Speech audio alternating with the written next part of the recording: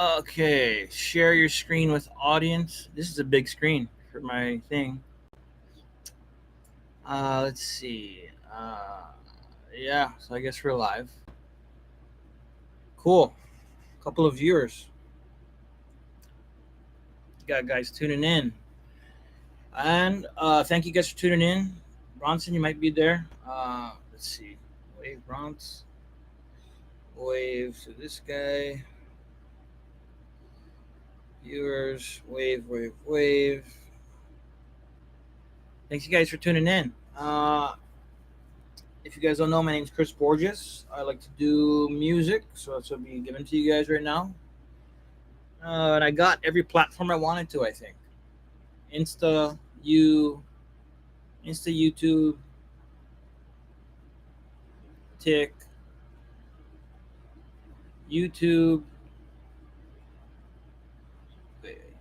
YouTube. This is Twitch Live, Tik, and Insta. Okay, we're getting, you guys. We're getting very good, very good. So, very good, very good. Couple of people. Thank y'all for tuning in. Just jamming at home, you guys. Appreciate you guys viewing me. If you are viewing me right now, really appreciate a subscribe and a likes. That would really help out my channel. Appreciate that. We're gonna be doing some jams in a second. Hopefully, got my drinks here. Just doing test runs, you guys.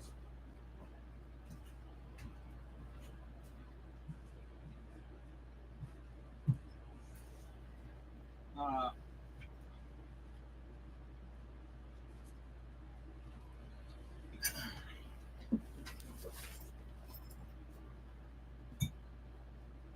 Nothing crazy. Just doing test runs, of course. I'm a very beginner at doing online social media in general. But I love it. I love to do entertainment. Very familiar with being in front of crowds, and cameras is you know it's a bit much for me at the moment just because I'm not used to it, like camera, this kind of stuff, but I'm used to being in front of crowds playing shows for sure, so it's not too big of a jump, but I'll get used to it just like anything else. So home live shows, pretty fun. I'm already digging it. I enjoy the vibe. This one's got to go down a bit. I mean, all of them got to go down a bit so you can see my uke, right? Push this one down. Some uke. So you can see some shit. Oh, here we go. This one down. It's so hard with all these. Because all of them are hooked up to like the charger, so it's just a bit rough going to kind of center everything out with the freaking chargers on the bottom. I got to get more holders. So again, thank you guys for tuning in. Super cool of you guys.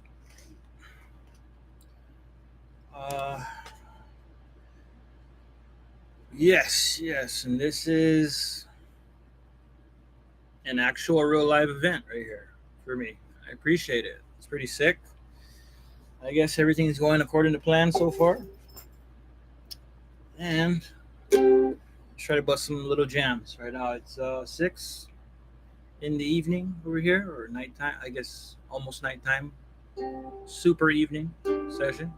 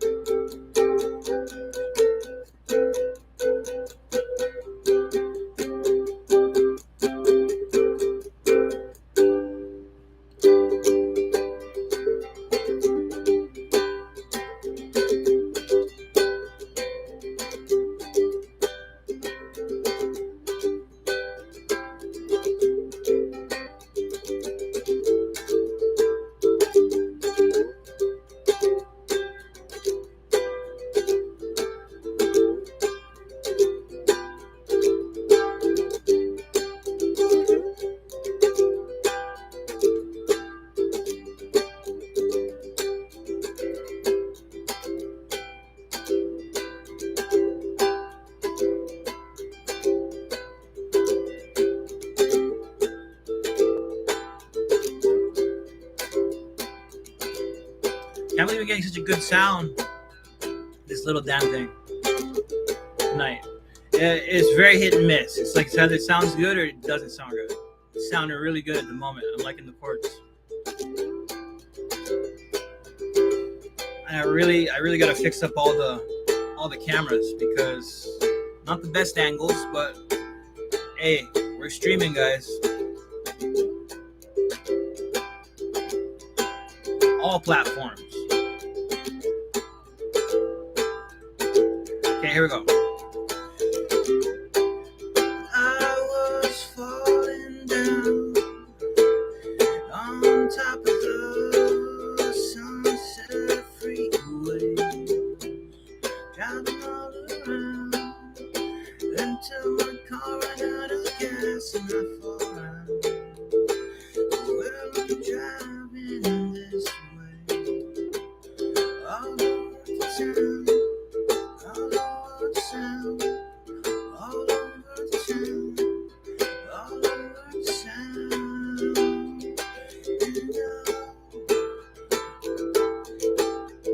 And I miss the days across the ceiling floor where it shines till green and blue. Ooh, see for shade trees falling off onto the got train. Got train when coming down. Right before lonely is passing, fading away into the dark. Oh, city light, it burns my eyes. Drive around in there till I go 45. Around the oaks and tree around the old hydrant. And everything where wish goes, I listen to the offshore wind blow. When all the waves to perfect heat, the sound of everyone asleep. Drive away into the soft blanket of dark. Fall asleep inside the dark. I fall asleep inside an empty bar. I fall asleep inside an empty car. Empty car. I fall asleep inside an empty car. Empty car. I fall asleep inside an empty car. Thank you. Appreciate the love on the TikTok end. Not much folks on the other end. Not much on YouTube. Seeing 0 on YouTube so far for my live. Seeing 1 on Twitch live, and I'm seeing like 2 waving at them right now on Insta. Getting a lot of love from TikTok. Thank you guys. I appreciate that. A couple guys on there showing some love with the hearts.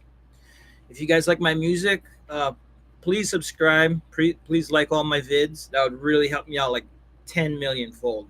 Like, seriously. Be super stoked, you know? And that's the kind of music I do. I do like folk and like ambient kind of stuff with singing. Pure Jam at the moment wasn't like one of mine ones. It's gonna take a while. Right now we're just in camera phase, okay? We're just doing camera phase moment right now, just getting all the cameras right, all that, because I plan on doing a 24/7 stream. And it's gonna be live all the time. I have cool things going on, maybe like just really cool things, you know, in my room, maybe outside. Letting you guys see a piece of my life, like a personal kind of thing of what I do day to day in my life, and I like to share that with you guys. Just what I do on a daily basis. I just jam, work, Right now, at the moment, I do film and photography solely, just for work, and I enjoy the hell out of it. I enjoy making music. I enjoy doing photography. Obviously, who doesn't? Photography and filming. I love to do painting, all the cool stuff. Obviously, you know what I mean. But I don't. I'm not a gamer. Definitely not a gamer. I love playing video games, but I am so technology illiterate. I just don't even know how to even like capture video games. None of that stuff. So yeah, it's super new to me doing all this kind of stuff. I'm more used to just playing live in front of people. I'm not used to like doing like the online thing, but my career is driving me to that point where I got kind of I want to do online. It's been driving it towards online.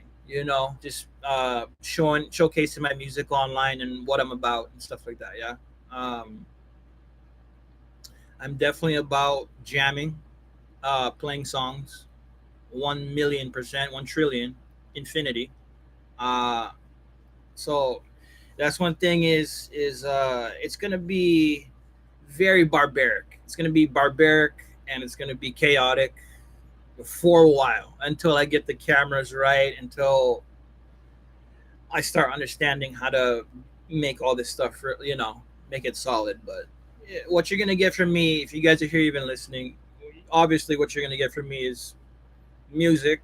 I love to be a part of it. I love to sing. I love to play instruments and sing at the same time. Trying to learn how to play drums and keyboard this year. It's very difficult. If you guys don't know, it's extremely. I don't know. For me, it's extremely difficult. Um, it's a very hard craft to learn if you haven't grown up with it. I grew up with guitar and ukulele and like stringed instruments, bass and stuff like that. I didn't grow up playing drums. I didn't grow up playing keyboards too much. So it's been a big thing of mine to like learn how to like sing and play drums, sing and play keys, all that kind of stuff. I love to sing while I play music, right? So that's my main niche. But I'm also like a beat maker too. I love to just fiddle on the dolls and all that, and just make up songs. Just make instrumentals and stuff like that.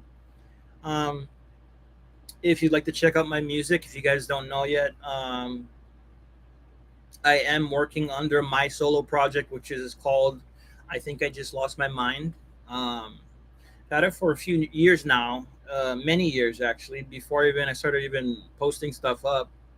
Um, it's already over there. I actually have like three other serious projects besides I Think I Just Lost My Mind. Um, I can't even give you guys the names or any songs yet because it's kind of like very it's how do you say I guess serious. It's like a serious project, right? So I just there's there I can't go too much further into it, but I just want to let you guys know if you guys care at all. It's I definitely have rock songs on the way. I have like legitimate songs on the way, new songs. I think people enjoy. Um, I've just been posting up a lot of just fiddle jams, I call them. Just rough drafts, ideas, snippets on my main channel. I think I just lost my mind on YouTube, and you can listen to them if you want, absolutely free. You don't have to pay a penny. Just go on top of it. I think I just lost my mind, and just type that into the URL into the YouTube channel, and it'll take you guys right there to it. Um, and you can hear all my little junky songs I've been making and stuff like that, little idea makers and all that. But I actually do plan to, obviously devote some serious time into crafting some the best songs I possibly can pretty soon. I have a ton of ideas, a ton of really good just song patterns, string arrangements ready to go, and all that, background keys, all that kind of stuff, drum beats. Um, not top notch, but it's just what I can make, right? You work with what you got, so that's what I do. So you know what? This next round, though, the real songs that I'm making, it's gonna be you have to pay for them. It's gonna be in CD format, the whole deal. Like I'm doing it like my first real CD and all that, with real band merch, the whole thing. So super excited for it. Super excited for it. It's getting there. It's getting to that point, right? It's like a culmination. It's like you're jamming, jamming, jamming. Finally, you got this batch, and it's just the best of the best you can possibly do, and it's just there. You just burn your CDs or whatever you got to do, make your band merch, and there it is, right? For the public. And I hope you guys enjoy them. It's definitely coming out end of this year, next month, or it's coming out sometime next year. Um, Under a full-fledged new band name, new album, new tracks, the whole deal. So yeah, I'll keep you guys updated with that if you guys care to listen to it. I'll have links and all that on top. If you go just, I think I just lost my mind I'm on every social media, like TikTok, TikTok, Instagram, YouTube, Twitch Live, all that. It's gonna be more too, obviously, but I'm trying to make this thing like a real thing. Um, for the sake of the challenge alone, you know, for the sake of the challenge of it alone is why I'm doing it. I really enjoy the the the whole process in general. I just enjoy making music in general. I enjoy trying to craft good songs. I think is good to the best of my ability, and it's coming for sure. So I'm talking about it, but um, yeah, you guys are seeing right now. If you guys are tuning in, it's just the baby. This is just the very baby seed. This is the baby steps of my little music project I got going. There's going to be live shows on every single platform. I got 4 cameras, not just your guys's. I have like 4 of them right now, and I plan on making more. Okay, so every time I do a stream, it'll like this huge event, right? A lot of eyes, a lot of cameras, the whole deal. Um, like I'm playing an actual show. So this is kind of like my little thing I got going. Like it's it's almost like an online live show, if you will, right? Um, yeah, it's super cool, super stoked. Sometimes I won't even be jamming. You just be see me just like doing computer work. This isn't like it's very much like the baby steps of like a bigger thing that's happening right now. So sometimes you see me just no instruments. Sometimes you just see me on my computer just jamming, but it'd be a 24/7 live show for sure. I'll try to make it as interesting as possible for you guys, obviously for the entertainment value alone. Um, but uh, yeah, doing it by yourself is difficult. It's tough. I'm not gonna lie or sugarcoat it. It's difficult to get the camera work set up every single set show. It's difficult to prepare to play a song. It's difficult to perform a song. All of it's difficult. But I enjoy it. I really do. I like to make this kind of stuff happen for you guys. Even if it's just one person out of 100 like enjoys it, um, that's enough for me. I went in. I went into music knowing that you're not gonna please everybody. You know what I mean? I can do only the best that I can do. You know, and if one person likes it, or if 10 billion people like it, I'm okay with that. You that I knew that before I even went into music. You know what I mean? It's very much if you like it or not kind of a deal. Uh, Online live stuff, I don't mind being in front of the camera. It's a bit kind of how do I say? There's no other word to say it except like it's very like in your face. It's kind of like aggressive. It's very like it's kind of intimidating. You know what I mean? To like be in front of the camera and get put on the spot and all that kind of stuff. But that's the only way you learn. Like if I knew what I was getting into before I even signed up. You know what I mean? I knew I was gonna be in front of like millions of eyes. I knew I was gonna be possibly even billions of eyes, the whole world. I knew that before getting into it. that it's one of those things, you know. It's just it's a tough gig, you know. But my whole life has been a culmination of getting to that point where I can play in front of the whole world, and the song will be smooth as butter the whole way through from start to finish every single time, right? So, you know, it never leaves you. I'll put it that way. You know, this is just us just talking right now, just musician to musician or whatever, whoever you are. Like, you know, once you start getting addicted to playing shows and like getting up on stage, um, pretty much everything else is kind of second, comes second to that, right? Like I'm very much a stage kid. You know what I mean? Like if I live to play shows. I don't know if anybody else feels that way, but I will gladly do this by myself with nobody else. You know, zero help, nobody else doing it, no bandmates, nothing. I'm very much okay and super thankful and happy to make songs in general, even by myself. Actually, I prefer to do it by myself because it gives me that much more control to like make the song super cool sounding. Right, I have full control, uh, full 100% access to do whatever I want with the song.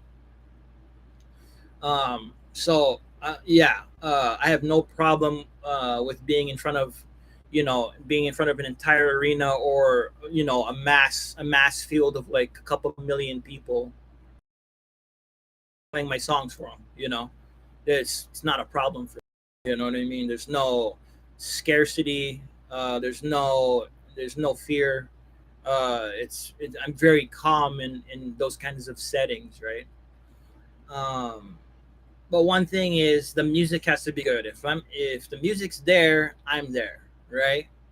If the music sucks to me personally, then I'm just not about that. I don't want to be part of that. You know what I mean? And that's just my own crazy little eclectic way I go about music. Like I'll only let's put it this way. For example, I've only been in bands that I enjoyed the music, right? I enjoyed the tracks, the songs. um, I don't I and that it trickles down to every nuance of my life, to the clothes I wear, to the jobs I work, um, just the things that I own in general, right? It's just like I have to really like the songs for me to be a part of it, right? So yeah, it's very nitpicky, but you know, it's my life, and I can do it. What with it, what I want. You know what I mean? So I only want the best types of songs that I personally enjoy. I don't care if anybody else likes them. If I like the songs, then I'm in. You know what I mean? So I've been fortunate enough, actually been fortunate enough to be in a few really good bands that I really enjoyed the music over my like obviously rock, post hardcore, like emo, math rock, screamo, clean vocal kind of bands too. But um, yeah, I've been very blessed. I'll put it that way. Um, to be in a lot of ama- jamming with a lot of amazing performers, right? Um, yeah. So, and that's basically the culmination of my life. Is I live to play shows. You know, I don't say it out loud. You know what I mean? But it's always there in the back of my head, like I'm ready to play a show every second, right? Like I don't care if I'm playing by myself or with you know 10 band members, right? So as long as the music's good, I'm there. You know, um, and it never leaves. You know, it's always there. It's always present. I'm a musician. I'm a live musician. I love to jam. I love to jam songs.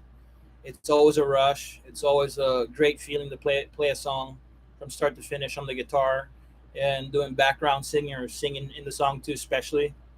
Um, so yeah, it's definitely an itch that I have to scratch. It's not like a thing that goes away for a year and comes back. With me, it's always on 24/7. I'm always looking up new bands. Always looking up new bands, new tracks, new songs, new albums. Constantly, it never leaves, right? Because it's just how I'm wired. Yeah, right. I care a lot about songs, right? If the song's good, I want to be a part of it, right? There's a big difference between to what I listen to though and what I play on, like what I play. You know what I mean? Because my obviously, Everybody has their own taste in music. I enjoy, when it comes to listening to music, I enjoy a very large range of girls and boy, girls and guys, whoever, uh, whatever projects they got going on. Sometimes I'll listen to a whole track of like, six to 12 songs or whatever, and I only like one song out of the whole batch, you know, truthfully. Um, Excuse me, I gotta take a drink. you know and the goal of my band is I'm trying to make every song that I play enjoyable for me personally. If I enjoy it, then obviously the crowd's going to enjoy it, right? So um and uh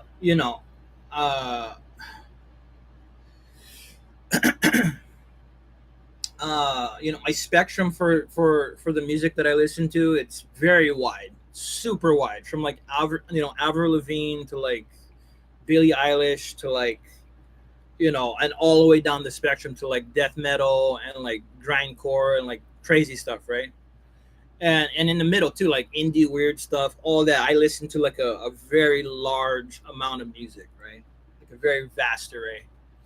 Even like crazy stuff that you would even think of. You know what I mean? Like Indian crazy instrumental music and like, African drums and like, all the whole deal. Aboriginal djembe music. Well, who knows? You know what I mean? All that kind of stuff to like, opera music, classical guitar, duos, all, you name it, any type. Like there's many different forms of music, right? Just a cappella singing, church music. I mean, the list goes on. Techno, dubstep, new age music, just instrumental, new age guitar, instrumental stuff. A lot of that. A lot of instrumental rock for sure. I'm a huge fan of. There's just a lot of really good ideas with no vocals on them, and I always bust my vocals right over them. That kind of stuff where I just love just listening to it. A whole bunch of stuff I like listening to. It really is a pleasure. An extreme pleasure to listen to so many amazing bands, and you know uh it too when you hear a really good song like you really love and you really connect with. It's just like boom, it's there and it's present and it's this thing, right? And you're just into it, you know and that's what I look for, in every type of genre possible. You know what I mean? I look for that one track that just hits me like an arrow right to the heart, right? Like it's there, and that's what I live for. I live for that rush, for that feeling. Obviously, I'm just like many other people. I got introduced to music through Nirvana, rock and roll, all day. You know what I mean? Uh, to like pop punk, surf stuff, like Sublime, reggae, reggaeton, California, Long Beach reggaeton, Sublime. I grew up listening to Blink 182. Obviously, like teenage years, right? Yeah. That was my main stuff. Green Day. So I grew up very heavily on rock music. It's my gateway to music. And then it started going into like The Cure, UK goth pop, whatever you call it, UK goth rock, The Cure, to like, and then now The Cure, obviously a gazillion other bands too, but can't think of them on top of my head at the moment. But and now it's like into this whole thing where I'm listening to like just more eclectic, like crazier stuff. Like My Chemical Romance, like Taking Back Sunday, still teenage, like kind of older teenage years, right? My Chemical Romance, Taking Back Sunday, Thrice, like let's see, Coed and Cambria, obviously, uh, Circus Survive, uh, just the basic rock and roll stuff, like emo rock, emo post hardcore, that kind of stuff. It was like my later adult years to even to currently, right? So it was like this long stretch of that. But then now it's even evolved to like, to like, I'm listening to like now like Mogwai. I'm listening to like uh Mogwai. I'm listening to like Jesus Christ. Let me think for 1 second. Mogwai. I'm listening to like a whole bunch of stuff, man. Instrumental rock. Follow Troy, obviously, all those guys. Follow Troy. Um, Modest Mouse from older teenage adult years, like 18 to like currently. I still listen to Modest Mouse. Huge fan of Modest Mouse. Um, so many good bands. You guys know what I'm talking about too. So many good bands, endless, right? As I Lay Dying, Pinback, uh, San Diego bands, right? Uh, East Coast bands like Poison the Well, even down, even like to even more like to like even more like emo stuff, emo screamo stuff. Like I Met a Yeti. I'm a big fan of those guys from Florida, right? All those guys. I Met a Yeti. A whole bunch of stuff. So many good bands. You know what I mean? Cursive, right, from Nebraska or whatever, Omaha. Cursive, Bright Eyes, all the like the Midwest guys, right? Uh, so many good bands. It's crazy. But also like a lot of like UK pop, like Block Party. Um,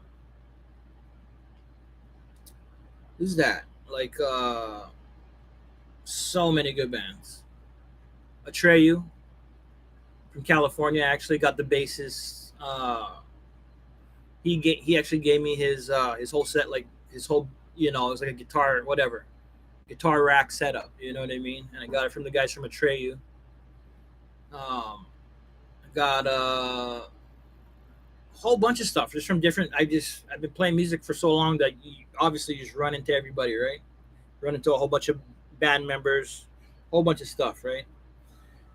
Got guitars from really good friends who jam super good music, guitars, bass, drums, all that kind of stuff, right? Uh,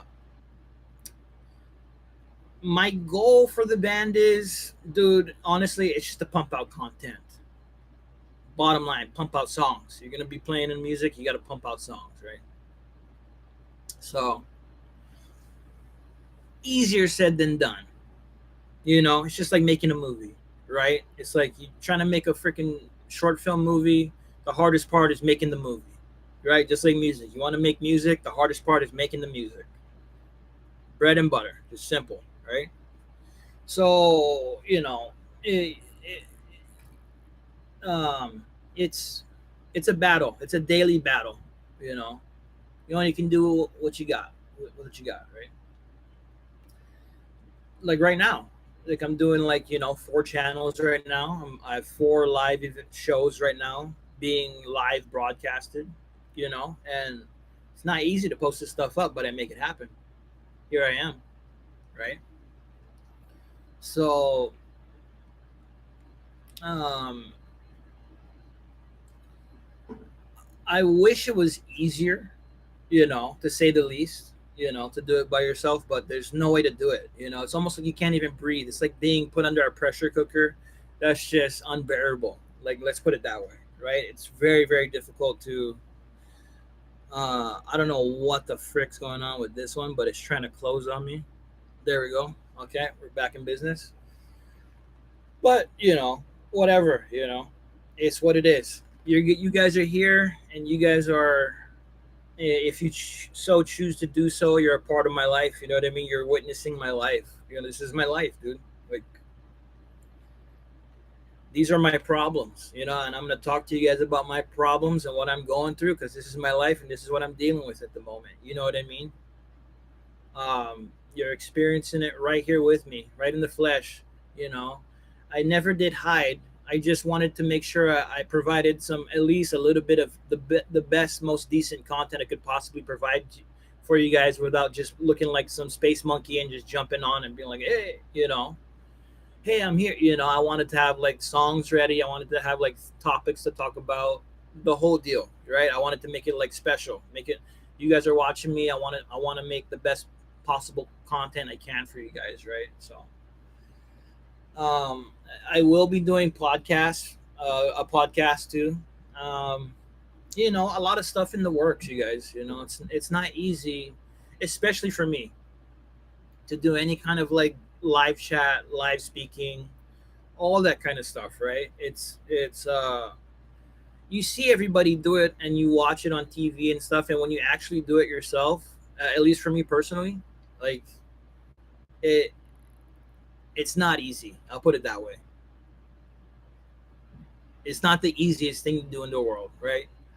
But I force myself to do it because I love the challenge of it.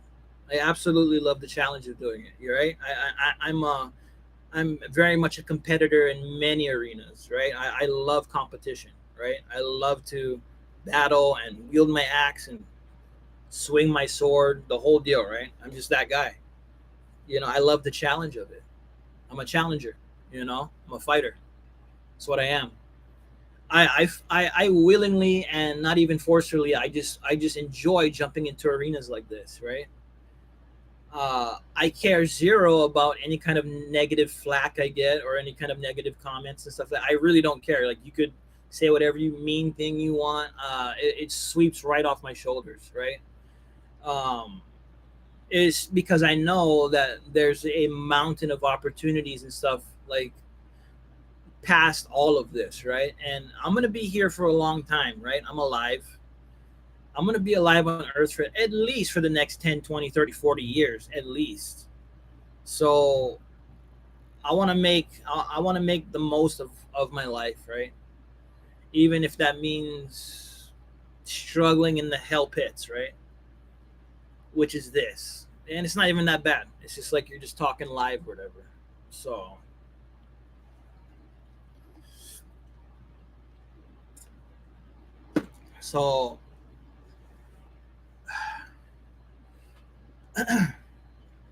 you know, tonight you're gonna get from me a lot of talk, a lot of convo, a lot of just speaking, just to upgrade my speaking skills and all that kind of stuff. Because obviously I'm a little bit not so great at it, but I do my best. I do my part. Um, we have a, well, I have a very very long work schedule and work list every single day I wake up. It's very gruesome. I mean, not gruesome, but it's very taxing and toiling. There's a lot of stuff I do every day. Um, just for online and just for like business in general. I'm constantly trying to upgrade my life and make it better, right?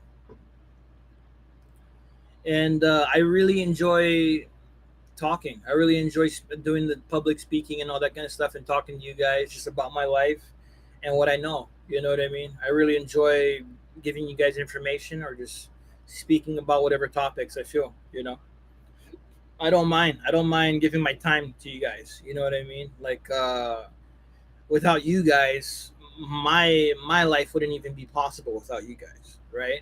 So, it's the least I can do, and it's what I feel, I owe to you guys. If you're gonna be listening to my music, you deserve the very best. You know what I mean? So I try to like, share my life with you guys. What I'm going through, all my problems, all my pains, all my sufferings.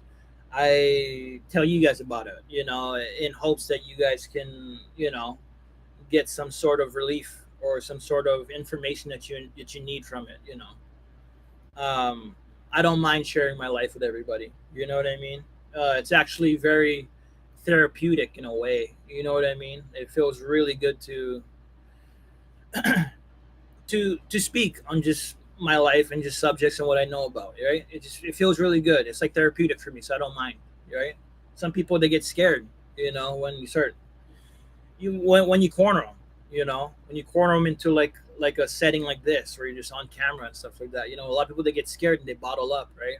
I don't. I you know, I got nothing to hide. I got nothing to fear. I have a clean slate in every single nook and cranny in my life. I don't care at all about anything. You know what I mean? Like pretty I'm pretty ordained by God. I mean, with the highest quotation fingers possible, right? Like I feel very, very blessed and clean. You know, I can really talk about many a subject and be perfectly comfortable with it, right?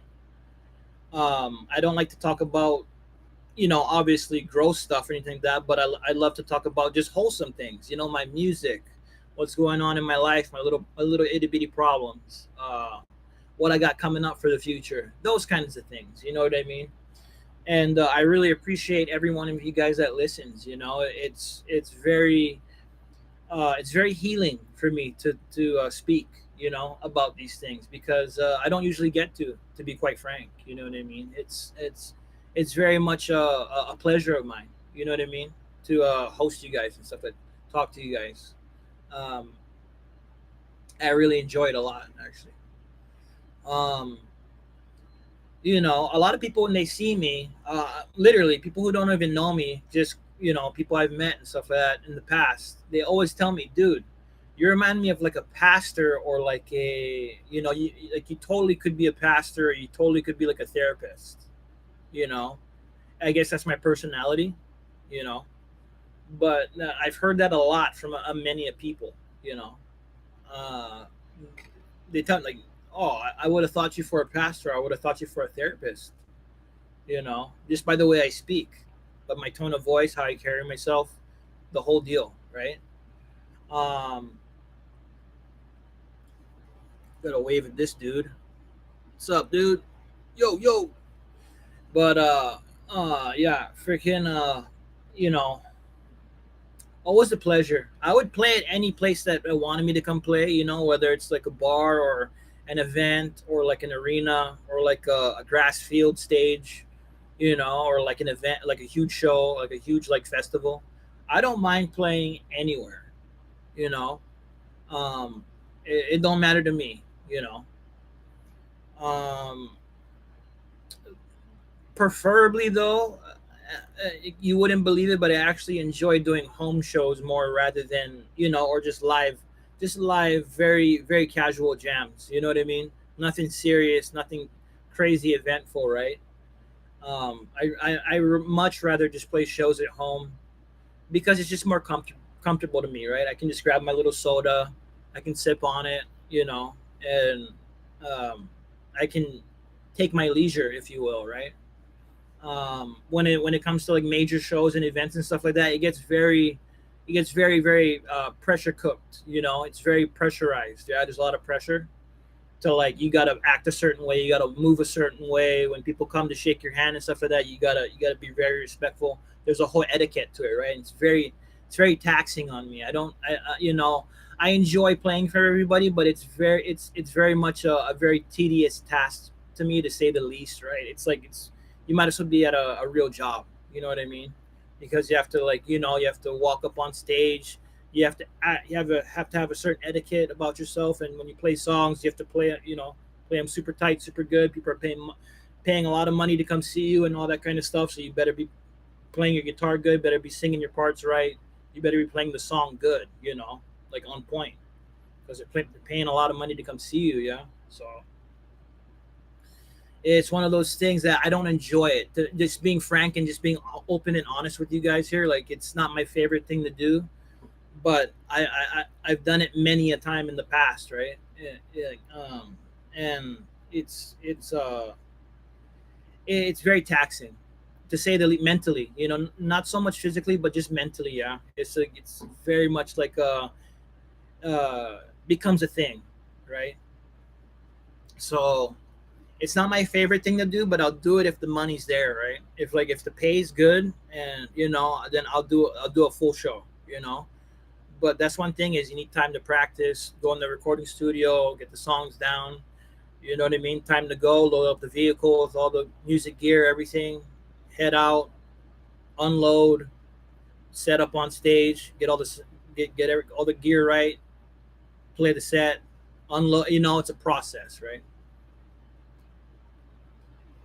meet and greet, meet everybody, shake everybody's hand, take pictures. Like it becomes a thing, right? It's like super like this like serious thing, right? So it's not my favorite thing to do, but with the right band, I would do it again. Of course, obviously, right? If the music's really good, I'll do it again in a heartbeat. But it's just one of those things. Like things just have to line up, right? And we don't live in like a fantasy world, right? It's like it has to kind of miraculously line up. Like just especially for me in my case, it's just because I'm so nitpicky, right? I'd way rather just sit at home with like a Coca Cola from McDonald's or like Taco Bell, and like just have 10 cameras on me and play a show, in an empty room, in my empty recording studio, little small room. So that's just me personally. Um, I am delving into acting, filmmaking, and voice acting as well too this year and the rest of the years to come. But it's definitely on the radar. Like obviously, like being a musician and acting and making films is kind of goes hand in hand, right? So I've been delving into that. I'm finally gonna start making music videos. Gonna start making short films and stuff like that. I still need the cast and the extras, the whole deal, right? But I have the scripts ready. I made the books. I've written the novels. I have the scripts ready. The books are for sale on Amazon.com, KDP, the whole deal. So now it's just the hardest part is actually making the films. Same thing with making the music videos. So I'm at that point right now where it's just like I've reached the precipice of the actual super saiyan hard thing, right? Is to actually create the meat and potatoes content, right? So it's kind of a miracle I even made it to this point in general, because it's kind of like you're not going to be here if you don't put in the grunt work to get here, right? So I definitely been putting in a lot of work in every avenue, right? Uh, Obviously I'm here, right? So and that's one thing with me is like I'm a very hard worker, right? I grew up with that, with very responsible, hardworking people, right? I kind of grew up with different families, right? Growing up, kind of like a just bouncing around. You know what I mean? Friends, families, living with friends, families, living with Christian families, just friends of friends from my folks. So it's just and living with my folks in general, and everybody, all the grown-ups are really hard workers, and they instilled a lot of hard work in me. You know what I mean? It never really turns off in my mind. I'm kind of a 24/7 workaholic kind of a guy. It's the only way I can really truly delve into the work deeply if I'm fully invested, right, in it.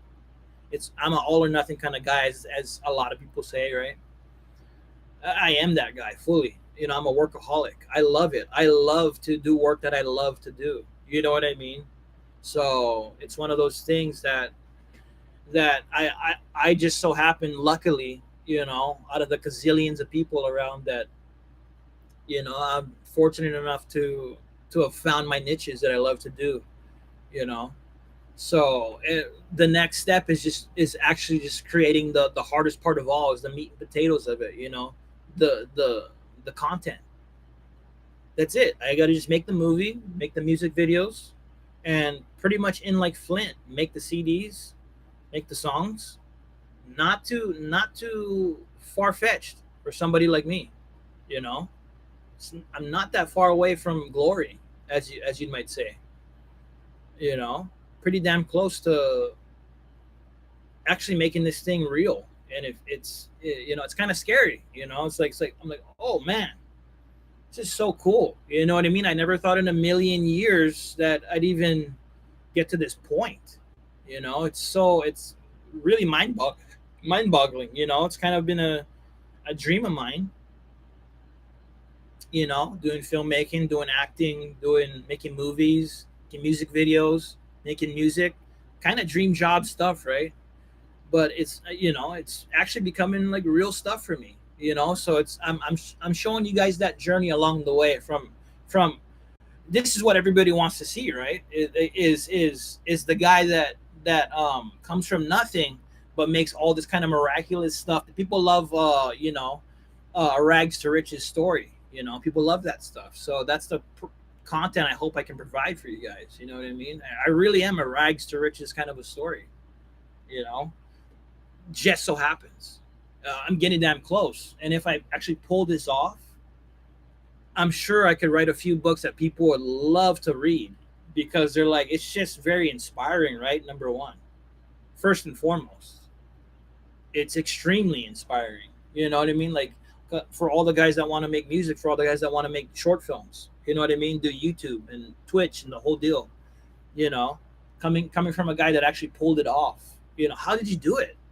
How did you get all the guys to, you know, to line up and you be the filmmaker and do the acting and scripts and the making the book and editing the movie and then posting it up and it's actually working and people are enjoying it? Like, how'd you do it, man?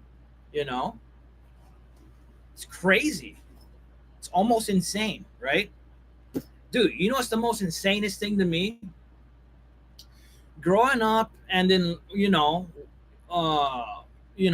watching Blink 182 live, you know what I mean? Like on TV or just, MTV and stuff like that. And like,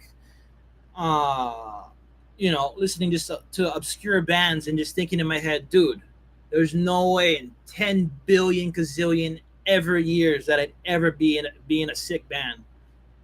And dude, I've been pretty damn dude. And then I look back, I'm like, dude, I've been in some pretty sick bands so far. You know what I mean? And it's just like, my life is kind of like a dream, like a dream, dude. It's pretty crazy. It's not the cream of the crop. I'm not on tour right now, but I mean, if I could go back in time and show you all the bands I've been in and shows I played and all the hard work I've done to get to this point, it'd be pretty cool to watch or just listen to, I think anyway.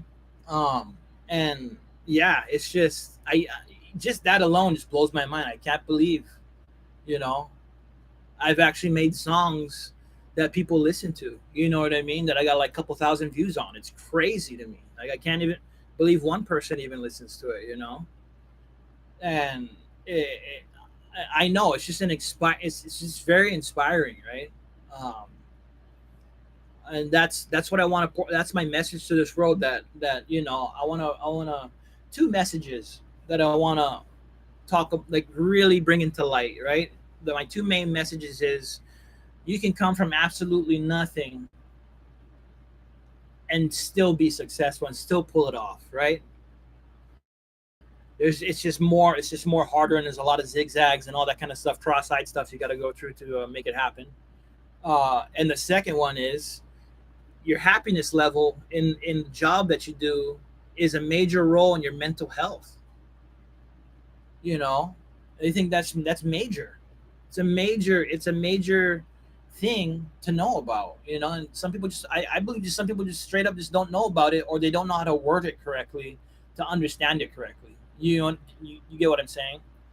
It's like the main, like for me personally, a lot of my depression and a lot of my sadness and anger, everything, it stemmed from the job I was doing. I just wasn't into the work I was doing. I was bored. I wasn't into it at all, but I was forced to do it just to pay for bills. And that's exactly the case for billions of people across the whole entire world. They don't want to do their job. They would rather do another job that makes them happy, but they just don't know how to do it. The gear's too expensive. It takes a lot of super hard work to even make it happen in the first place, and you gotta have connect. Usually, you gotta just know how to do everything correctly, for one. And obviously there's a mountain of other stuff going on in the back. That ain't good. So that's one thing is my message. My main messages I want to get across is just need happiness to conduct your life properly. Number one, first and foremost, you need to be happy, because if you're miserable, it's going to really disrupt your daily function, probably even halt you, bottleneck you, freeze you, whatever you want to call it, in place for a long time. You know what I mean? If you're sad and miserable and depressed the whole time, you're not going to have the energy or the sight or the mental capacity or psyche to even like pull off any of the stuff needed. So there's definitely a process that you must go through day to day in your life. I know personally because I've gone through this whole thing the worst way possible and learned my lessons, came back out of it stronger than ever. But so I'm saying you kind of got to go through the ringer to see where you're messing up at, right? It takes time. What I'm trying to do is what I'm trying to do is to cut that learning curve in half for you guys. So instead of you guys doing it in your 40s and 50s, the guys in your teenage years and your young 20s, you just skip that learning curve and you go right to the good stuff, right? That's what I'm trying to provide for you guys.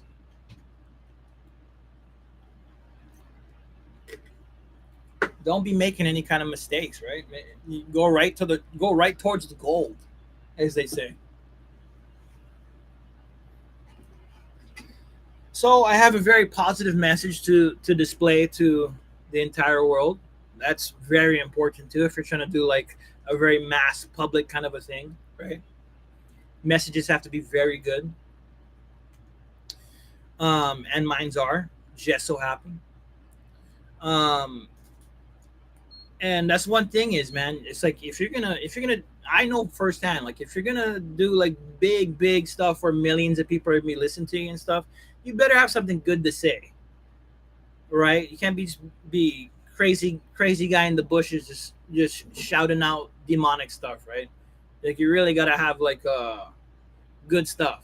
Unless you're just a comedian and you just say whatever you want, be just for entertainment purposes alone, just for fun, right? And that's a great career path too if you want to take that. But mine, I have more. Trust me, I've went down the funny route, the entertainment, laugh at me stuff. Yeah, I got like 100 views, 200K views and stuff like that. Yeah, it works, but I'd rather do more legacy stuff, right? Um, More lucrative work, right? Like making music, like business. You know what I mean? Stuff that actually helps you out in this monetary world, right?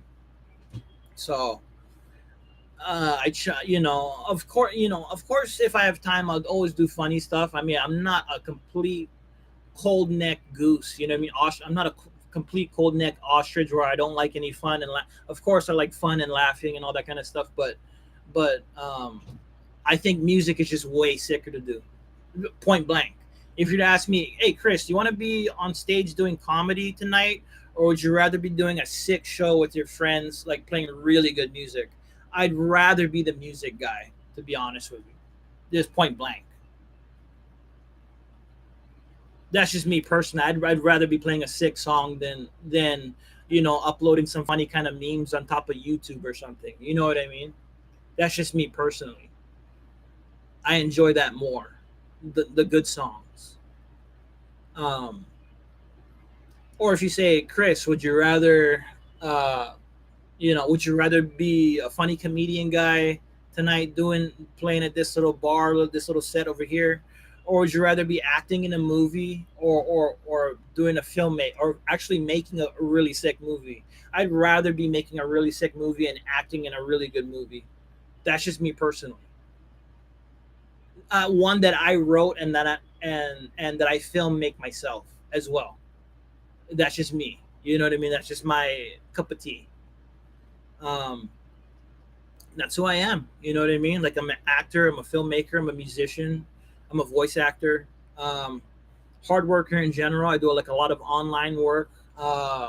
Done a lot of Upwork and a lot of just online stuff. Call center guy, phone operator guy, um, you name it. You know what I mean? I've done a lot of online stuff. I've taken care of people's Instagrams and TikToks fully. Like did their post, like, their 100 posts for them a day, cleaned up their site, that whole deal. Done website work, so I I know my way around the computer. You know what I mean, per se. I've gotten paid for that for sure. Um, but yeah, at the deepest core of my being, that's what I am. I'm an entertainer.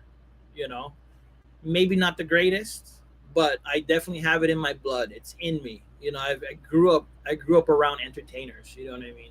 So that's all I know, really. You know what I mean? Put me in a club with dim lights and a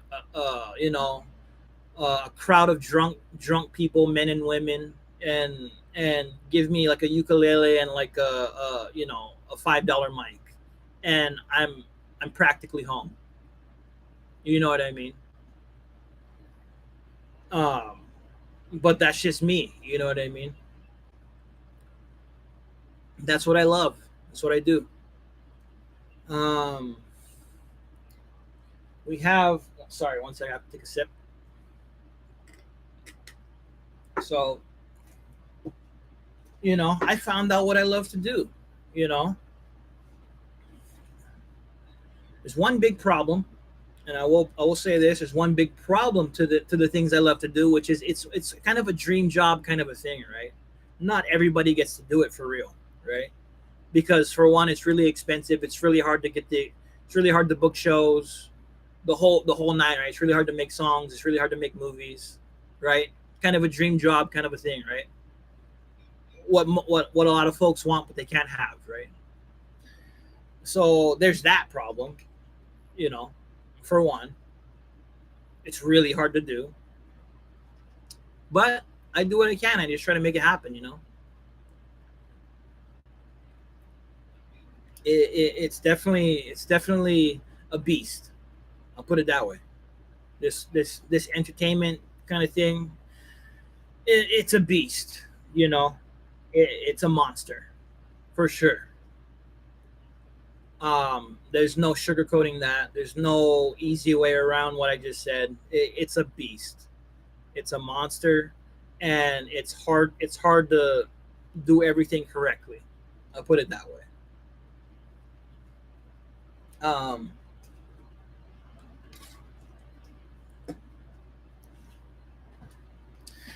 we have, at least I have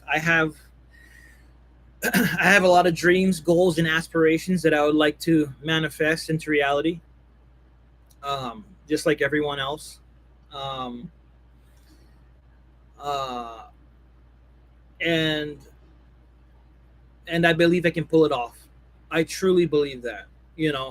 With every ounce of my being and my life, I believe I can pull this off. You know what I mean? It's one of those things where, in this field in particular, you really need a lot of confidence, right? You need a lot of self confidence. You need a lot of how do you say, like, you need a lot of just pre-motivation. You need to be motivated already. You need to be self-motivated. Okay? There's no boss with a chain around my neck yanking me to do this and that. It's like kind of yanking myself over here, right? Like I'm kind of controlling myself. I'm like, there's nobody over my head saying, Chris, you got to make this song today. Chris, you got to be making this movie today, right? You got to do this short film scene at the said location with all the actors and stuff, right? There's nobody over my head doing that, right? So it's all very DIY. It's all very freelance DIY, whatever you want to call it. It's all very, it's very do it yourself, right? So it's one thing. You just have to be very, very responsible, right?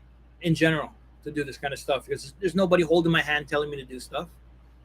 You know, if I didn't want it to come into existence, it wouldn't come into existence, right? At all. If I didn't care about it, but I care about my life. I look at my life like I'm a, how do you say, like a Michelangelo or like Leonardo da Vinci. You know what I mean? Like I obviously I want the best. I want the best of the best for everybody, including myself. You know what I mean? I'm here, and I want the best of the best. There's no other way to put it. I want the best that this life has to offer, always, in every aspect of my life, and that's how it should be for every single person. You know, be grateful for what you have, but at the same time, reach for the stars. Why not? Right? Do the very Go for the biggest goal possible. It only elevates your life to the fullest. right? When you reach for the stars, um, that at least for me. But uh, um, okay, so we got that going. What else we got going? So number one, uh,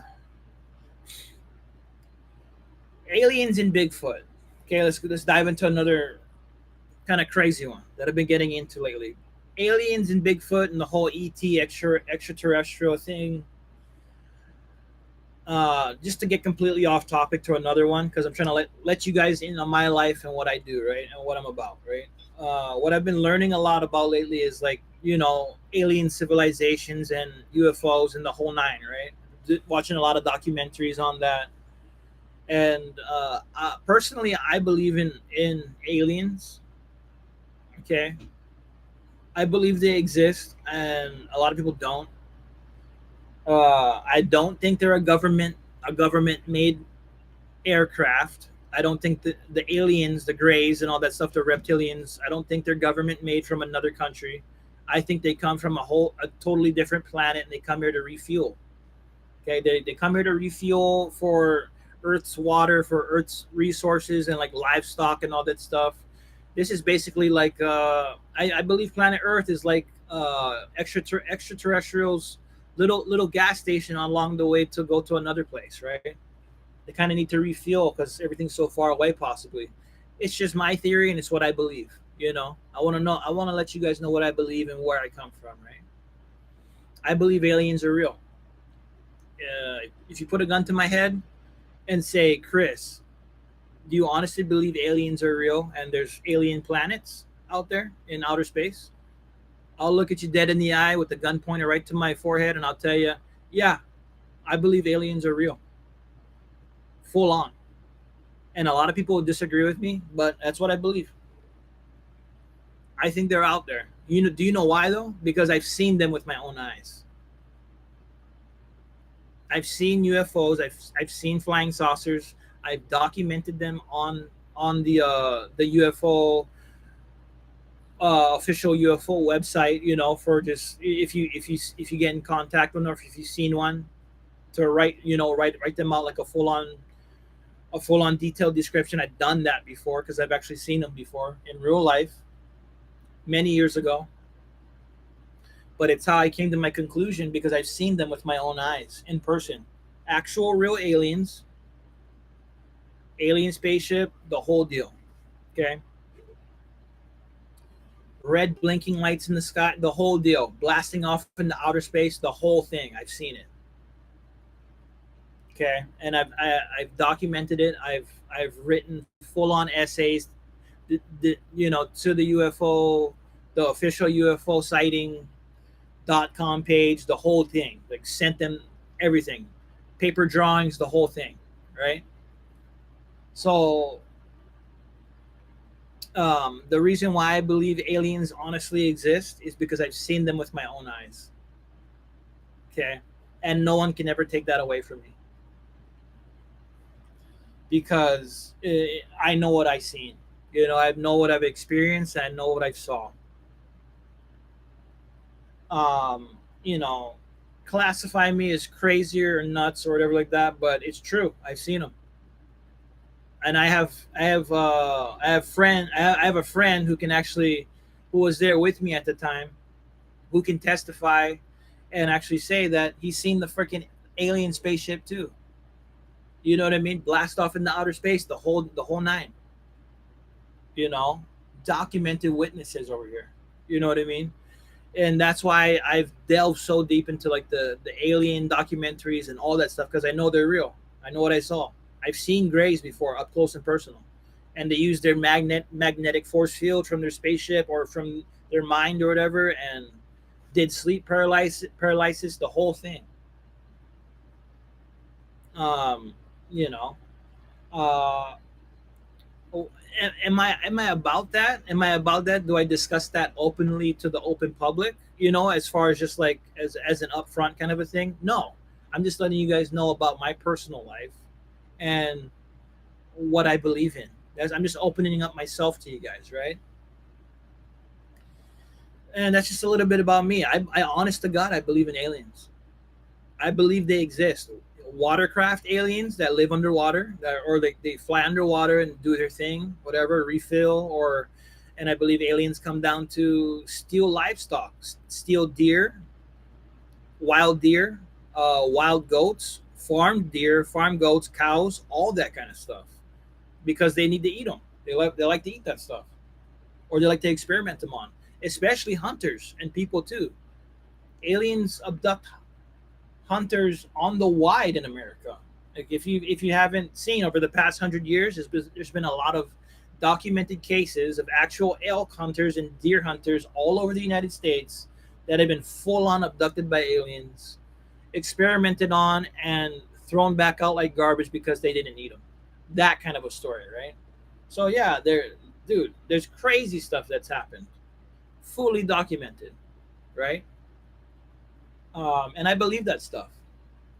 Not all of them. Obviously, there's some nut cases out there, but there's some cats out there with some very solid mindsets and solid evidence that it's happened. You know what I mean?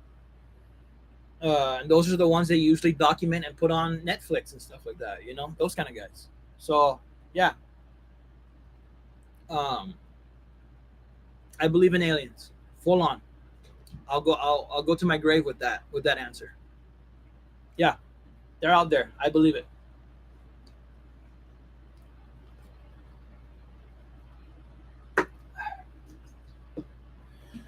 Now for the next eye opening thing, or for the next opener of who I am. Number one that I never will do is, especially publicly, is I'll never confess any kind of religious dogma or belief. Any kind of beliefs that I have, especially with religion, I leave that out. Okay, for an obvious main reason. It stirs a lot of controversy and it upsets a lot of people when you start talking about religion, right? I will tell you guys this though. I come from good morals and a good place. Okay, I will never confess what I believe in, what religion I believe in, all that kind of stuff, because it stirs way too much controversy, right? And people go into whole fleeting arguments about it, right? But I will tell you, I come from a religion of good place, of good morals, um, and high standards for oneself. You know what I mean? To live a good life, right? Just be good in general, that kind of a deal. And I won't go any further into that topic because I don't want to deal with any of that backlash or controversy that comes with it. Because it said the very first thing when you start talking about that topic is people go absolutely ape shit over it. I mean, they go completely nuts. Rightfully so, because people grew up from baby time learning about a certain religion, and there's hundreds of religions. And as soon as you talk about that, the essence of the topic of religion and who God is, everybody and their parents go absolutely nuts. So I always sustain from my religion. Okay, and I'm just opening up again. I'm just opening up myself to you guys, letting you know a bit about myself. Right? I'm not trying to stir up any kind of anger or animosity towards their religion or anything like that. I believe all religions are awesome. For the most part. Obviously, you guys know what I'm talking about, right? For the most part, religions are very good. They teach you good values, good morals. Do this good thing. Don't do bad stuff. Obviously, and obviously, there's super nuts religions, extremist religions that do really bad stuff, and they ain't about good at all. They're about doing evil acts. Obviously, those ones aren't good, and I don't recommend those at all. Okay, but I don't talk about religion, you know, because I know how much controversy that stirs. Okay, but I can tell you guys that what I believe in has very good things in it. Very good things, very good morals. Okay, I will never delve, or I will never confirm with anybody, any interviewer, anybody at all, what I believe in. Okay, that's just my personal opinion. That's my life, and I don't let anybody know about that kind of stuff. Okay, except for very dear family and not that kind of stuff. What I believe in personally, just because it stirs a great deal of anger. You know what I mean? Because people believe in many different types of religions, right? And it upsets people when you bring that stuff up. So I keep that stuff private, right? Um, to each his own, I say. To each his own on that subject. And rightfully so. Everybody has an equal right to believe in whatever they want to believe in. That's just what I believe in as well. You know, you you're your own person. You can believe in whatever you want, whatever the heck you want. You know, believe in it. It doesn't affect me at all because that's your life and that's what you believe in, and you have every right to do so. So do it. That's my 2 cents on the subject. Um, Next subject.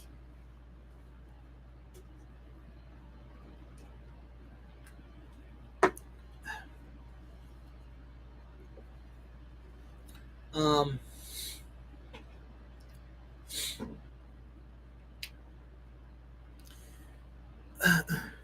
Online social media and all that kind of stuff, it's very difficult to navigate if you're not used to it, if you didn't grow up with it. I kind of am one of those late bloomers. Like, kind of computer kind of came in like when I was in high school, like middle age, like middle school and high school. Phones and computers and all that stuff. Laptops started coming out, so I'm a late bloomer to this stuff. You know what I mean? But at the same time, I'm very much a part of it. It's very much a part of me. It's just I never used it as much. I was more of like a physical kind of a person. Now it's going more into tech. You know what I mean? Um, it's not as open as it used to be before. Before, you could just meet friends and you could go play shows, or you could do this and that through Meetup. Now it's very clicky. Now it's a bit tighter than it used to be, right? For the most part. So it led me down to an online route where I could venture to the entire world now instead of just one local area, right? So now I have access to everybody. You know what I mean? All around the world. I can make a friend in California. I can make a friend in Portland. I can make a friend in Texas, Florida, South Carolina, North Carolina, Tennessee, Ohio, Michigan, wherever have you, Illinois, Canada, anywhere in the world, Europe, wherever, Australia. I can make a friend over there, and I could go play a show at a local bar, or if they own the joint, I could go play at their place. You know what I mean? It's all about just putting yourself out there if you're willing to. For a long time, I wasn't willing to put myself online because I just didn't want to.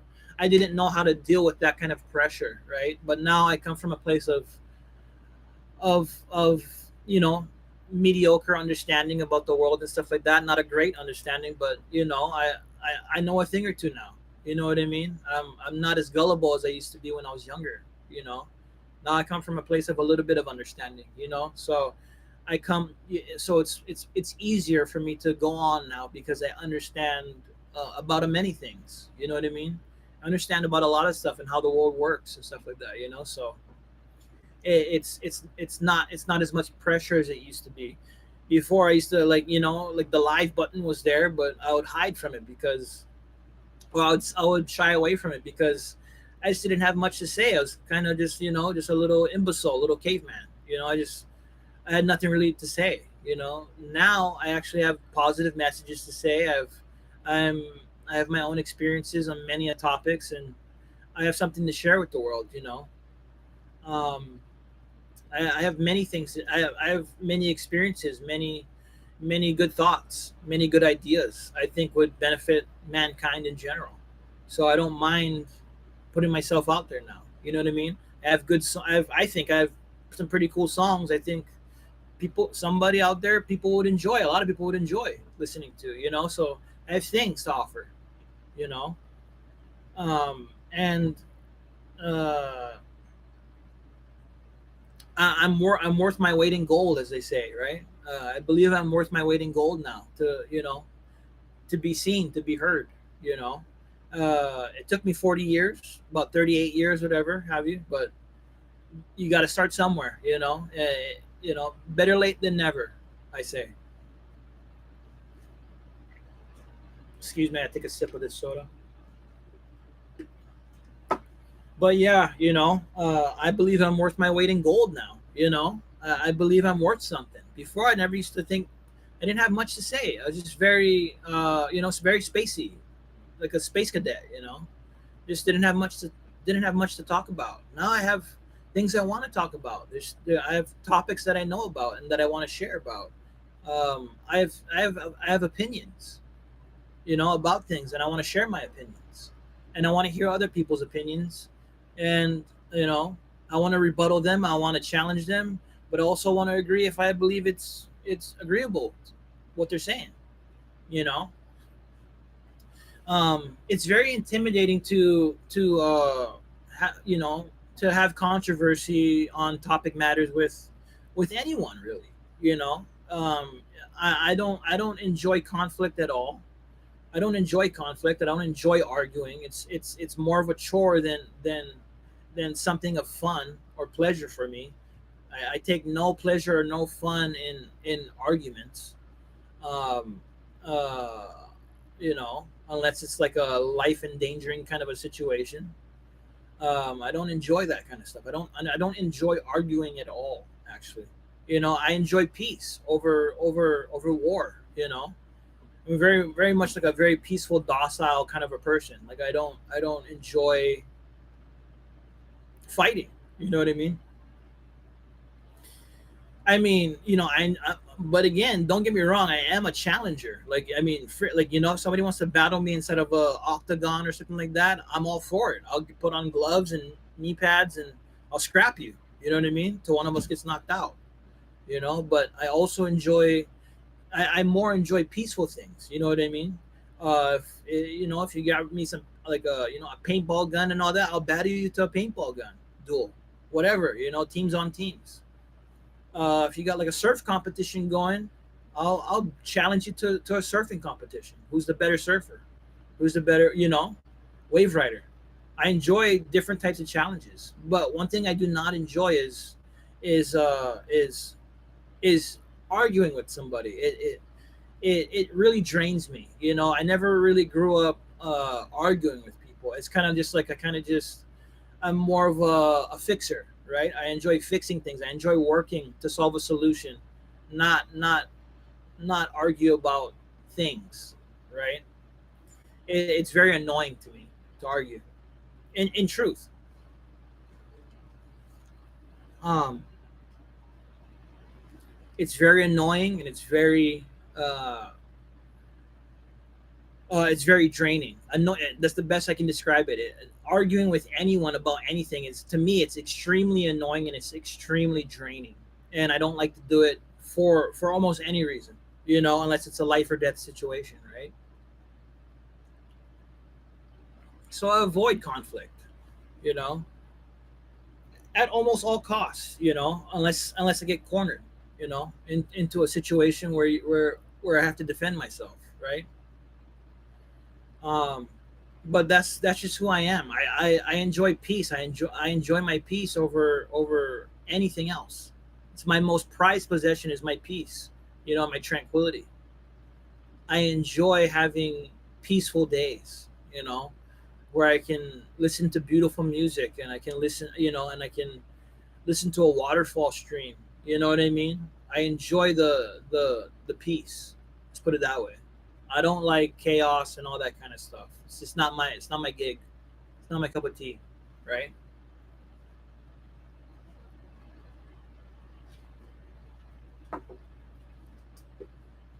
Um,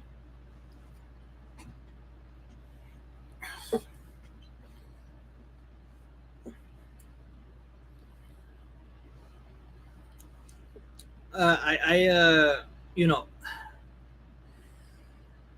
uh, I'm very much a lover. I'm a lover more so than a fighter. I love to do good, fix things, make things better. Right. I don't like to quell, quibble or quell over small potato stuff. Things that don't matter. Some people love to do that. Some people live for that, right? They love to argue and stuff like that. with their spouse, with anything really they get their hands on, right? Some people just love quibbling. They love that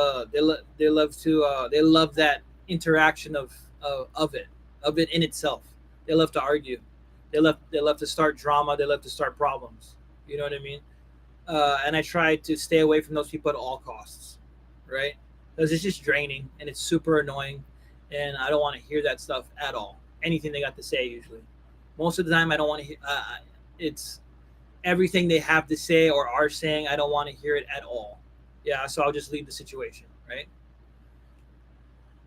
Um, I'd way rather hear some good music and listen to a informative podcast, or like watch a really good movie, right? Instead, or play a really fun video game with, like, the blasting sounds and all that kind of stuff. Mario, whatever, just really fun stuff.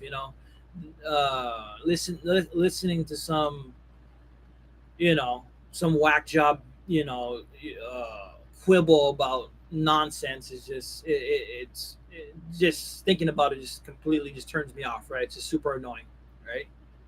Probably why I'm not in a relationship. You know what I mean? I just I hate I very much dislike arguments. You know what I mean? And that's just who I am. You know, I just don't like it. It highly annoys me, right? Just a little bit about myself. I'm just letting you guys know. You know what I mean? Who I am, and what I think, what I'm about. You know, um, uh, everything I do is for a purpose, right? I'm a workaholic, you guys. I got like 20 projects going on at the same exact time. Okay, I love to fix things. Okay, I'm a fixer kind of a guy. Okay, I like to create things from absolutely nothing. It's who I am, in essence. Um, so I'm every single day I wake up. As soon as I wake up, my mind is already stressed out, right? Because I got like 20 things going on at once, right? But in a sick sense, in a literal sick sense, I actually enjoy it. I enjoy being completely preoccupied because it really takes my mind off the boredom of actual real life, right? Of the day to day mundane, right? Of the horrible job that you're probably working, of the monotony of the day to day goings, right? I very much like to delve into my thing, whatever it is, whatever may have you. So it helps with my mental health extremely. It helps with that. You would think it would do the opposite, but actually it keeps me busy, right? It keeps me busy having all these projects in my mind, right? It just makes the day go by super quick, and I'm getting stuff done, and it's super fun, and every day I go to sleep, I can't wait to wake up and do it again, right? um there you know and with that, comes a lot of turmoil. There comes a lot of problems, you know what I mean? But I enjoy it. It's what I choose to do. I choose to be a workaholic. I choose to tackle 20 projects at once because I can't believe when it's actually completed and finished, right? It's always a miracle. So I can't believe I got this crazy hard thing done while I'm doing 10 other things, right? And I love to challenge my mind like that. You know what I mean? Just with small little tasks like that, like uh, you know, whatever it may be. Today I'm gonna draw a painting. Today I'm gonna write a part of a song. Today I'm gonna do some computer work. Uh, whatever have you. I'll do it. And I love it. I love what I do. Every day I wake up, I'm super happy. Um, Especially this year, as of late, I've been super, super. It just feels like a million pounds came off of me. You know what I mean? It's been feeling really good. Like, and there's no underhanded lies going on behind me or anything like that. I honestly come to you and like I'll tell you, like I feel great. I'm actually very fortunate to be here. You know what I mean? I feel very fortunate, very lucky, very happy. Um, you would think somebody in my circumstance, you know, that doesn't have like a full like right now, just at the moment, I just don't have a full time job. Um, I don't have a wife. I don't have kids. You know what I mean? Like major things. You know what I mean? I have like some teeth health problems. I have some back problems a little bit. But you would think under these circumstances, kind of financially, you know, not doing so. But the thing is, what I'm trying to get at is, out of all those problems, you would think that I'd be kind of miserable. You know what I mean? And upset, and things aren't going well. You wouldn't believe how good I feel right now. Like I feel like, you know, because I come from a place of great understanding. You know what I mean? I know where I come from. I know where I'm at right now at this point in my business and my career. You know, as far as just the music and the online and the tech and the filmmaking, all that, and the music and the you know the photography, all that kind of stuff. Everything that I'm doing, you know, I understand greatly where I am in this pivotal moment, and I'm just very grateful. You know what I mean? Even with all this kind of bad stuff going on, still yet around me, and I think it comes from a lifetime. I honestly believe it comes from an actual complete lifetime of just bad things always happening around me. You know, it kind of molded me into this solid diamond of just like nothing can put me down. You know what I mean? Which is a great thing, right? It's like, you know, if you've been like in the gutter your whole life, when you know, it's like you can only get whipped so much till like your skin becomes like a thick leather, right? And that's what it is. It's like my skin is I grew tough skin. You know what I mean? I grew into this just beast. Like I just like there's no amount of whips you can whip at me with bad stuff going on that can make me go, you know, oh, I'm so sad, I'm so depressed. All my tears are gone. All my sadness is gone. All my depression is gone. There's none left. I don't even smoke anymore. I don't drink beer anymore at all. I'm completely sober talking to you guys. There's not a mushroom in my body, a pill, and no weed, no alcohol, no cigarette nicotine, nothing. Cold turkey, you guys. Do you know why? It's from a lifetime of of being in hell. It forged me into this beast in front of you right now. I can tell you that much, for sure, million percent. You know, I'm built to withstand all the terrors of this life, you know, for better or for worse, you know. Um, and it feels really good to say that. And I say it every time, but it really does. And that's why I say it. It feels really good to say that I'm a sober guy completely, you know. It literally makes me sick to my stomach to think about drinking a beer again or smoking a cigarette or anything like that of that nature. Because I know the outcome of that, and I know the outcome of actually instead of doing that, go outside and work out for a little bit and lift some weights, do some curls, do some air drums, stretch, and wash, rinse, and repeat every single day. It's way better to live a healthy life, and that's what I promote too is healthy living. You know, I will always support that, and I always will tell anybody about that that wants to hear it because it's just the better route to go. You know, instead of doing heroin, why don't you just pick up a couple of dumbbells and start doing curls? You know, do some sit ups and push ups. You know, that kind of thing. My back's a little thrown out. I broke my back when I was little. You know, like a full on thing. Like I broke my back when I was like a little in younger years, my 20s, but it healed all right. I was out for a bit, but I healed perfectly well. The thing is, it's just when I do sit ups, I feel it a little bit. You know, it's there. It's prevalent. It's a little bit. You know, but no excuse. I get my setups in. I get my push ups in. It's just it takes a bit more to get the crunch in. You know, but yeah, other than that, you know, my physical shape is extraordinary. It's very good. A little bit fat, a little bit of a chunker in the midsection with the gut, you know. But other than that, a little bit flabby, but overall, not too shabby. You know what I mean? Fitness wise, super thankful for that. Um, yeah, and what do we got going? Painting, writing my book, writing my new books. I have three novels. If you don't know, I have three novels I've already written. Bay Eyes, The Damned, and Hawaiian Haunting, and I actually have seven more in the works right now as we speak. So I do, yeah, I am an author. I do write books from my imagination. I do paintings, and I do like people's portraits upon request, all that kind of stuff. Nothing super pro. Just I can do it if you need it, kind of thing.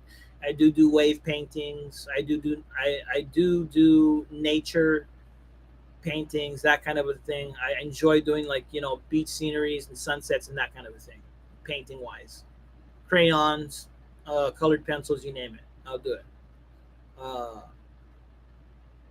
I even do like the chalk and different types of stuff I use with it, right? For painting. If you're talking about painting, um, and that's what I do, man.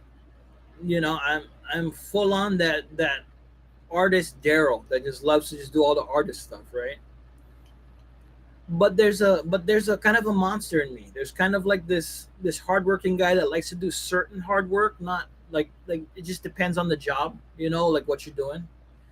Um, I still am like a hard worker in general. It just depends on the job. Literally, like if I could go word for word and tell you exactly what I mean, it means exactly that, right? It means I am still like just an average normie, just regular working job kind of a guy, and enjoy it too. It just depends on what job I'm doing, right?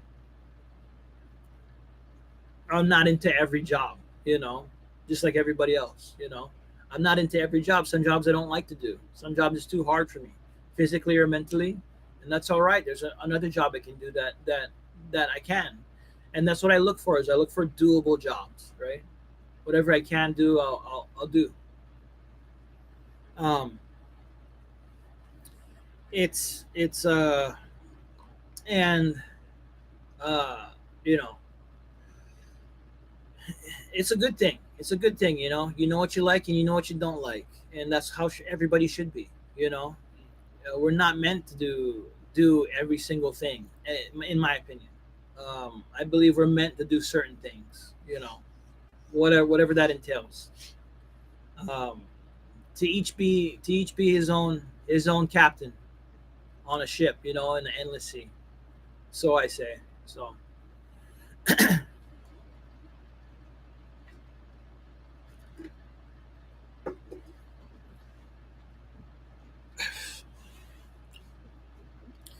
now, for the subjects at hand, what next, right? So I've been giving you guys a little info about myself, what I'm about, what I do, what I believe in, um, what I'm into, what I'm not into. What else, right? Um, what do we got going on? Business, in general, business. Um, we need to get the businesses up and running. There's that. So we got to get all the products, all that kind of stuff in the works at www.coms, all that stuff, all the licensings. Um, this is a very great step into business. Okay, if you're thinking about doing like online at home, like online sales and stuff like that, online shopping online, people shopping online, you're doing like selling on your stuff. This is a great way to go about it. Just go on every single platform, put yourself live on there, and just start selling products. I'm sure somebody, if you do it every day for a long time, I'm sure many of people want to buy your products, whatever they may be, as long as they're good, right?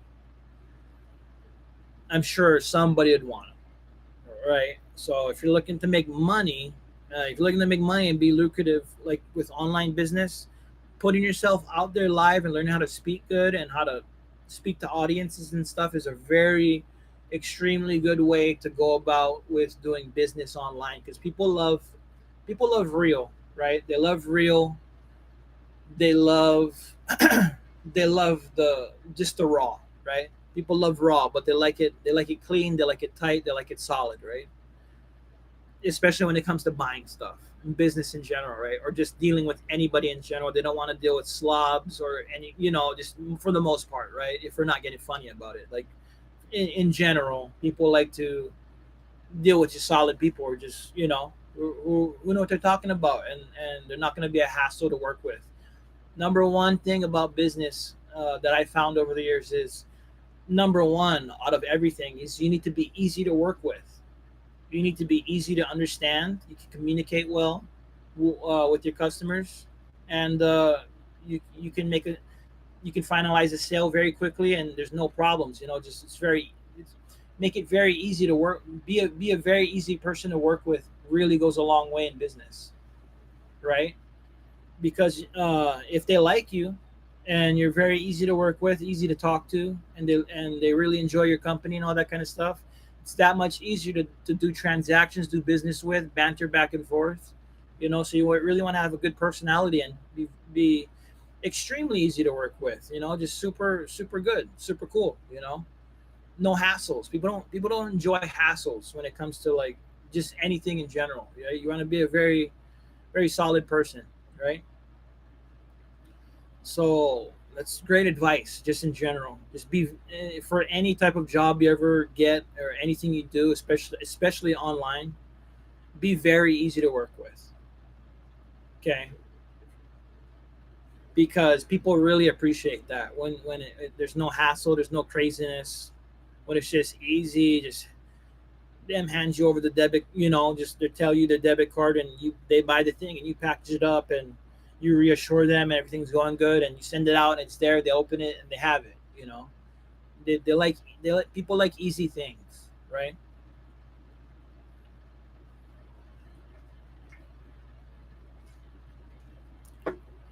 They enjoy it. Okay, so um, just make sure when you're doing any kind of business, every kind of business possible. It's great advice for everybody. Just be easy to work with. Don't be super complicated. All that stuff. You end up losing customers that way, for sure, right? And it's what I learned early too. So how come I used to make a lot of sales?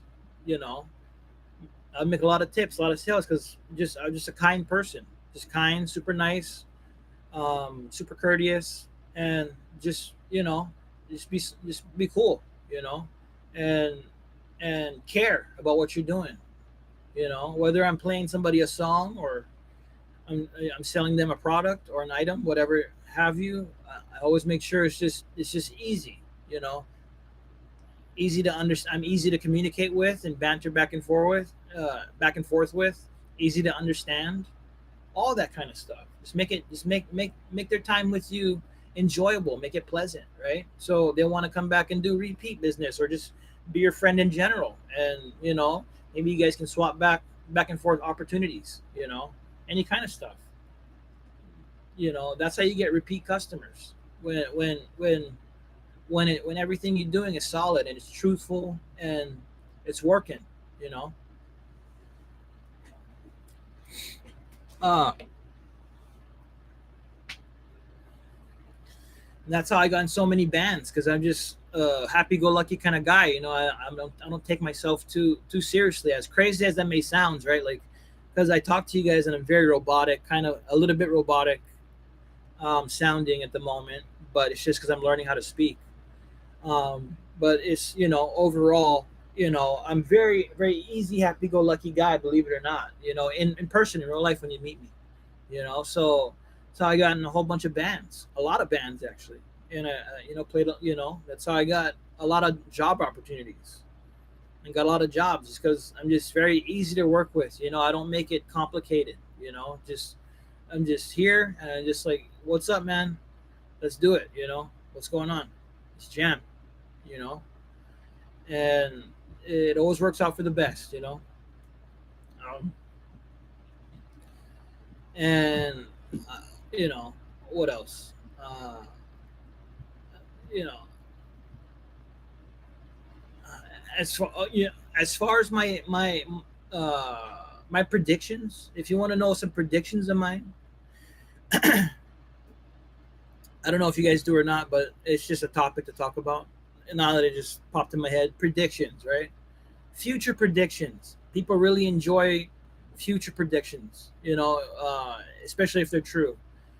From my calculations, from what I've gathered, all the information I've gathered so far, just around the world in general, it looks like everything's mostly going to go online. It's going to be all online pretty soon in the next 50 to 100 years. And eventually money's going to get obsolete. And probably in the next 50 to 100 years, they're probably going to convert all real life physical dollars from the 1 penny all the way up to like the $1,000 bill or whatever, $100 bill. They're probably gonna convert that all into debit card money, and they're gonna make like a one world currency, and you're gonna have like a debit card like printed into your hand or into your arm or something crazy like that. That's where it's all headed. It's all headed online too. It's gonna be like waving your finger, like a passkey code onto your desktop, and then you're going to press a button or you're going to say a command, and it's going to make the purchase with your fingerprint or with your eye or something crazy like that. And then in like half a day or a day or a couple days, your product's going to get you know Amazon shipped or like or flying drone to you from wherever in the whole world. That's how it's going to be. It's going to be very digital. That's why I made my name Digital Borges. You know what I mean? That's my user handle name, Digital Borges, right? Because that's where it's all headed. It's all headed. It's all headed online, you guys. All of it. The whole physicality. I mean, I don't know if you've ever seen the movie, um, The Fifth Element, or the one with Bruce Willis, where he's like a sleeping clone, or he's a sleeping dude. He sleeps inside his little like robot capsule at home, and then he's like this, like a cybernetic robot or whatever, like like a fake robot kind of person in real life and all that kind of stuff. It's headed towards that route. Okay. Why? Because the system wants us to be isolated from each other, for one. So that's why we're all like kind of end up in like empty isolated room pods, right? So that's number one. First and foremost, they want to segregate everyone because people are powerful when you get them in mass together.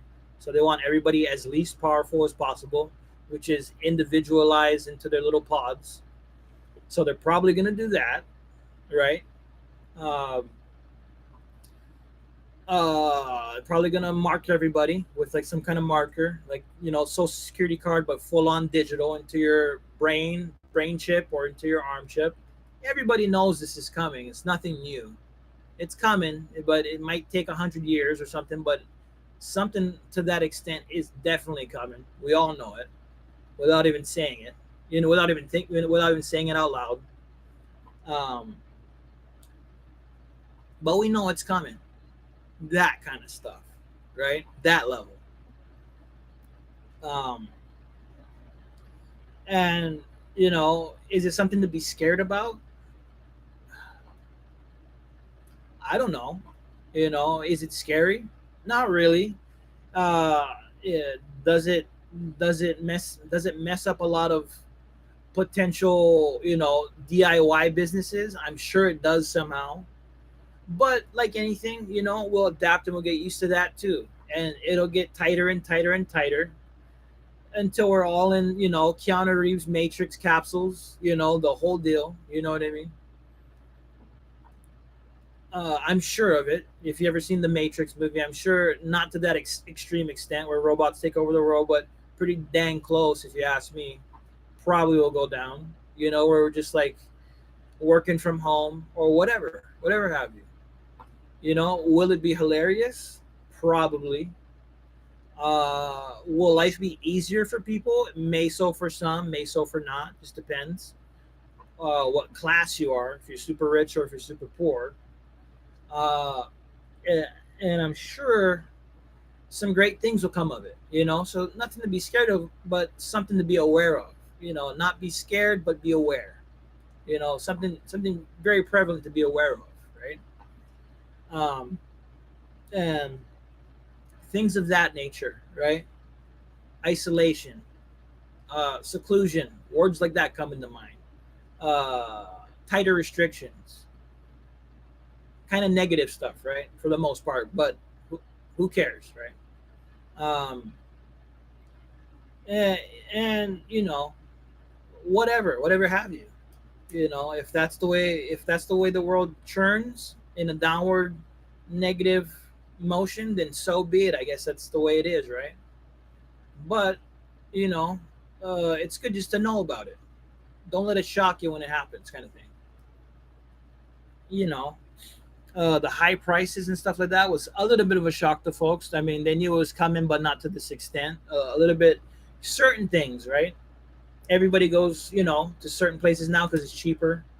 Certain fast food restaurants because it's cheaper.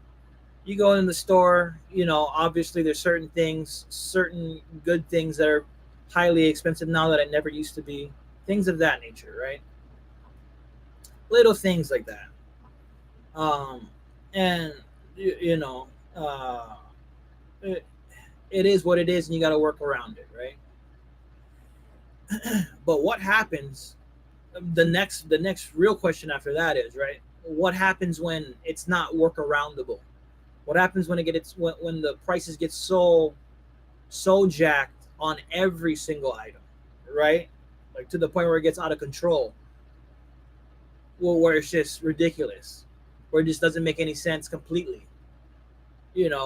What happens then? That's my next question. uh, Civil war, mass chaos, people going absolutely bonkers, going nuts, saying "F it." What line do you what precipice? What year will that be? That's my next question. You know, it's things to think about because it really can't. I mean, it can get nuts. Let's be honest, right? We live in a crazy world. Things can get nuts in a very quickly. Uh, and that's just the kind of place we live in, you know. But just things to ponder, things to say out loud, things to think about, interesting stuff. Uh, just food for thought. It's just funny to think about. It's like it's not super funny, but I mean it's a serious issue. But at the same time, it's just like it's interesting to think about. Let's put it that way when we word it correctly. Um, uh, who knows? We might have to go back to eating wild rats, wild fish. Would that be a bad thing? Probably not. Would it be harder to live? I'm sure it will be. But, is anything really world ending? I don't think so. For the most part, nah. Life will still go on and we always manage to adapt through every chaotic thing, whether the government, throws inflation at you or, whatever have you. Meteorites might, come in our way, level 20 earthquakes hitting the whole world. Who knows, right? Mega tsunamis. People usually find a way to way they know how to squirm their way out of danger. Let's put it that way. You know, they know how to squiggle their way out of madness, out of chaos. Let's put it that way. We're a very slippery bunch, us people, right? Slick Ricks, as I like to call them. Apocalypse survivors, an understatement of the century. More like wild evolved rats, wild evolved mice that know how to squiggle their way out of any situation. Kind of people we are, and I'm saying that in a positive way, not in like some kind of negative tone. You know what I mean? It's actually like a saying good things about people. You know, we're very resilient. Should I put? We know in the face of calamity, we definitely know how to jump out of the way, right? Of the 100-mile-an-hour speeding Ferrari car in the middle of the desert, right? When worst comes to worst, right? We know how to hold our breath for a really long time when the tsunami comes, right?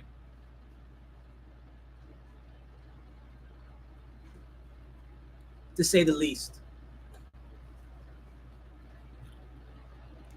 So overall, we're gonna be all right.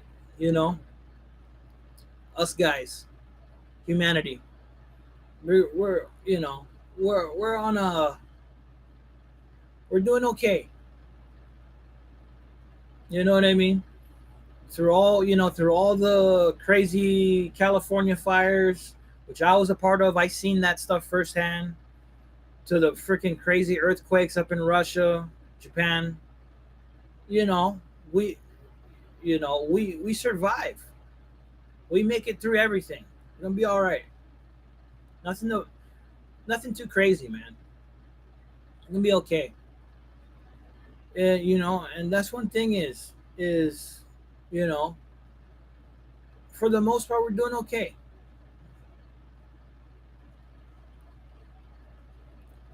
And should you be thankful for that? Hell yeah, you should be thankful, dude. You should be thankful every day you get to eat a meal. You should be thankful every day you get to drink a cup of water. You know, I think in general, everybody should have more thanks. Let's be thankful that our government protects us, president protects us. As much gripes and all that kind of Willy Wonka, great,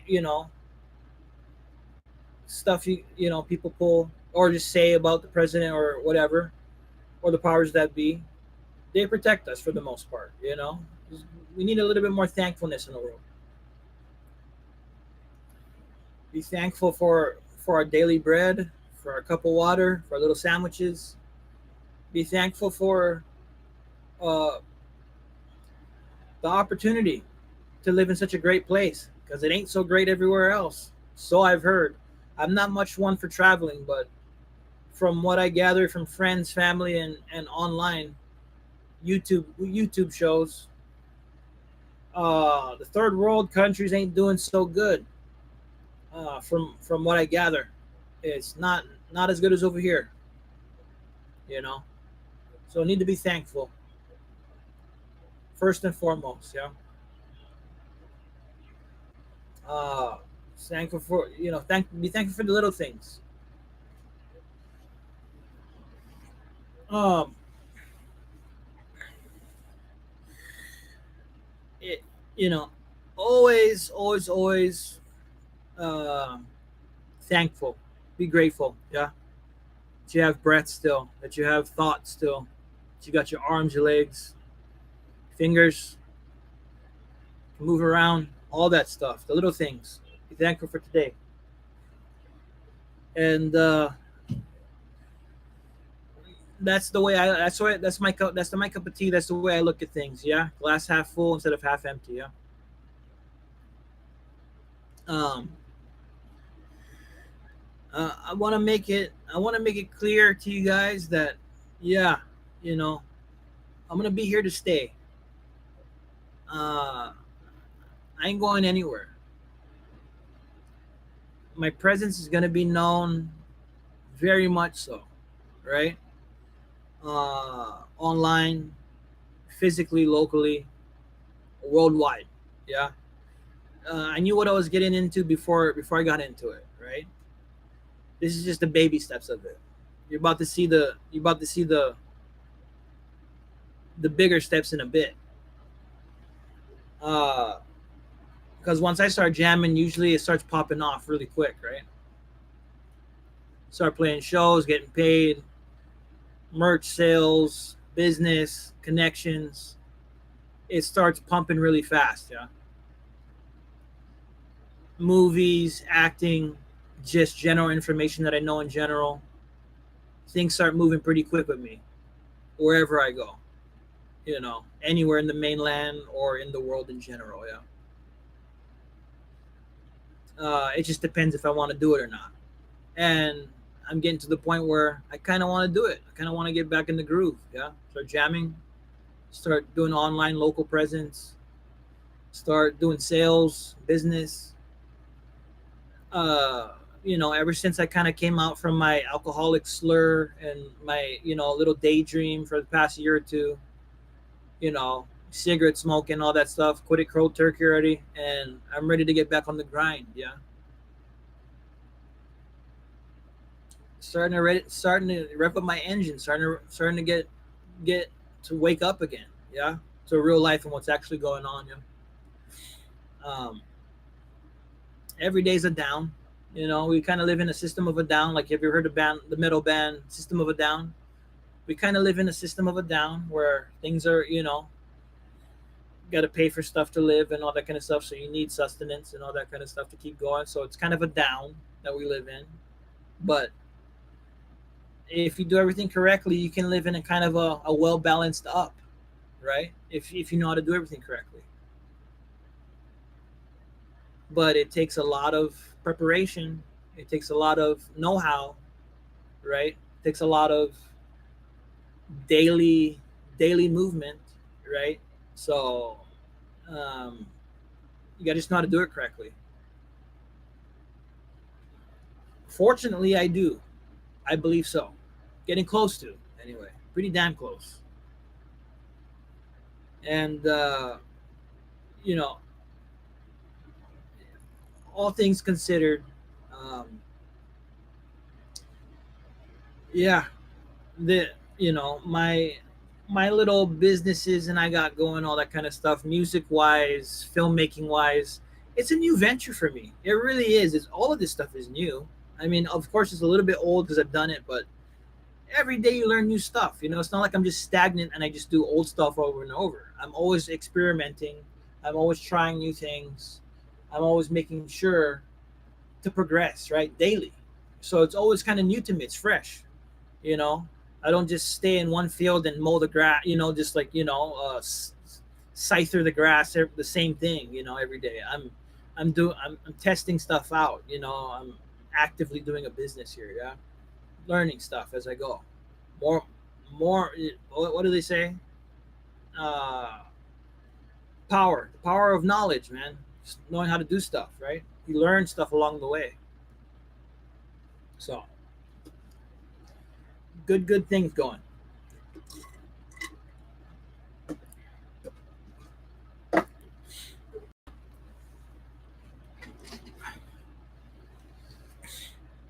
Um,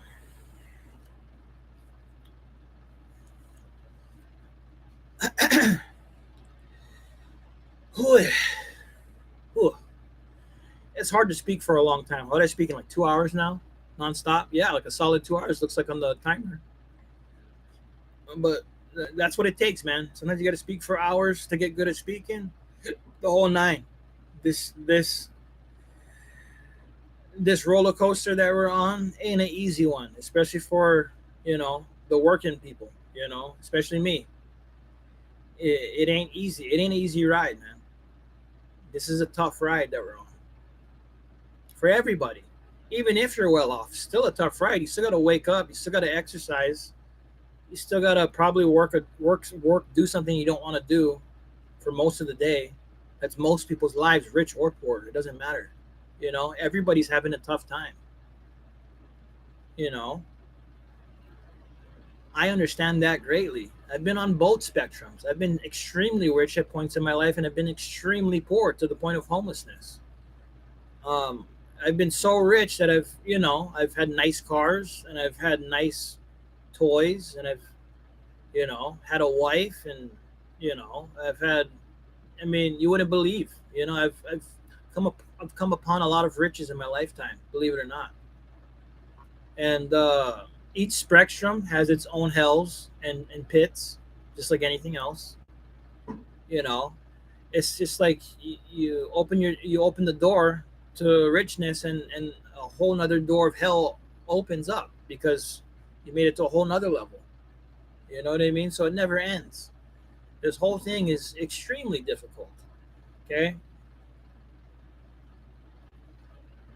just me even speaking right now, it's tough. You know what I mean? Just to even speak to you guys because I'm having kind of like throat problems here. I'm having like little signs up, like my back of my throat's kind of burning, kind of painful to speak. I keep speaking. It's a grind, man. Nobody said this thing was easy. Okay, and that's what I want to bring forth is actual truth and actual knowledge to you guys. I want to give that to you guys freely.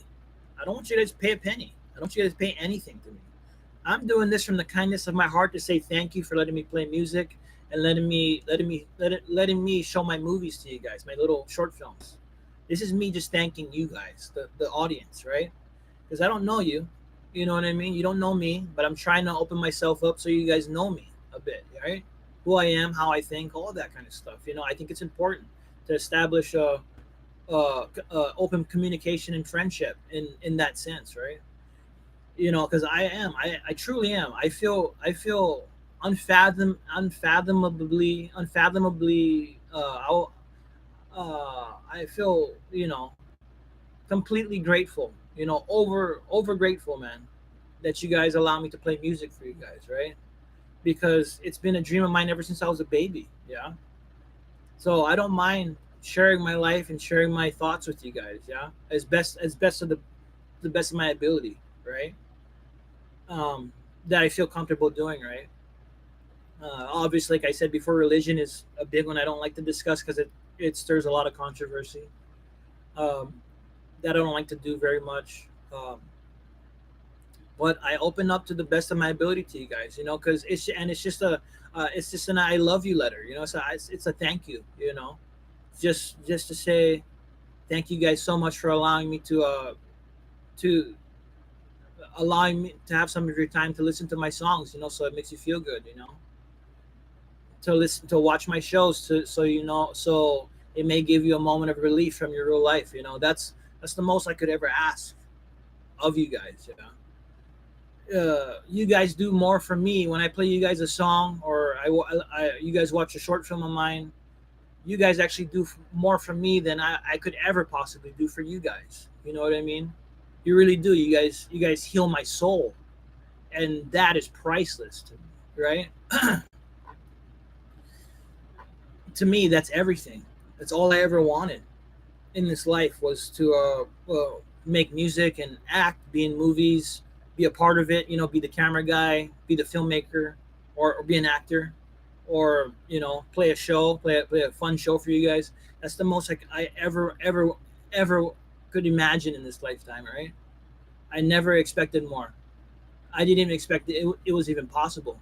You know, but you know this is just my way of saying thank you to every one of you guys that that give me a moment of your time to listen, right? So I say thank you. Even though it's hard for me to speak at times, yeah. Even though it's tough for me to speak at times because of my voice right now, my sinuses are acting up, but I feel forever indebted to you guys, super thankful, yeah, really. It means a lot. You guys heal me more than you'll ever know by letting me play music for you guys. And that to me, it means the world. Yeah. Even if only one of you guys are watching, or three or five or 10 or 10 billion, right? Doesn't matter. Um, even if it's just one person, you know. Uh, Thank you guys so much to everybody that listens, right? Because that's all we got, you know. That's all we got is a little bit of time, and it really is something special when you guys give me like a moment, yeah, like 1 minute of your life, to listen to my music. it really it brings me down to almost tears. Yeah. Well, I'm not crying. It's just my sinuses are acting up, right? But I'm not tearing up about it. But it brings me to that level sometimes thinking about it. Because it's very sad. Yeah, that we only have so much time, right? But that's for another day. That sadness. It's not sad. It's just the truth. Yeah. That's why it's very tear jerking, right? To think about that kind of stuff, right? It's like we live and we die so quick. It's life is actually extremely short. It goes in the flicker of a wick, yeah, like a flame. We're here and then gone the next second, right? And that's one thing is, that's why I always make sure every day I fill my time with a lot of work in hopes to one day make a work of art or a song or make a show that's so good it relieves you guys suffering for one moment, yeah. Even if it's for 1 second, I feel like I did a good job, you know. That's the truth. You know what I mean? That's all I'm trying to do is I'm trying to relieve you guys of pain, yeah, relieve you guys of suffering, even if it's only for a moment where you can take your mind off stuff, yeah. I do ASMR as well too. ASMR is just another form of music. I do ASMR music as well. Like it's mostly like sleepy time music, like just little like lullaby songs, like instrumental, ukulele or guitar, no singing. Yeah, but it's coming up. It's if you guys don't know, I have an ASMR channel called Borges ASMR. It's my last name plus it says ASMR on it. ASMR, if you don't know, it's just like it's like the people that online that they do like they do stuff with the microphone, like they tap on it with their fingers, and they do like who knows, right? They use feathers, any kind of squishy stuff, any kind of cool sounding stuff to like kind of it's like an ear massage, right? Call it ASMR.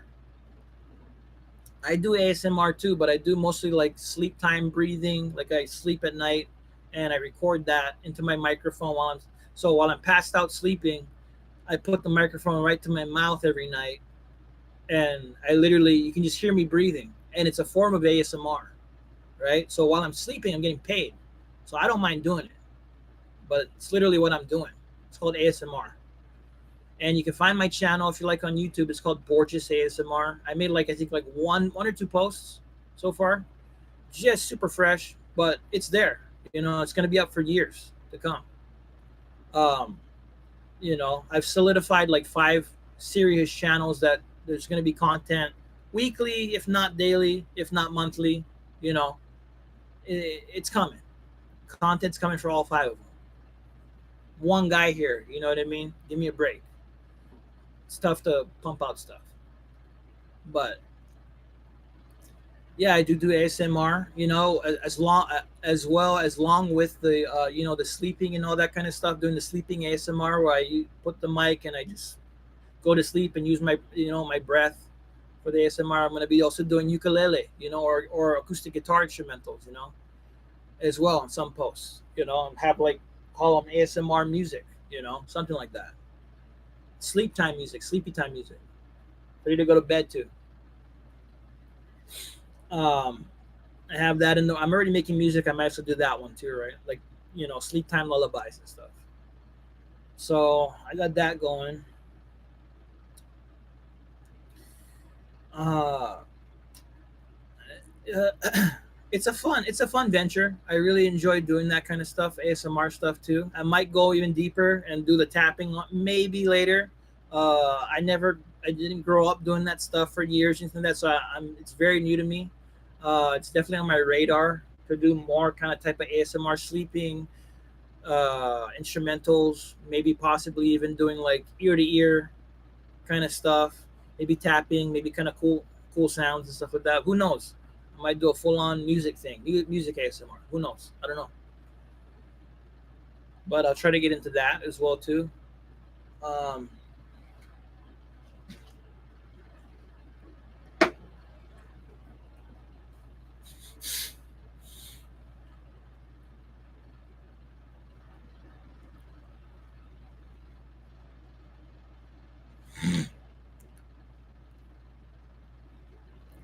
Only you guys knew how bad my sinuses were, and I know why my sinuses are bad too. I drank some dirty water from my freaking thermos cup like a dumb idiot, and I seen it. It was all freaking kind of nasty water, but I drank it anyway because I was super thirsty yesterday at work. Now I'm getting the blunt end of it right now. Sinuses up the yin yang, freaking back of my throat, shit burning because I drank dirty water from the freaking thermos cup. But what can you do, right? Gotta power through it. Drink a gallon of clean water, I guess. Even it out. It's there though. I feel it right now. Worst time. Well, I'm doing this freaking podcast too. Sinus is acting up. Um, yeah. So we got that going. The ASMR. Uh, man, talk about a full plate going on here, you guys. um, it's a full plate for sure. You know, I like it though.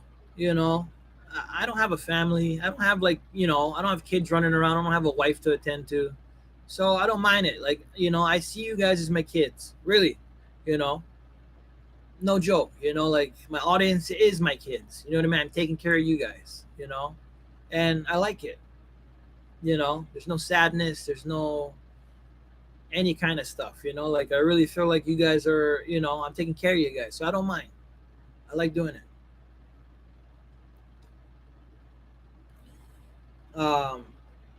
I, you know, if I could explain to you guys how tough it is for me to speak on this thing, I wish I could explain it into words, but it's very hard. Like I'm not so much of a speaker. You know what I mean? It really takes a lot of energy for me to like talk to you guys. For one, I'm new at it. For two, it's tough to speak in general for me.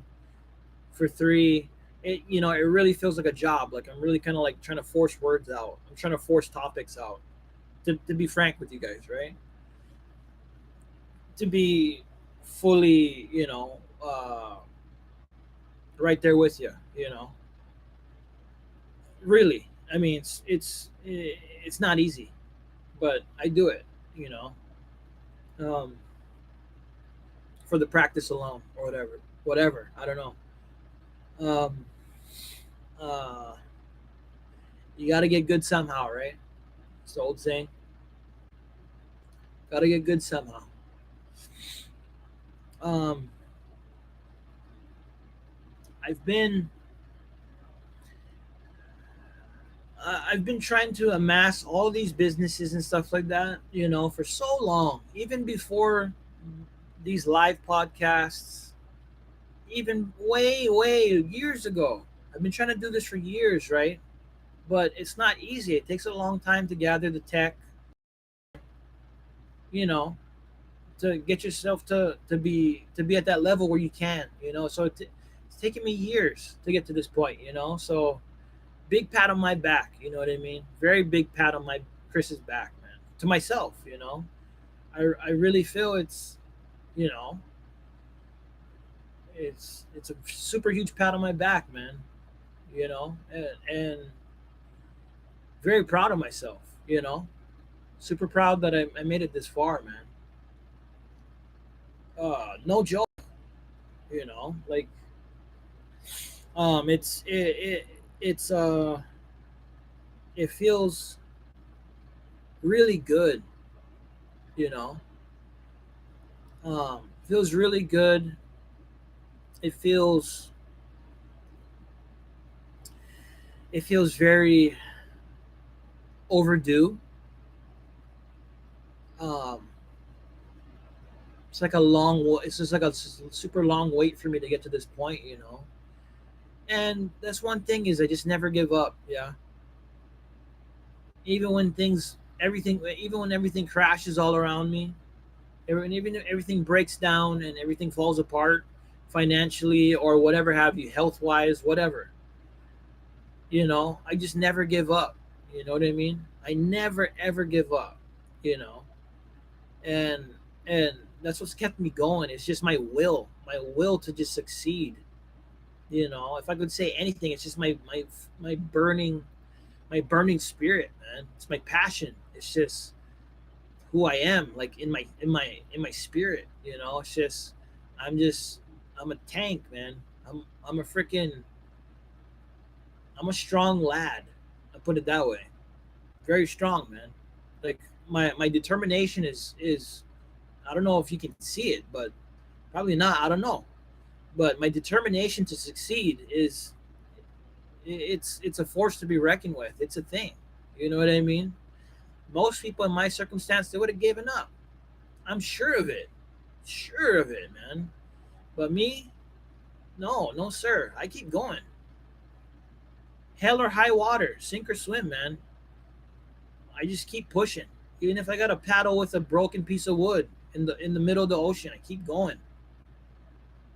You know, that's how winning's done. Just like this freaking Sylvester Stallone movie, right? Rocky or whatever. You know, it's, damn it, dude. Like, it's it's true, man. You know, like what kept me going through all these years, dude. It's straight up just my will to live, man. My will to succeed. You know, god damn, man. Um, I tell you guys right now, to be honest with you guys, you know, I I wish I didn't have my mind. A lot of times because it's taxing, man. You know, to be honest, I wish I didn't have my type of mindset. I wish I didn't have my brain. I wish I was never born with this brain. I wish I was born with like a duller brain. You know, that was just okay with working a mediocre job, and you know, my life would have been so much simpler. But no, I gotta be out of freaking 10 billion people. I gotta be the one that wants to be the freaking next big actor, that wants to be the next big musician. That this, it's that type of brain.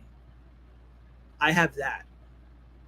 And I wish to God, a lot of nights, I wish I could. I wish I was born. I wish I had a different brain. One that didn't care. You know, because it's so draining, man, to have this type of a brain, mind, this type of a mind. So draining. It always wants to succeed in every avenue.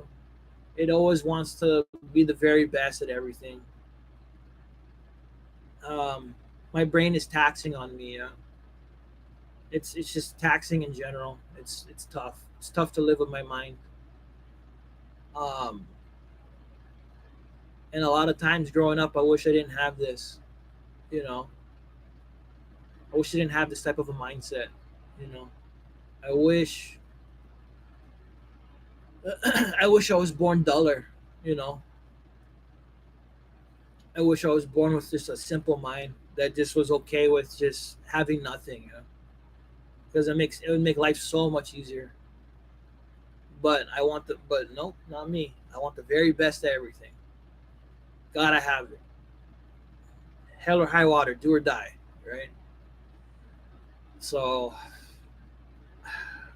I guess that's what God had in the cards for me, right? Damn, man. That's all I can say is God is, man. It's crazy, right?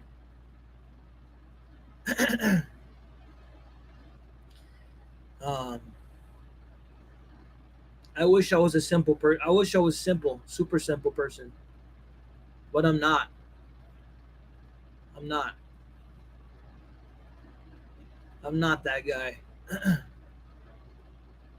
I'm the guy that everything has to be perfect, right? And everything has to be the very best of the best. It's always been that way.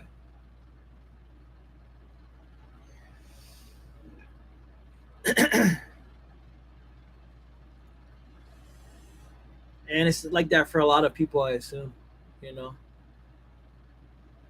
why not, right? If you know you got it in you to make $1 million, or to have the very best of things, why wouldn't you do it, right? Why would you settle for anything less than what you can? It's the highest thing you can possibly attain, right?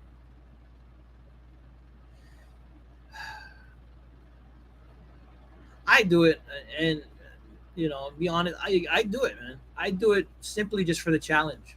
I do it simply because I think it'd be really cool to see the outcome of that, to experiment, to see it, to see it unfold, and to see how it feels to achieve that, in any avenue, music, movies, all that, the whole nine. So that's what I'm working with, you guys. I'm working with a mind that's 24/7 nonstop. It never sleeps. Do you notice now?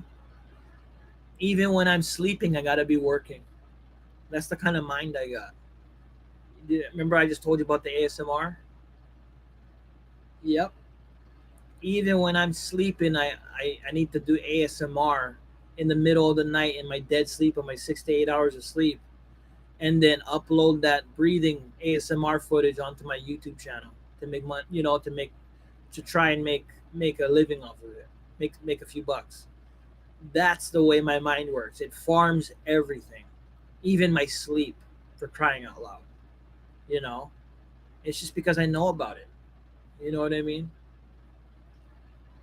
And it's draining. It's taxing, to say the least. It's over encumbering. I wish I didn't have this type of mind, but I do.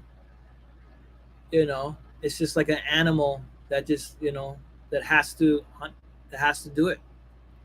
There's no other explanation. I just have to do it, you know, because I see the potential. I see where it can lead to bigger things, bigger opportunities, right? And that's what it boils down to: pumping out the daily content. That's why everybody wants small teams. That's why everybody wants help, because they want to get the work done, to get to the end of the maze every day, to get the cheese. That's what everybody's doing.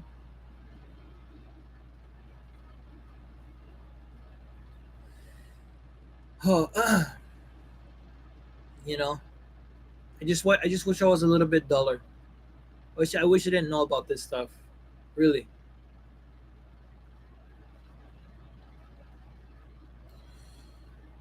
I wish I never had that motivation to do that, man. Because to do all this stuff, you know, I wish I didn't have that motivation, that drive in me.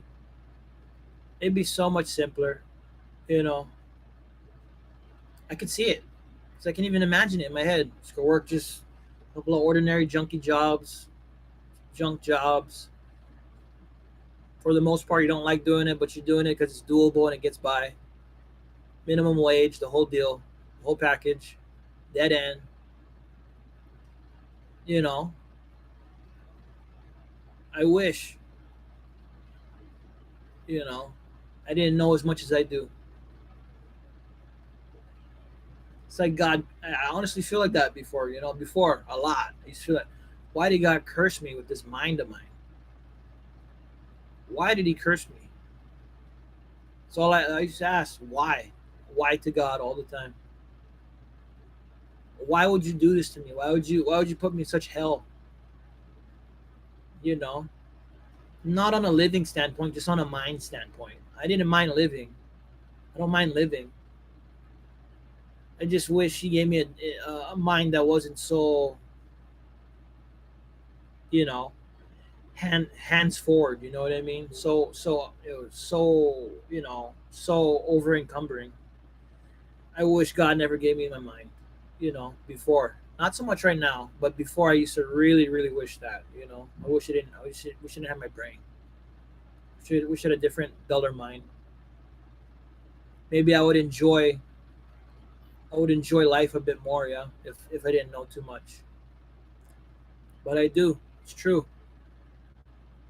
I know about people, you know. I know about things. I know about animals, I know about people, I know about the world, I know about the weather, I know about the universe. I know about a many of things, you know, many things. You'd be astonished if I was to go through it. The will of man, you know, the gods before history, you know, studied many of things. I have a pretty good grasp on what's going on a very deep level. Um, and yeah, it's very depressing. You know, it becomes very depressing because you see the truth for what everything really is. You see behind the veil of of the flesh. Of you see behind all the bones and the flesh and the animals and the people around. You see behind all of its the true meaning, and what it's really thinking, and what it really wants, and what it really thinks of you. You know, like, can you imagine that if you just look around and you just know the truth about everything? How how that make you feel? How, you know, how dull life seems after, because you just know about every single thing. You know what I mean? On a very deep level, you know, when you look at someone, you just know exactly what they're thinking about, and what they want and what they're into, and what they don't like and what they like, and the whole like that, man, like a snap of a finger, you know. And it's just uh it's depressing, yeah. It's like you see it for what it is, and whatever it may be, you know, like whatever, you know, whatever agenda a group has, or a single person has, or, you know, what the whole entity is trying to do in general. You know, it becomes like this sad thing, this sad spectacle, yeah. Almost, you know. It's just like, how sad is that, you know what I mean? Like, you know, like in a crazy nut sense, right? You think about it when you go deep into it, you're like, man, it's super crazy, you know, that you believe that you think that, you know, that kind of stuff. um Sometimes not even sad, sometimes just crazy, you know, that you can even see through it, see through the veil, you know. It's like seeing through a veil, a mask, you know. And it's just, I see it. You don't have to tell me, like, just do your normal thing, and I can see right through it. Boom. It's not too hard when you live life and you understand, you experience, when you experience this life for a long time. You can read everything like a book. It's just too easy. You don't have to say anything. Just move for a few seconds and just do your thing. I'll know what's going on in 10 seconds almost. You know what I mean? It's like that. You know, almost psychic ability, you know.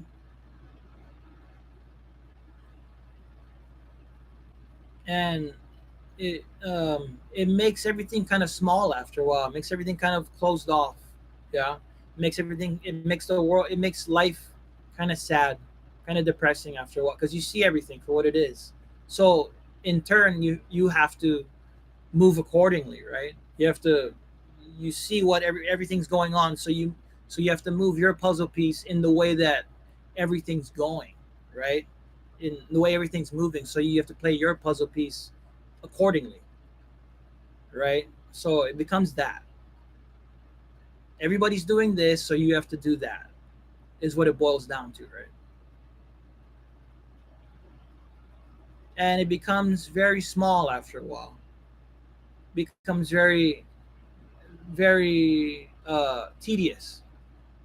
It becomes small, and you start doing, you know, almost like you're a tortoise or something, and you're just living your life, eating your grass, but you see the truth in every single thing. So it lifts the veil, and you see the thing for what it actually is and what it's doing, what it actually wants, right?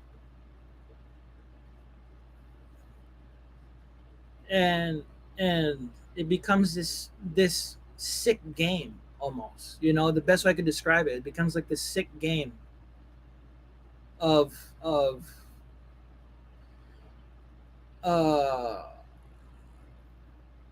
of who's winning and who's losing, right? Kind of a scenario we got going, especially with money involved, right?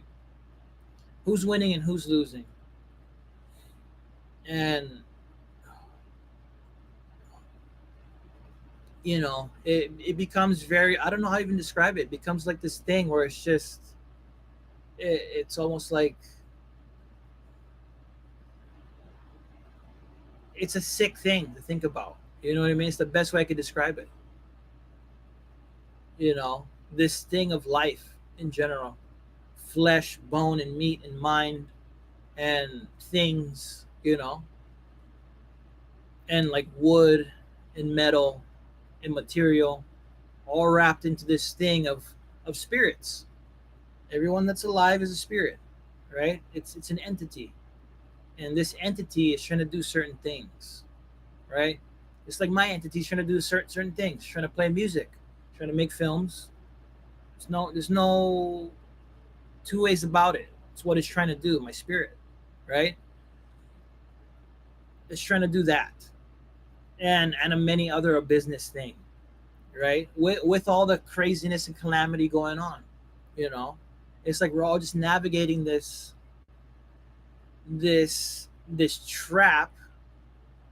We're all navigating this trap that's trying to trap us in a certain position to make us feel depressed, to not want to go on so much, right?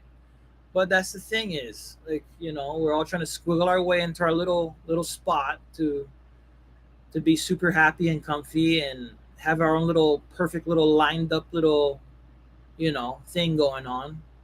And it just becomes this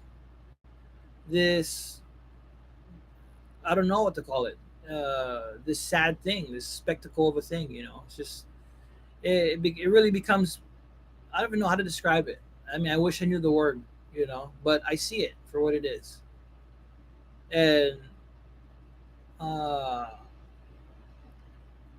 I hope, I hope everybody gets their little squiggle spot, that they love and they enjoy. It's really hard to get. You know what I mean? Usually, you have to be extremely manipulative and conniving to get there. Usually, for the most part, because I mean, you have to work with other spirits to get there in a certain spot. This and that, things have to be working your way. But for the most part, you know, it's tough to get there. Even the straightaway way is super tough to get there. You know what I mean? Like just doing everything right, it takes triple as long to get there. But the thing is, it's nuts, right? It's all craziness. It's life, right? Super crazy. And that's one thing is I hope everybody gets there. That's the best I can say is I hope everybody gets there, gets what they want. Yeah, has their happy spot, happy squiggle spot that they just love, super choke, and they're happy every single day they wake up. Right, that's what everybody wants, just to be safe and happy, do their thing, work their fun job or jobs if you're super hardworking. Um, you know, shoot, some people want the good, some people want the good, the super good, the super do nothing all day and all that stuff. You know what I mean? Not even like they don't even want to work a fun job. They rather just not do anything at all because maybe you know, maybe there's an issue right there. Maybe they just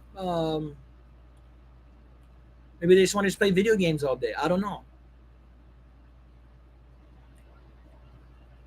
Watch TV, play video games, the whole deal. But it's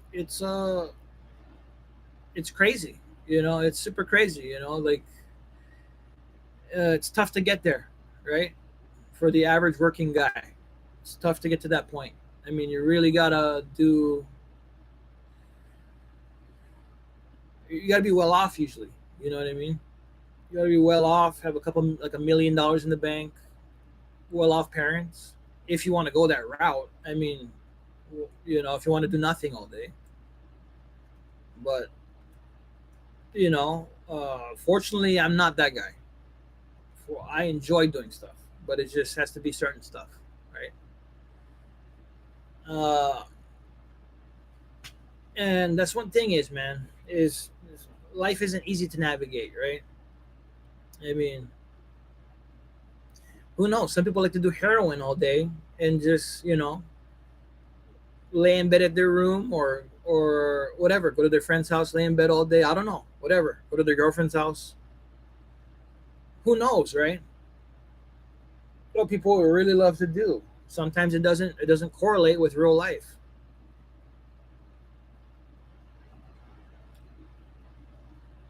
You know, all that kind of stuff. Who knows? And then what I know is I want my life to be good, hella good. I want to wake up to a world that's flowing, that's running. You know what I mean? Just like everybody else. I want to wake up to a good life, to have shelves on my walls, to have computer tech going on that's like actually working and making me money. I want to have little robots like going outside and making me money. I want to have like a little tiki stand set up, online shops and physical shops. I want small little trolls to like leprechauns to like make things for me. That kind of stuff. I want a small village of people to be working for me, to be making me money, making my materials, making my items. Truthfully, that's what I want. And I'm not super serious about the leprechaun stuff, but just people. I love people to work for me or whatever have you, robots, or just I mean, if I could afford robots, I'd buy robots.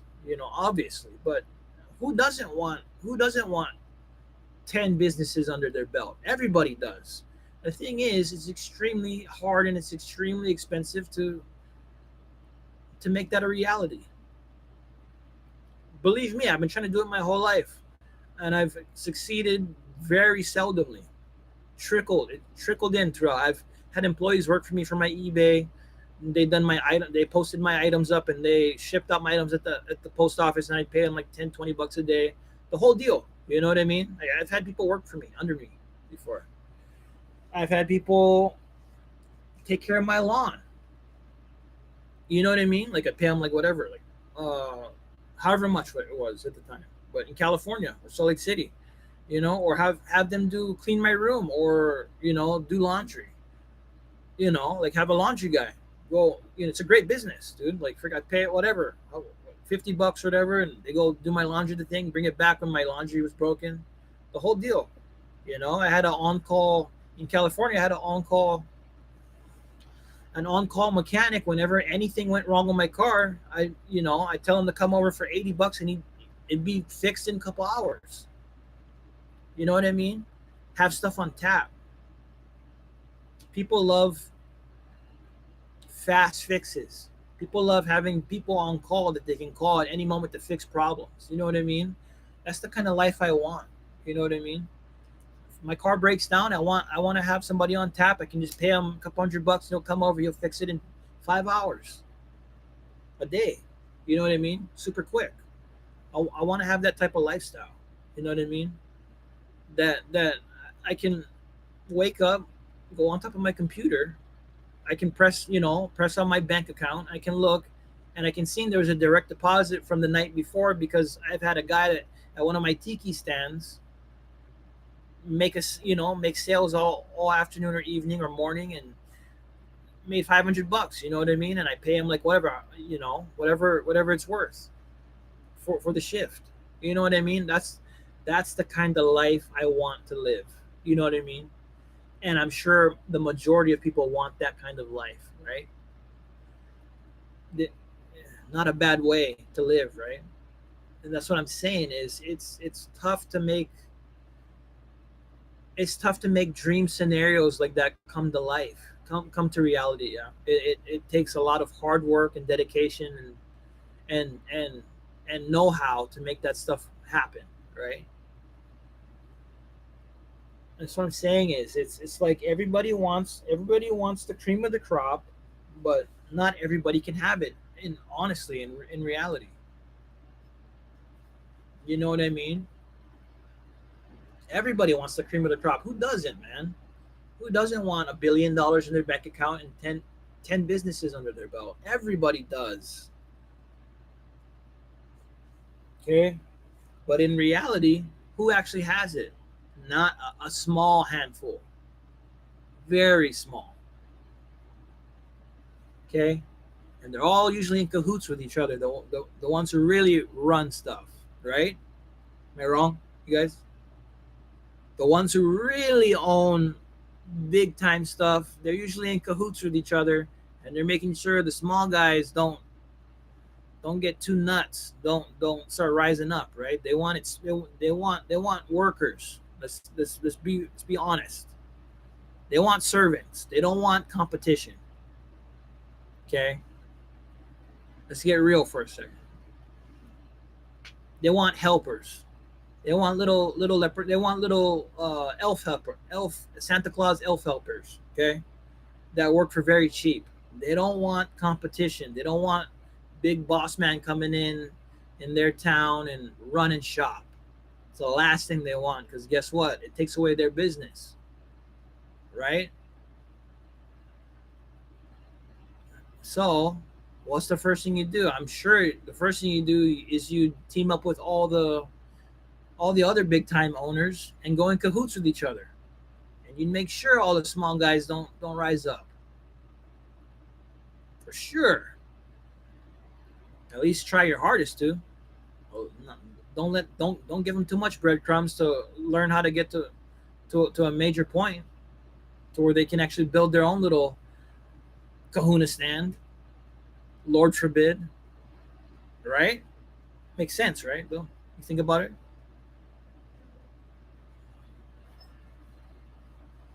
So we live in that type of a world.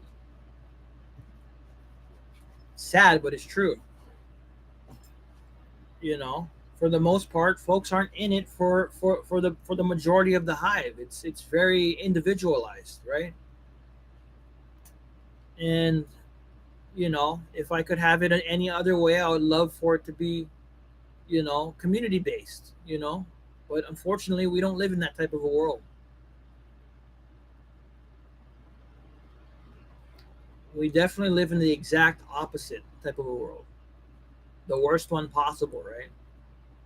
So, why is that? When you think about it, when you go deep into it, why is that? Okay, if you're just asked a simple question, why? Why do we do that when there's a peaceful utopian solution to the whole thing? Why is it that we go to this way? Why is it forced upon the populations? I'm sure for many good reasons, right? Because people would obviously like mooch off the other person's hard work, that kind of stuff like that. You know what I'm talking about. I'm sure you guys know what I'm talking about. You know what I mean? Just the lazy guy who sleeps in the grass all day would take all the super hardworking farmer guys' crops or whatever you have you, and it becomes like this. So we understand that at a very base level. So it becomes very, very individualized business in general, right? It's like the guy who works hard, he gets paid the most because he's working the hardest, obviously. So he gets all so he gets all the dinosaur eggs that come to him, right? He works super hard on this acreage, so now he gets 10 dinosaur eggs or $10. I call them dinosaur eggs because I think it's funny. But so he gets 10 dinosaur eggs for doing all that work, and the lazy guy who likes to eat grapes and sit on the grass blades underneath the shade all day, he gets paid nothing for the day. So if we had a utopian society, guess what? The lazy guy eating grapes all day would probably take half of the freaking hardworking guy's share. So it boils down to each individual's hard work determines the amount of dinosaur eggs they get, right? In a nutshell. And that's how it should be because you earn what you work for, you know? And there shouldn't be any other way. I wish it could be utopian, but it takes a lot of earnest, super earnest, extremely earnest, hardworking people in one community to do that kind of a style. And it's very seldom and it's very sporadic throughout the world that those communities even exist. Hippie style, I think they call it hippies or whatever, like commune hippies or whatever. But whatever the term is, they do it. But it's just very seldom. It's very sparse amongst the lands in general. Okay, because it just makes sense to do individualized because he who works is the one that reaps the benefits. Okay, not the lazy guy sitting on the grass in the shade. Unless he owns a business that another guy does it for him, but he's the one that has the money behind it to for him to build the kahuna stand for the guy to be selling stuff to get dinosaur eggs, right? To bring back to him. So it makes sense. Okay. You gotta have a lot of dinosaur eggs, man. You gotta have a lot of cheese, man. If you wanna do that type of stuff. So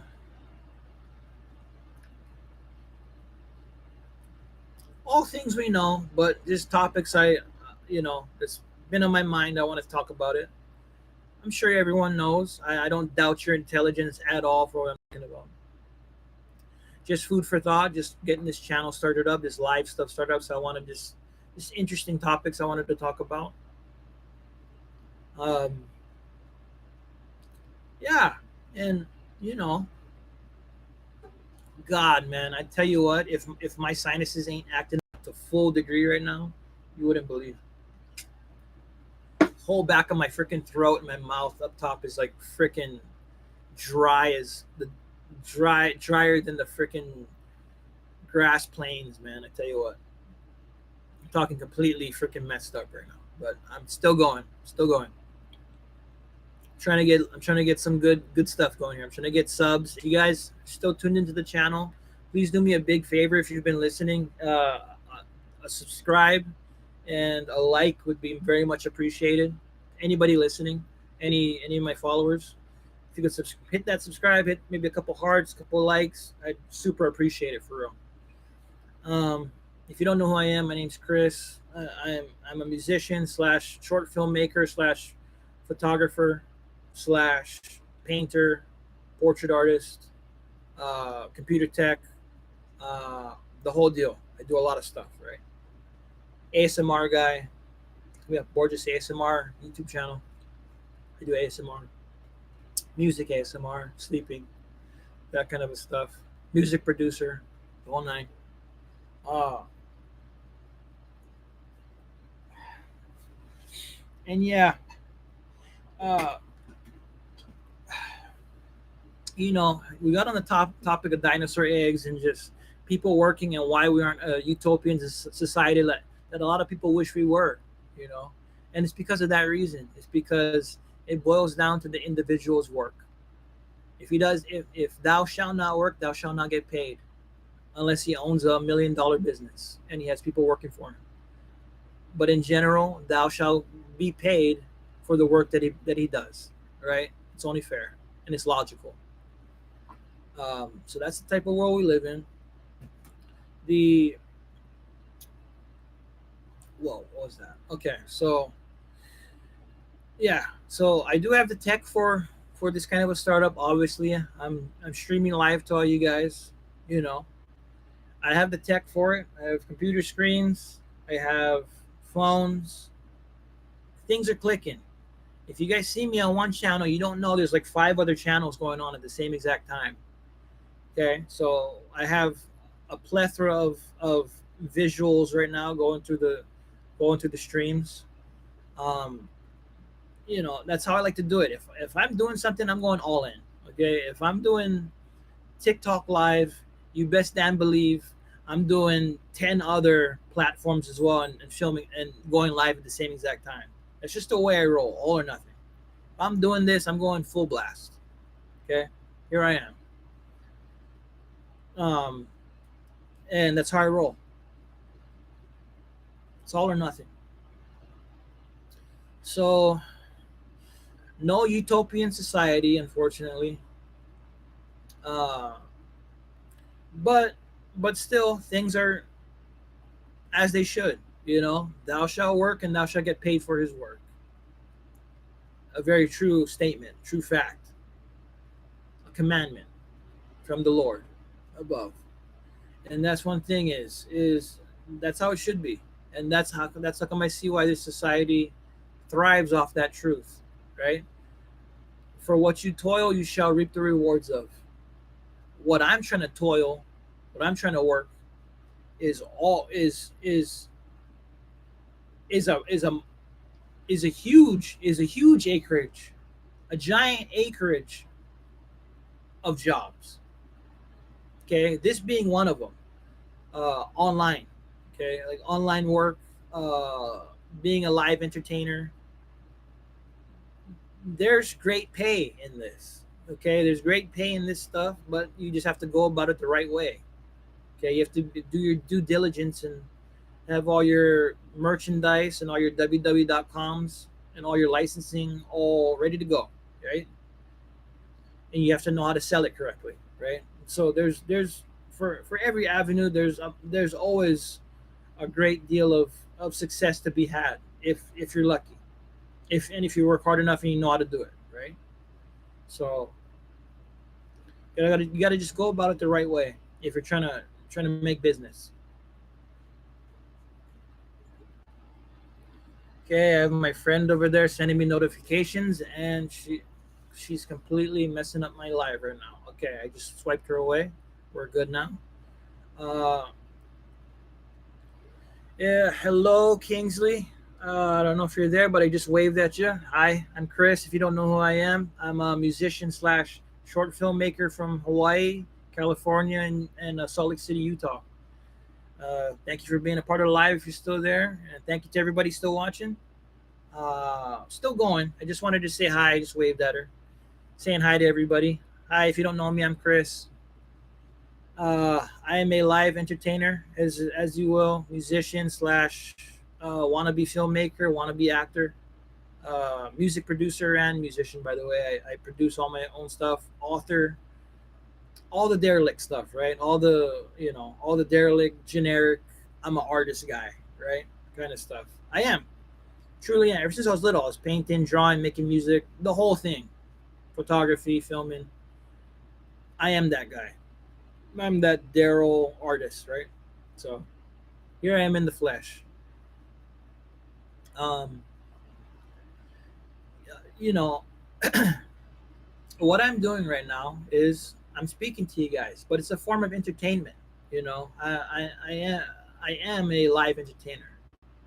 I always was, always have. It's just only now it's coming to fruition because I kind of just been built up the mental fortitude, the mental capacity to actually be talking to you guys live now. It took about 40 years, about 38 years, but here I am. Better late than never, right? Um, but I'm here. I'm doing it. You know, I'm a I'm a serious entertainer. You know, I could go down the comedy route very easily at the whim of at the whisk of a hat of the slightest breeze of a whatever. I could go down the comedy route and do it on, but I don't have it in me right now. I'm very tired.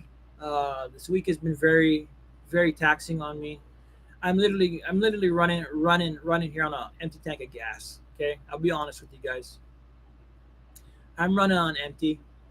I'm about two and a half. I'm about full on 3 hours into this meet and greet, as you will. But I enjoy every second of it. I'm just saying right now I got some sinuses going on my throat, back of my neck, because I drank some dirty water yesterday from my thermos on accident. Uh, and I'm also uh, just really tired from the week.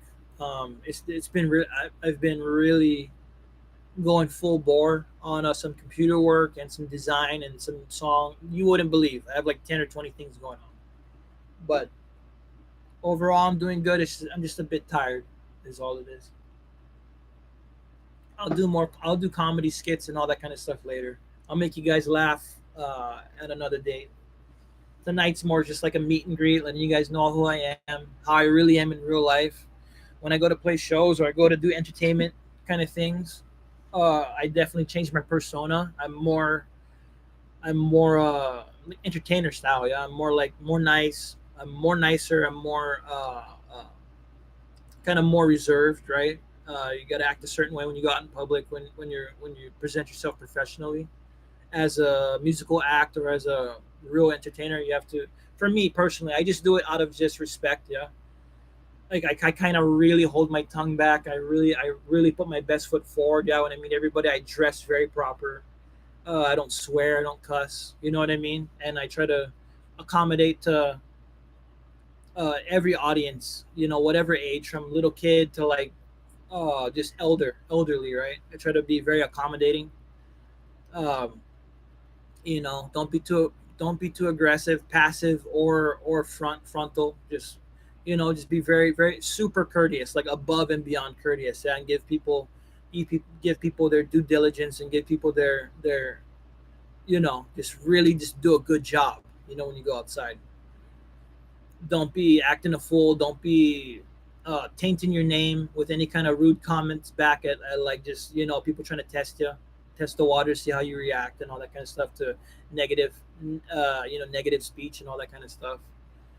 It's really, you have to really kind of reserve yourself in the utmost fashion, right? When you present yourself professionally, right? There's certain stuff you just can't do, right? You have to go about it a certain way, very respectfully, very courteously to everybody. Shake everybody's hand, be super nice, you know, um, and just make sure you do everything properly, right? Um, I do events here and there. I haven't done it since I was over here, right? I haven't done too many things. It's one of those things over here in Hawaii is it's very clicky. Yeah, like if you know the family owners of whatever bar, restaurant, or event kind of festivals and stuff, yeah, you can get in, but it's for the most part, you don't want to be pushing your nose in where you're not invited, kind of a thing. You know what I mean? Yeah, just out of respect. You know what I mean? Like they got their own thing going on. They got their own TV network, their own little show going on. They don't if they didn't invite you, best best to keep to your own business, right? And that's how I like it. That's how I love it. Actually, it's like it keeps it honest, right?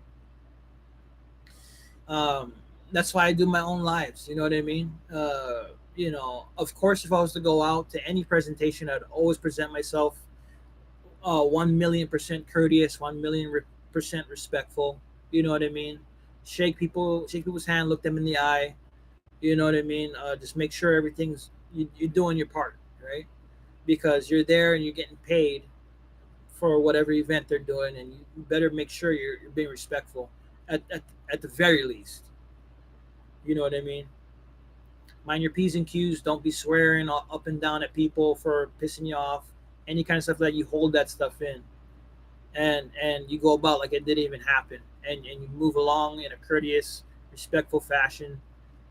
Sure, you're doing your job at the very least, doing your job perfect. And then after you go home and you know do whatever you got to do to blow off steam. But that's just it's one of those things where over here it's very you can get in if you ask nice, if you're really persistent, you can get any kind of stuff. I'm just not that kind of guy. I'm not that kind of guy that begs for stuff, that begs for spots in a music show.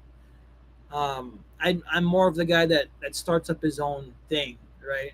More than anything, I'm more the guy who starts up the events, who starts up the businesses, right? I'm not one for begging, yeah, because I know I'm worth more than that, right? I'm not just some nobody off the street. Just hey, I got this half-made song, and no, I got full-on sets going on. I got full-on things going. I got a real business going on over here. You know what I mean? It's like I ain't got time for that kind of stuff. You know what I mean? It's like if I'm not invited, I'm thankfully I'm stoked that I'm not going to it. You know what I mean? And that's just the way I run. That's the way I run my shop, right? And it's very clicky. It's very clicky in Hawaii. Yeah, it's very family oriented. It's very you got to know people to land gigs, to land spots. Yeah, especially music, especially movie making, all that stuff. Same thing in the mainland, except well, for me personally, it's easier in the mainland for me to get spots because they're super nuts and it's huge. Hawaii's small, super compact. You gotta be super clicky. You gotta know. You gotta almost be family or super good friends, super solid in a clique. Yeah, kind of a deal. On the mainland, there's millions of people. Yeah, so it's just they're into it. Like that's their thing. It's huge. Yeah, so you could be anybody who's anybody, and you get in. You can get a spot on the show. You can get a spot at the events easily. All you got to show them a little bit of proof. Yep, this is me right here. Here's me at the show. It's what I'm doing. It's what I'm about.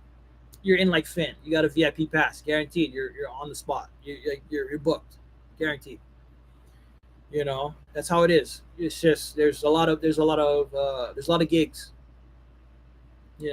used to go to a lot. I used to go to a lot of open mics.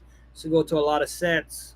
Uh, did a lot of extra work for movies, indie movies, you name it. Just I've been on sets. You know what I mean?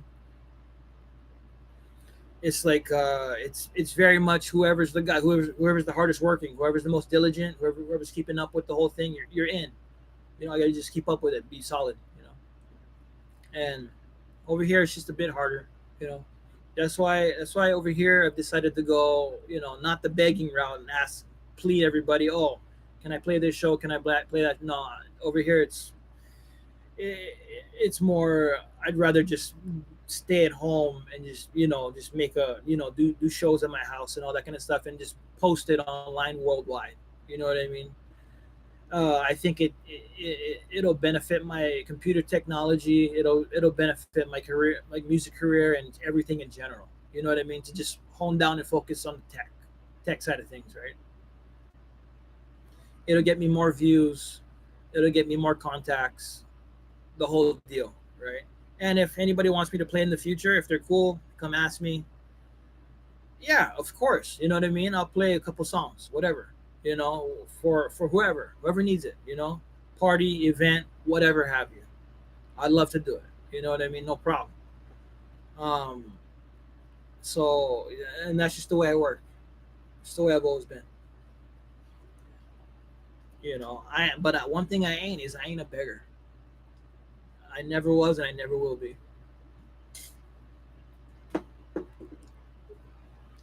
I don't beg for stuff. I work too hard on my craft to be begging. I'll tell you that. Begging for gigs. You know what I mean? I used to when I was little, so I didn't know any better. I'd go door to door. Like, hey, I play music, this and that. I have songs. Uh, I usually charge $50 for a set or whatever, like that kind of stuff. And I play at their after party or I go play wherever, whatever bar, whatever restaurant, whatever. You know what I mean? Whoever let me do it. I go do it. You know, and uh, that's how I used to get paid playing music. And I just go door to door, ask everybody, post it on Craigslist, post it online, talk to friends of friends, make it happen. So and sometimes I do a lot of private events. Like for little private shows. Literally go to so and so's house after work or whatever, and I just sit there on top of the stool, and they pay me $100 or $50, whatever, and some drinks, and I play them a set, play my little acoustic guitar set, singing. Did that for many years in the mainland. You know, and that's how I get by. I pay rent like that. I pay for food like that. Like I made it by for many years on the mainland as a musician. You know what I mean? Just doing that door to door, friend to friends, party. Any kind of parties, events going on. I'd ask to get in. Just to beg, not beg, but I'd ask. Now I'm older. I don't ask.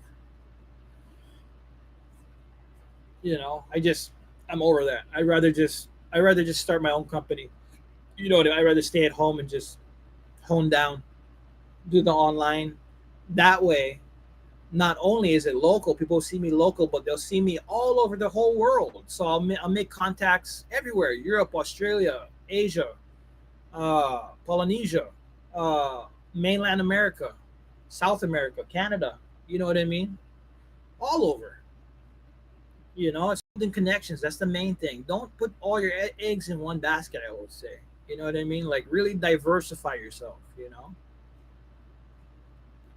It's major. It's major in business. You don't want to, because if you're only doing local and then freaking you lose the gig, then what? Then you put all your eggs in one basket and you be all bummed. Like, oh, I can't do that. Okay, what now? Okay, I guess I got to go online now. And so it makes sense.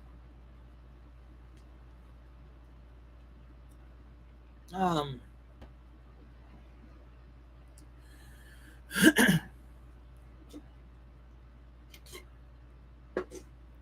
yeah, and before I used to just wing it, dude. I would say, dude, before I was super nuts before, dude. Like I'll go play at restaurants. I tell the manager, the owner, dude, I got full on sets going on. I do this all the time. They put me up on stage, give me, play the whole set, and they give me $100 at the end. You know what I mean? And I winged it the whole time, and everybody was happy. You know what I mean? Thinking I knew whole. I didn't even know one. I didn't even know what I was doing. And I'm sure it was great entertainment, but you could imagine the predicament I was in for a lot of times, not just once. Talking many a times I've done that. I'd be up on stage playing at a show, and at a big dock and hundreds of people, and like, oh, you know, I got these songs. You know what I mean? Be playing. I didn't even know 'em. I didn't even know not one song. I lied. Got my way in. Just lied, flat out. But that's how you learn. You just do it. Get in any way you can. Flat out, just lie to them. I know all these songs and I got sets going. Next thing you know, I'm up on stage, man. I don't even know what I'm doing. I just press the buttons and I go. You know what I mean? That's how I used to do it before. But as I got older, then I really took it serious. I was like, okay, these fucking guys, these guys are gonna freaking pay me, dude. I gotta like really know songs. So then I'd then I'd start going into my recording studio, going home, and I just work on songs, just the same run every time, till it was an actual song, start to finish, 2 minutes and 30 seconds. You know what I mean? And then eventually, it became a thing. Like I would know how to play songs, original songs. You know, that's how. Um, I've been delving into different avenues though. Now I've been doing online, starting to do music ASMR, starting to do ASMR stuff, speaking in the microphone. You know, left and right ear. All this kind of stuff it's all going towards online for me. A lot of it, and I love it because the views are amazing. I mean, for one, like I love the views. Get thousands of views, all that kind of stuff on a song, or just talking. People listen. It's pretty cool. Um,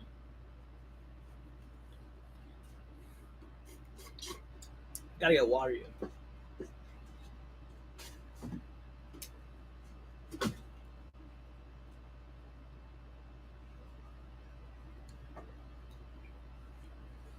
And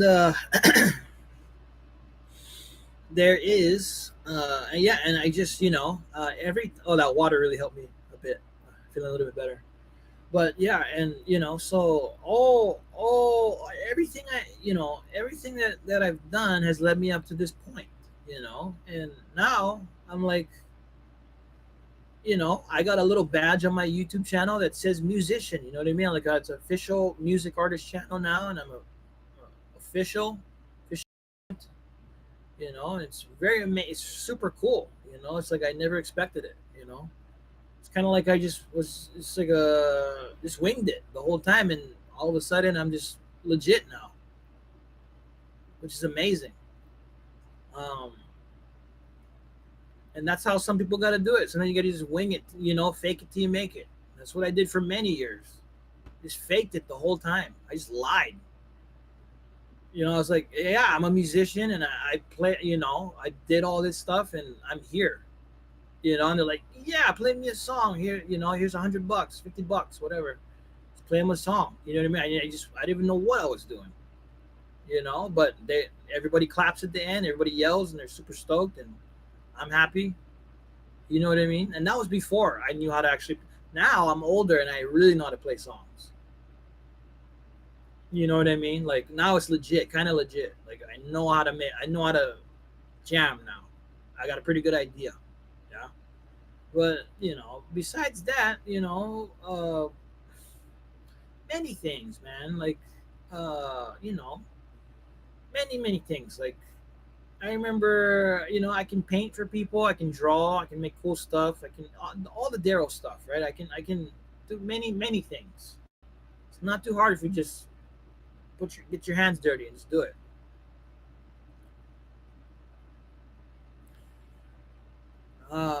But I'm loving the online. The online, I always knew about it. I always knew about online, right? I always knew about online.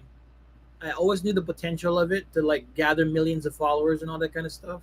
But I honestly felt like years ago, I felt like I had no idea about the arena. I didn't want to be a part of it and get, just fully just biff it.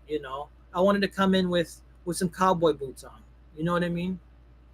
I wanted to come in with some cowboy boots and like a nice hat and a cape. You know what I mean? I wanted to come in rocking right out the gate because it's my name, it's my identity, it's my ego, all that put into one. You know what I mean? Like I wanna look decent and I wanna look presentable and I wanna have you know good things to talk about. You know what I mean? And I was very unconfident back in the day, years ago. Very unconfident with presenting myself. I still don't like the way I look, to be honest with you guys. I don't like 100% the way I look. I mean, I don't know if you ever know of anything of a little thing called dysmorphia, but I have it. I literally have that thing, and it's why I stay home a lot because before I used to be so um I used to be so, how do you say, like I didn't like the way I look, like my facial features and my body. I didn't match the way I see myself in my mind. So much so to the point where I would actually like recluse myself at home because I didn't like people looking at me. I'm sure you guys don't know about that, but I'm telling you it's the truth.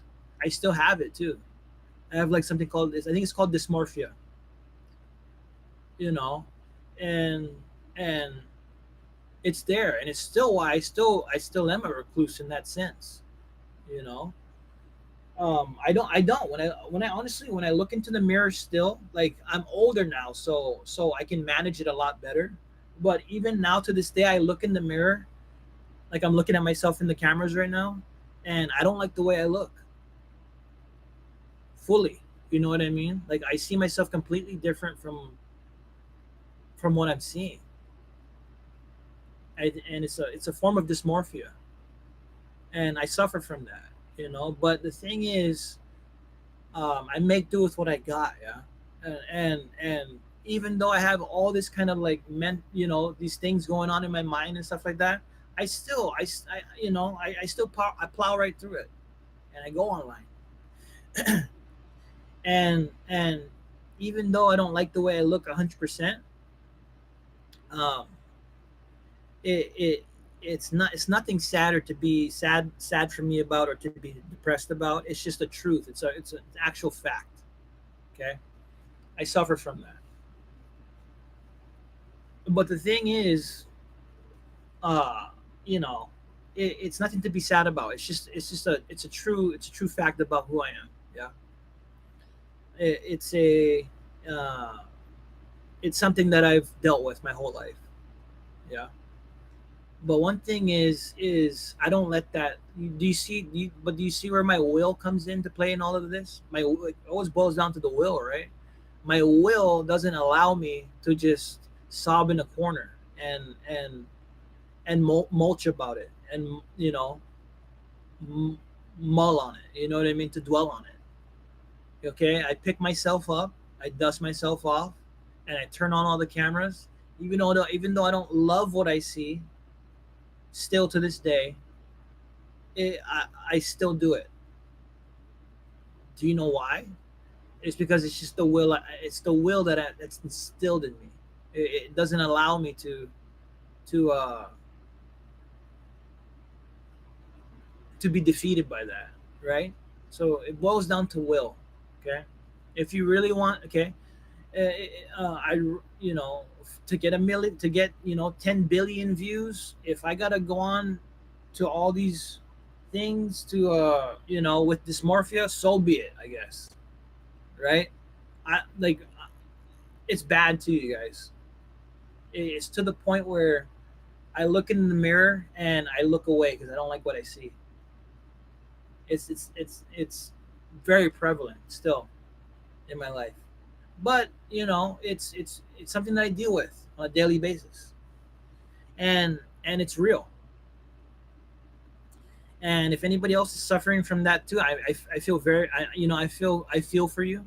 That's the most I can say is I very much feel, I understand what you're going through, and it sucks, but we got jobs to do. You know what I mean? Uh, uh, Beggars can't be choosers. You know what I mean? Beggars can't be choosers because it's just it's I got a job to do. You know what I mean? And if I got to go in front of a camera, even though I don't like the way I look, so be it. Yeah, it's too bad. Yeah. Uh, Cry about it after the show. Yeah. Um, and what I decided was, yeah, I want to get 10 billion views. I want that, and I'm willing to do whatever it takes. You know, to get that opportunity, to be in front of 10 billion eyes. Yeah. Even though I have dysmorphia, I don't like the way I look. I don't like my smile. I don't like my face. I don't like the way my body looks. All that kind of stuff. Yeah. Um, it that's just something that's real. Yeah. And I look it dead in the eyes and I say you're not gonna defeat me. I look at that thing dead in the eyes. I say you're not gonna defeat me. Okay. And what I do is I push him to the side. I push that dysmorphia to the side, and I turn on all the buttons. Yeah. Even though it's hard, I don't, dude. I being honest with you guys right now, like being real. I do not like to talk on camera. I do not like to be on camera. Okay. The reason why I'm doing this for you guys is to say thank you, and it's because it's my job. Yeah, it's what I chose to do. Okay, because I'd rather do this than do a job I hate. Yeah, somewhere else. Even more so than this. Okay, that's so it's a give and take. All of it. It's all a give and take. Yeah, it's all you sacrifice one hell for another for a lesser hell. Yeah, kind of a thing.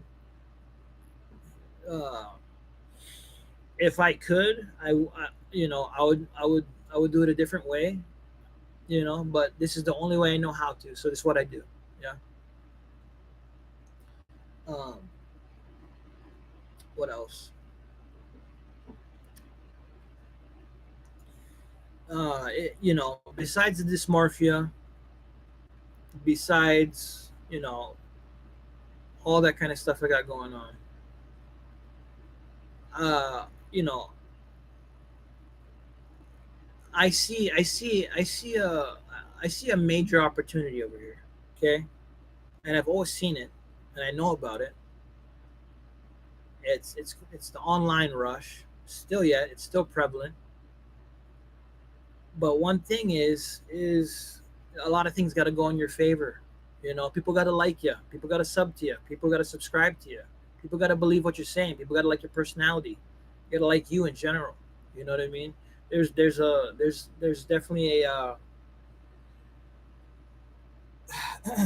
there there's a threshold that you have to upheaval to, right? And it's all everything I'm saying. It's already been said. It's already been done. Okay, I'm just another face in the crowd of thousands of other podcasters, of other live streamers. I'm one in probably I say 100,000 people, something crazy to that extent, right, or more, or less or more, give or take, right? Oh my God, what just happened right there? There we go. Press that button. Come on now. Come on. There we go. Back on live, baby. Making big things happen. So yeah, to be exact, yeah, I do. I want 100 billion views, right? I want 100 billion subscribers, you know. But it's one thing is, it's not up to me. It's up to the people. I only can just, the only thing I can do is put myself out there. If they want to subscribe and they want to like all my stuff and buy my merch, that's great. That helps me out tremendously, right? The only thing I can do is give them me of everything that I am, all my information in my head, all that kind of stuff. Myself, give them my time, give them my life, let them know about my life, who I am. Yeah, you're gonna go through a lot of crazy people, of course. It's exactly what's gonna happen when you get into it. Showbiz, of course, there's gonna be loony bins out there that's gonna want to hurt you or stalk you or do crazy stuff, man. That's just a part of the. That's part of the biz. It's part of Hollywood. Okay, and don't think I haven't had my fair share of stalkers in my life and fair share of crazy people like trying to hurt me and stuff. Okay, I'm in the show business. Okay, I've put myself out there, and it's what you got to expect. The worst of the worst to come around. Okay, and I've had people point guns at me in the middle of unloading music gear at a parking lot. You know what I mean? Uh, just psychotic people, man, just with crazy lives, and they see me online, and I offended them in some way, shape, or form, and by God, they want to drive up to the parking lot where I'm playing a show, and they want to pull out their gun on me right there in broad darkness. And dude, like, I've had that kind of stuff happen. You know what I mean? I've had people follow me home to my apartment complex in the middle of the night, because maybe they're having a bad time in life. Maybe they see me and they don't think I deserve what I have. There's a endless reasons why they do that kind of stuff, but they do. Some people do, and it's scary and it's real, and I'm okay with facing that, because you know why? Because I see the leprechaun pot of gold at the end of that rainbow. Okay, I see the opportunities and all the amazing stuff that comes after the stalker comes at your house and tries to hurt you, all that kind of stuff. Okay, uh, it that's just the sandwich you ate. That's the sandwich that you made, and you got to deal with that stuff. Okay, that's the sandwich that you made with the mayonnaise. Okay, and you got to eat all of it, even the rotten parts. Okay, and it's the truth. Is that, yeah? If you're famous, bro, and freaking 100 million people know who you are, really, they know where you live and they know what you do and they know your route and stuff like that. Yeah, there's gonna be a handful that are not in it for your best interest, and they just generally don't like you, or they're racist and they think you don't deserve anything that you have, or they think you're a fake and a fraud and a lie, or they just don't like you in general, or they just wanted to stalk you just to mess with you, or they're really crazy and they think that you're the second coming of Jesus, and they want to cut you open on their you know on their patient table in a secret compartment in their mansion. Who knows? It's nuts people out there, right? And that's what I'm saying is you just got to be careful what you're doing. You know what you're getting into before you do it. I knew very well, full well, what I was doing before I even got into this business. I knew that's what it came along with.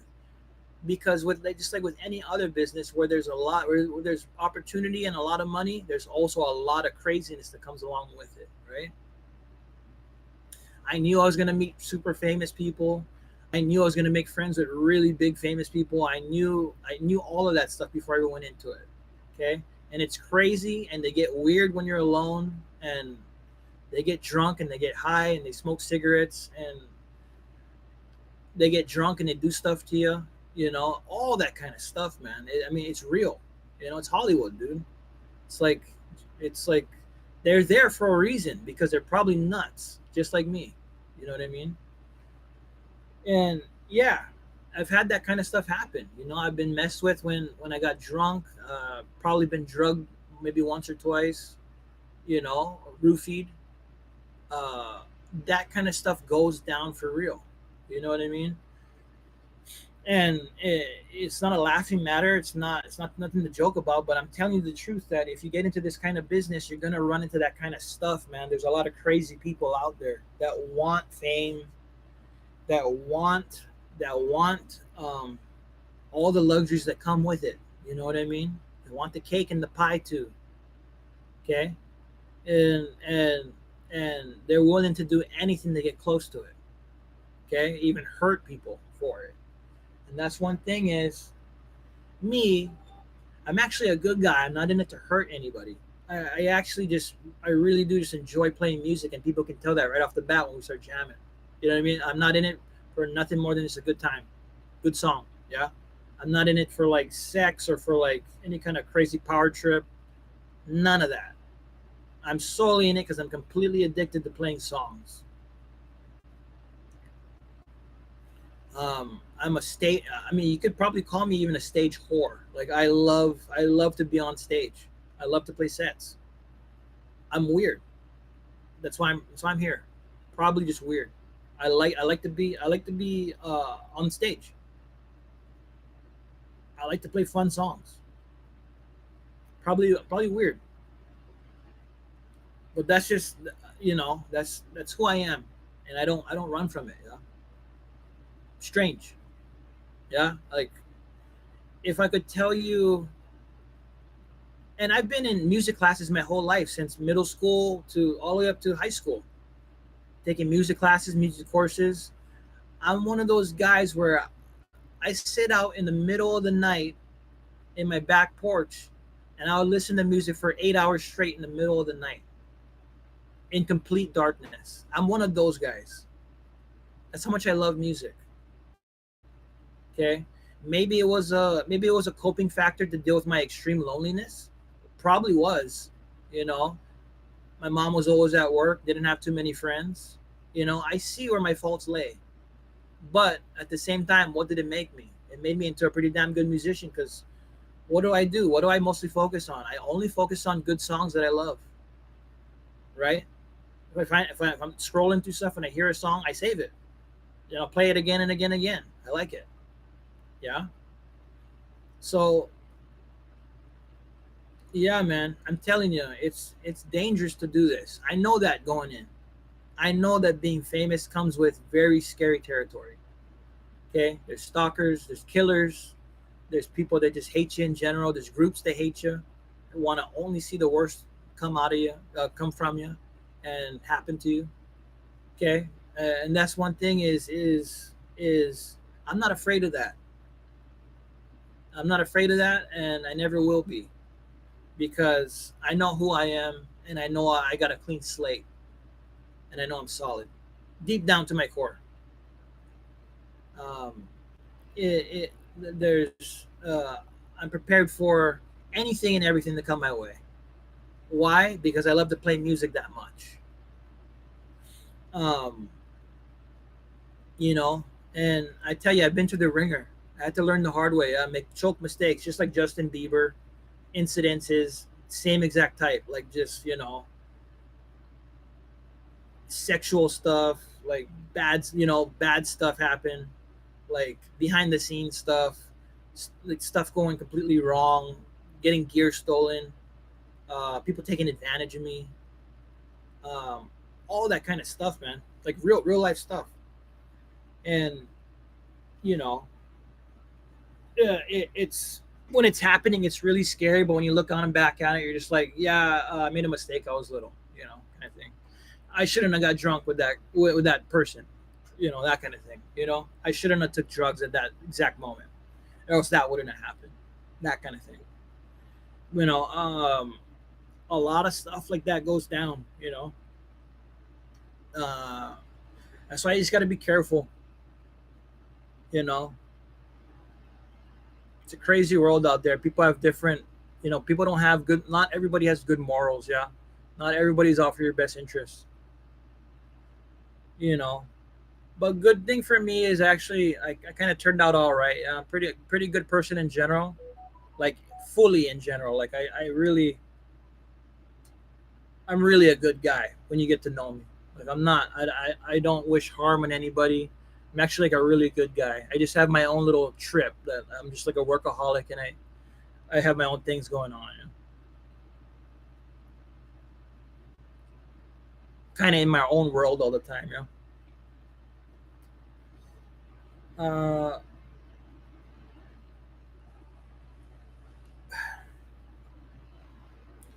uh,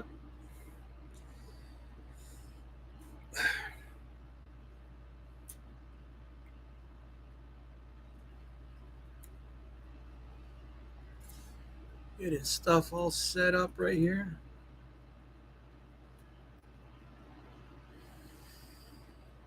Um, but yeah, the music industry. It's the acting industry, movie industry. It's highly sought after, man. A lot of people want it, you know, and they'll do anything to get it. And that's one thing. I'm the same exact way. I mean, I'm the same exact way. I'll do anything to get it, but nothing bad. You know what I mean? I'll overwork at the worst case scenario. But it's one of those things. It's highly sought after. Yeah, it's like gold. Good jobs are like rare gold. Yeah, it's like pink gold or something. What like the rarest color of gold. Good jobs that are actually like super fun. So it's just you got to go through the hell. There's gonna be crazy people around. I mean, I've had a lot of crazy people come around me, man, just because I play music. Like, I have so many stories. It's crazy, dude. Like, I could go on for days, dude. Even talking about just incidences that occurred, just with crazy people around. Um, I've had some scary moments, man. Just stalker situations and just people like just people they love your music, yeah, and like when that stuff happens, it gets scary because you feel it. It's nothing said. It's just happening, yeah. And I remember a few times I was in Salt Lake City, and we played a few shows and all that, and then like just there was a girl that came around. She ended up being like super scary, like just was super into me, and like but she would do it in kind of a distant way, and like I wasn't into her, but like I could tell she wanted to get close to me and stuff, but was super weird at the same time and wouldn't leave and would be in the parking lot. We're in the recording studio, weird stuff like that, and all that kind of craziness, yeah, like just scary stalker type stuff, yeah. And it's one of those things where when it happens, it's not funny. Um, and my buddy still owns a studio at the time, big, huge studio. We would play jam all the time there, and she would come around, sparingly, like just here and there, and sort of get worse and worse, and that whole kind of a deal, yeah. But it's just like when it's happening, it's really like not a game, yeah. It's like really happening, and you feel it, and the tension in the air is thick, and there's some weird person that's just like kind of creeping on you and stuff, that kind of vibe, and it's just like it doesn't feel good, yeah. And that's so it's just one of those things that you got to just be careful when you're making music, making films and stuff. um Crazy people might come into your life, yeah. That's just what you got to be prepared for. And just make sure like you're doing your due diligence, and like you make sure like don't really interact with them too much, and just kind of put your best foot forward and stuff, and do everything kind of professionally. Yeah. I remember, it got so bad to the point where, like, I go home to my apartment and that person would be there, like, outside, but like my roommate would see her and like he'd tell me, and it'd be weird. You know what I mean? That kind of, it got that bad. And you know, but that's what it that that's what getting famous gets you. Scary stuff like that happens. But the money's good. The pay's good. You meet a lot of good friends. Um, just every so often, just a total nutcase will just target you. Yeah, just because you're so available, you're so seen online. Yeah, so some psychopath might just see you and just decide, hey, I like this guy. I wanna get close. Some weird stuff like that in their head, right? So it's one of those things where you you're gonna it's gonna be one of those things where when it happens, it's not gonna be fun. It's not gonna be pleasant. It's gonna be super scary and super weird. And and if it ever happens again to me, I'll know how to handle it a lot better next time.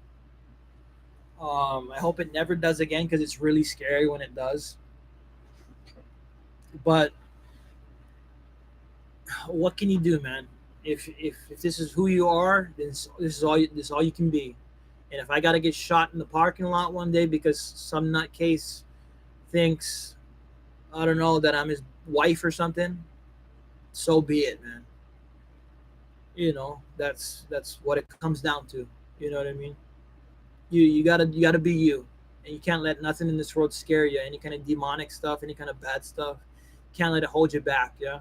If this is what you are and who you are, I guess it's who you gotta be, right?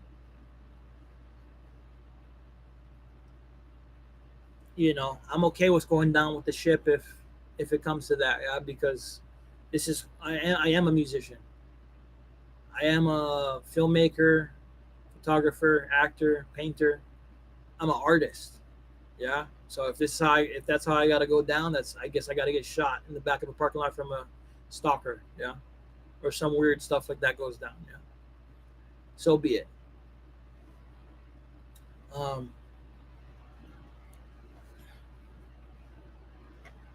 I hope it never happens though. Yeah. But it makes it a lot more real once you start doing the online famous stuff where you start being online all the time. A lot of eyes see you, and it becomes more of a reality. Yeah. So you got to be careful for that stuff. Just be wary of it. It's there. It's prevalent, but you can't let it hold you back from being you. Yeah. If this is what I got to do, which obviously it is, and then I guess we're going down with the ship, man. This is what we got to do. Um, I am this guy. Okay. Uh, if I wasn't, I wouldn't be here. Okay. That's why I got a ukulele in my hand, which should be a guitar, but it's just more portable and smaller, so it's just easier to hold this thing other than my guitar.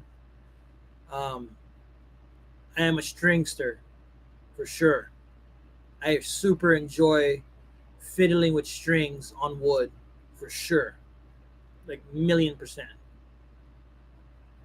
Um, and That's what I'm gonna go down as, man.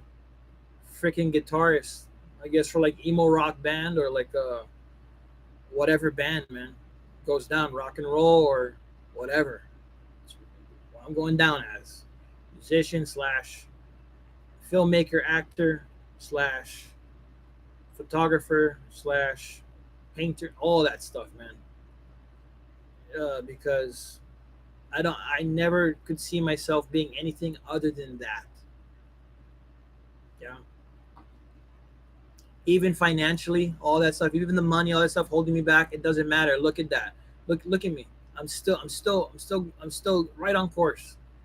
It would have been a lot sooner if I had $1 million in the bank, but I don't. Yeah, so we're here. Yeah, make do with what you got. Yeah? You got to be you and got to make do with what you got. So that's why I'm here. Okay. Even though there's only a couple, like five, six, seven, eight of you right now listening. Before it was zero or just one. Now I got like 8 guys watching. Okay. Now I'm more comfortable. You see, it starts building slowly like that. First, it starts off with a couple guys, then 10, then 20, then 100, then 1,000, then a couple million after a while, right? It doesn't matter. It's all just a spiritual test. This whole thing is just a spiritual test of wits, of fortitude, of your will to go on. Yeah. Because it doesn't just happen overnight. It takes years of hard work, endless decades of hard work to amass great wealth, great riches, great opportunities. Yeah. Um, think of a mountain of hard work and then think of like quadruple mountains behind that, like an endless universe of mountains, and then you get a better understanding of real life. Yeah, of the type of hurdles you have to go through and the type of hard work you have to put in to make anything actually solid go down in your life. Yeah, it's because um, how's the old saying go? If you never done it before, you're gonna have to be doing stuff 10 times over to do one thing right. Yeah, that's just the way it goes, man. If you don't know it, you're gonna be doing stuff 10 times over just to do one thing right. So I'm prepared for that. Yeah, I'm prepared to overwork, prepared to get no night's sleep. I'm prepared to be doing these lives like I'm doing right now. I'm prepared to do whatever it takes to make my dreams come to reality because I refuse anything other than my dreams to be real. Yeah, even with dysmorphia, even with all my negative thoughts in my head, even with everybody around me telling me I can't do it, I'll never make it, I'll never be nothing. It doesn't matter. Yeah, because in the end, it just comes down to, are you gonna do it or not? You gotta just go sometimes. Yeah, you just do it. Even if the whole world was against me right now, saying you can't do this, you'll never be nothing, you're not gonna make nothing out of yourself, I would still press that record button and hit it right now because I'm super nuts. And that's just the truth, man. Even if the whole world was against me, I'd still be doing this right here. Even if every single man and woman and child was against me doing this, I would still hit this record buttons because I'm that nuts. And it's the truth. I have to be who I have to be. You know what I mean? I have to be who I am. This is who I am.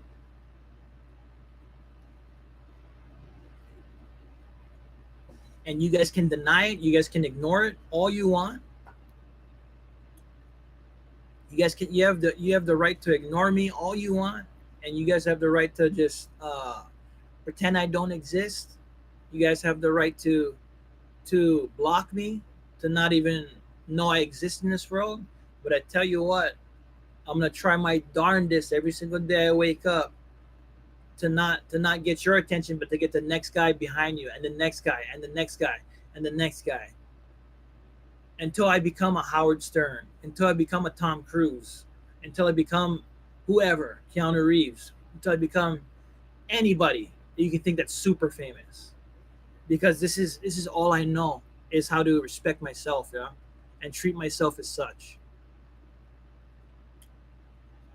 Okay, because that's the kind of respect and honor I hold onto myself, yeah.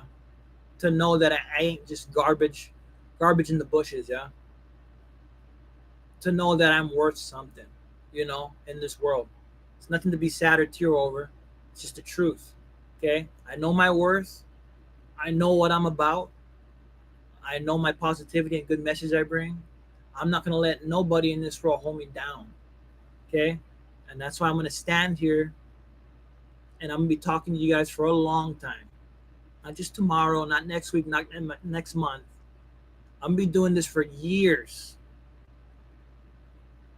endless years to come. Okay, it's not gonna stop. It's gonna be a wave of this stuff coming. Chris wave. Okay, because it's all I know. Yeah, that's why I'm doing it. Even if I'm nuts and I should be in the loony bin, hey, I guess that's where you gotta send me, right? That's who I am, right here, right in the flesh. You're looking right. You're looking at the real Chris right here. Okay, I am that guy. I am that guy that does whatever it takes to make whatever I want happen. Even if I'm by myself. Look at me. There ain't nobody behind me. There ain't no band, there ain't no gang, there ain't no corporation, there ain't no business. I am the amalgamation. I am the one. Okay? Not in like a god term or anything that, but I am that guy. Okay? I don't need no confirmation from this or that person. Nah, I'm here and I know what I want and I know what I'm worth. And I know what I got to do to get there. And this is one of those steps.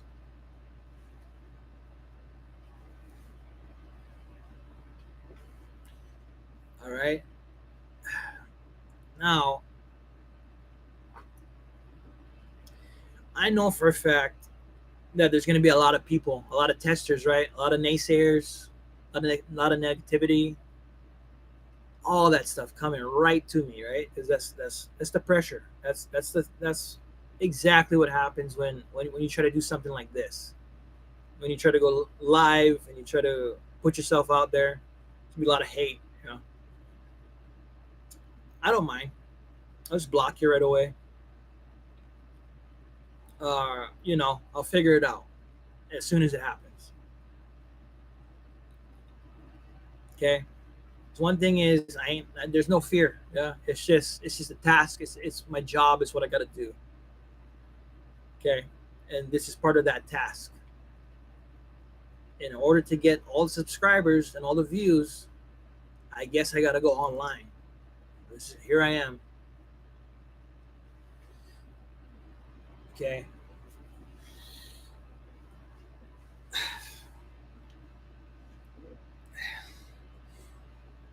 So we're here about 4 hours in solid. Right? I think this is a very good meet and greet for the first time for you guys watching.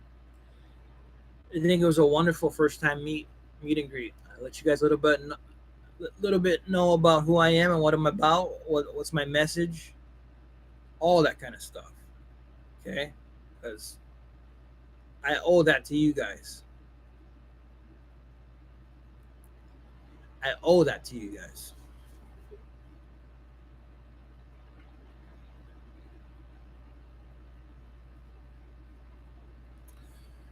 Okay. And I'm not gonna be playing music all the time either. Sometimes I won't even be talking to you guys. Sometimes I'll be like fully turned this way. Yeah, just working on my computer work. But it'll be live, it'll be here. But right now I'm focused on you guys. I'm focused on the live. But there'll be days where I'll just be jamming. It's gonna be a 24/7 live stream. In my room or my recording room, whatever, outside, whatever I feel like. But I really feel it's necessary to do live streams. I do, you know. I feel it's necessary because I'm already seeing a huge return in investment. I'm seeing a lot of guys already subscribing. You know what I mean? In the past 2 days, I think I got like 10 new subscribers or whatever, and it helps. It definitely helps. I think when people meet you on a personal level, like a live level, it's different than just a picture post. Yeah, it's like you see who they really are, kind of thing, what they're about, how's their mindset, do you like them in general, all that kind of stuff. I don't mind if you guys don't like me. Go shoot. If you don't like me for one little micro reason, hell on, beat it. Don't need you. There's 10 billion other people right behind you. I don't mind if you guys go. If you have any reason that you don't like me, please don't hit your butt on the way out. That's the way I feel about it because it's true. There's a lot of people out there and you're not the most important. Okay? Yeah, you are important. You're an important person, but if you don't like me, just go. Don't don't don't hold any kind of negative energy over here. You know what I mean? That's how I feel about it. It's just the way I feel. Okay? If you don't like me at all, hey, more power to you, man. Oh, hello, everybody. That's what I'm saying is, if you don't like me, I'm okay with it, man. I got friends, I got fam, I got a plethora of folks I enjoy around me. Okay, if you don't like me, block me. Go. I don't need you. Okay, there's 10 billion people right behind you coming this way.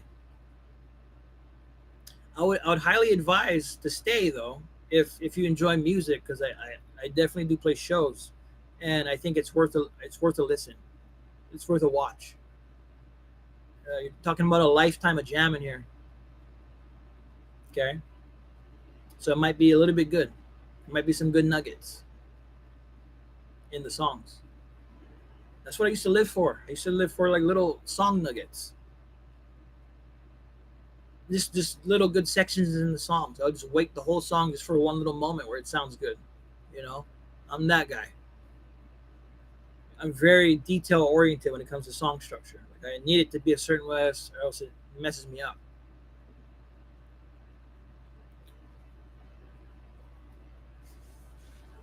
Okay, that's my whole trip. Is I try to make the song so good from start to finish that I don't want it to end. You know what I mean? I want it to be good.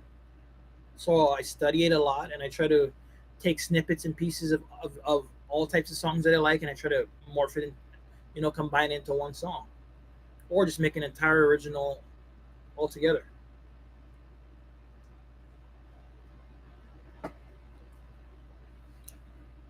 through different vocal patterns and different string arrangements. You know what I mean? Just make it cool as possible. You know. Speaking gosh, if we're going on the topic of speaking though, uh not my best forte, right? It's not my best uh how do you say? It's not my most prized kind of like how do you say? Venture. It's very hard for me to speak, right? Because very new at it. I'm very new to speaking online and speaking to a whole bunch of people, right?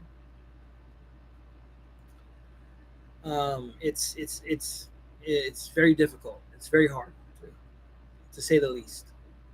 Um, Nobody ever taught me. I've never had any formal training to speaking. It's just I just it's straight raw. Yeah, I just speak from my gut, speak from my guts, speak from my heart, that kind of stuff. Yeah, but it's needed. It's necessary if you're gonna be doing entertainment. Obviously, entertainment, any kind of stuff like this, you got to have a good speaking skills. You have to have very good speaking skills, um, because you just have to. You got to talk a lot. Yeah? You got to know how to say what you got to say when it needs to be said. Yeah, I think so. I don't mind. I do it. Um, if you guys are following around, just following in. Thank you all for. I'm seeing there's a couple guys in here right now. Hi everybody. I'm on all platforms instead of just one, so I'm waving to everybody. If you can, I really appreciate it for a subscribe and like. It really help out my channel. Like whatever platform you're watching this on right now, if you hit that subscribe button and a like, I'd be super stoked, super thankful. Appreciate it in advance. Thank you guys. Um, Back to the point though is uh, I'll be doing all kind of stuff: movie reviews, music reviews, album reviews, music gear reviews, business item reviews. I do a lot of reviews, and I'll be speaking a lot on a multitude of subjects. Um,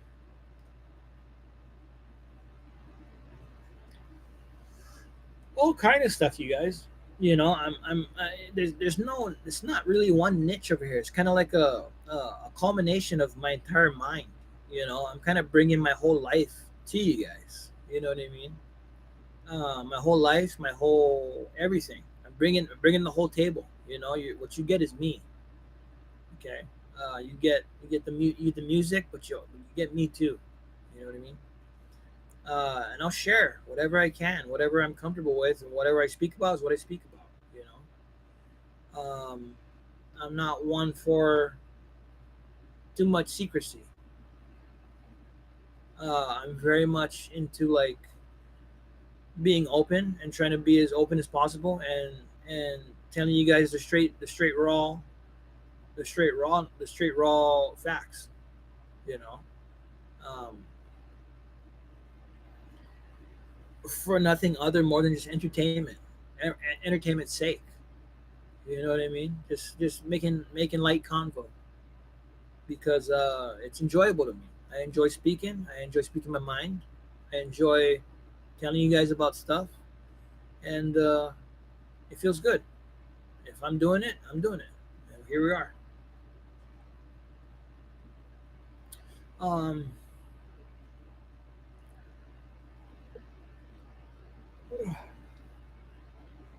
it's definitely a lot more. Um, it's a lot more time consuming than I expected doing this. Already 4 hours went by, but it's a lot of footage for one take. But it's really good because it helps out the channels a lot. Um, and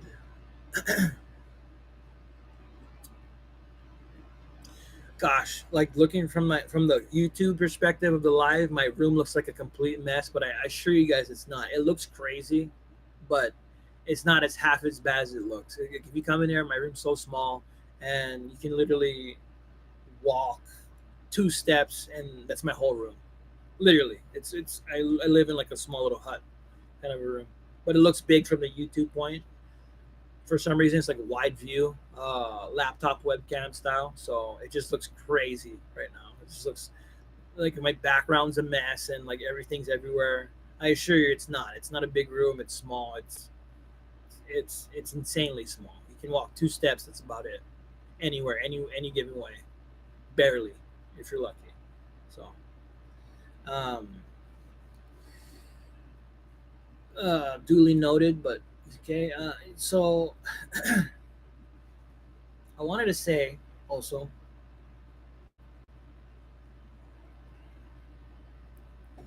that yeah, there's gonna be a lot of stuff, a lot of topics that I cover on my lives, and I plan on doing a lot 24/7 lives, even filming myself when I'm sleeping, even filming myself when I'm not doing anything but computer work and I'm just staring at the computer monitor and you see my head going up and down and typing and stuff.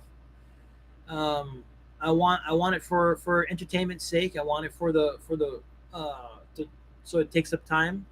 So it's for daily content, the whole nine. You know, um, uh, maybe it's not so entertaining to a lot of people, and I see why not because it's not so much content. But at the same time, it's a start for me. And if I got to do it this way, then I got to do it this way, which it seems like it is, right? So this is the way I got to start. It's gonna be boring.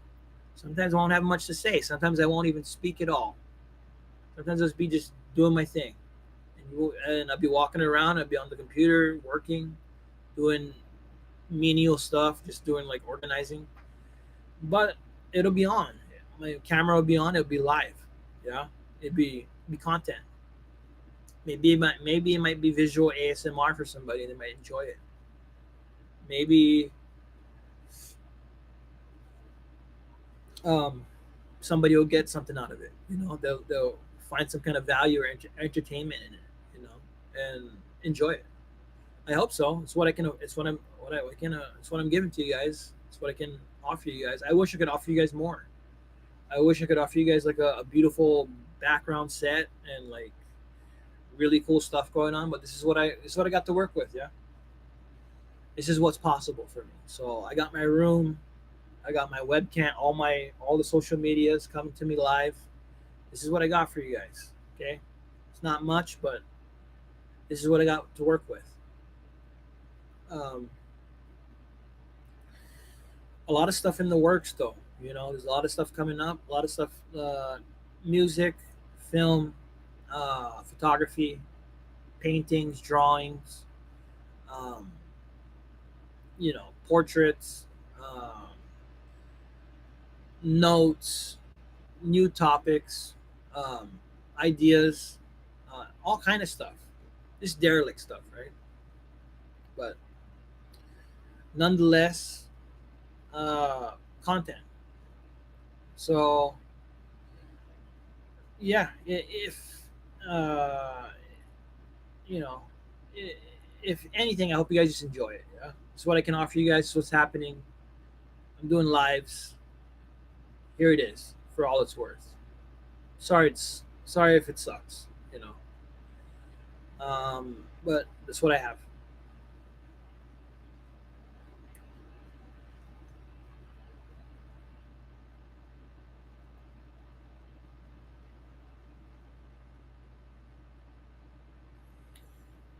Well, I don't know. You've seen a universe go through on TikTok or whatever, but whatever.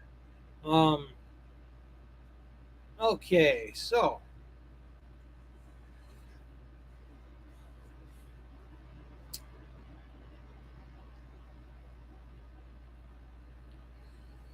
we have uh,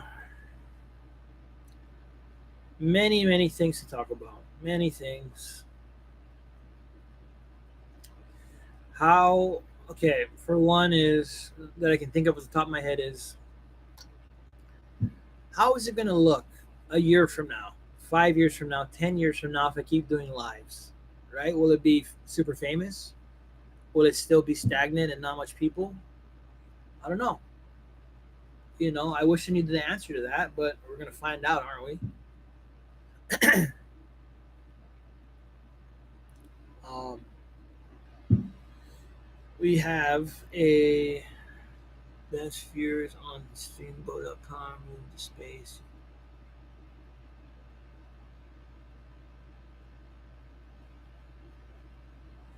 There's one crazy. Okay, that's all right. Yeah, and uh, new movies. Okay, so here's one thing that's been on my mind lately: The Carpenter's Son. Okay, if you guys don't know what that is, it's a new movie by Nicolas Cage. I'm sure it came out like a few weeks ago on Paramount Plus, or it's like in movie theaters right now, I believe. Um, the Carpenter's Son looks really good. I seen on Rotten Tomatoes it had like a 3 out of 10 or 2.5 out of 10. So I guess it's horrible to their review, but the trailer looks great, and I'm into that kind of stuff. Like anything Nicolas Cage, I'm into. I've always been a big fan. The Carpenter's Son is about exactly what you think. It's about Jesus being a teenage boy, about a teenager or whatever, young adult, and his father's the carpenter, Nicolas Cage, and I'm sure they're seeing demons throughout the whole film. Demons and angels, the whole deal. It's like a horror movie for Jesus Christ or whatever, you know, Son of God, apparently. But um, it looks like a really good movie. It's definitely inspiring. One of my new tracks, one of my new songs I got going, uh, and it's gonna be kind of like scary, kind of beat with like kind of like you know Tulip song by Tiny Tim kind of style. So that definitely, if you guys are wondering, if you hear like a scary like kind of instrumental track coming through, it's probably because of I'm getting ready to watch The Carpenter's Son. It's been really intriguing me lately. It's like a really good movie. I haven't seen it yet, but I'm thinking about get watching it. I'm very careful of what I watch. Like as far as just like Nicolas Cage movie, whatever, The Carpenter's Son, all that kind of stuff. I'm just, if I'm gonna pay so much money to go watch in the movie theaters, it better be a good movie. Is what I'm saying. You know what I mean? And it's looking really good. I must say, I'm liking the trailers.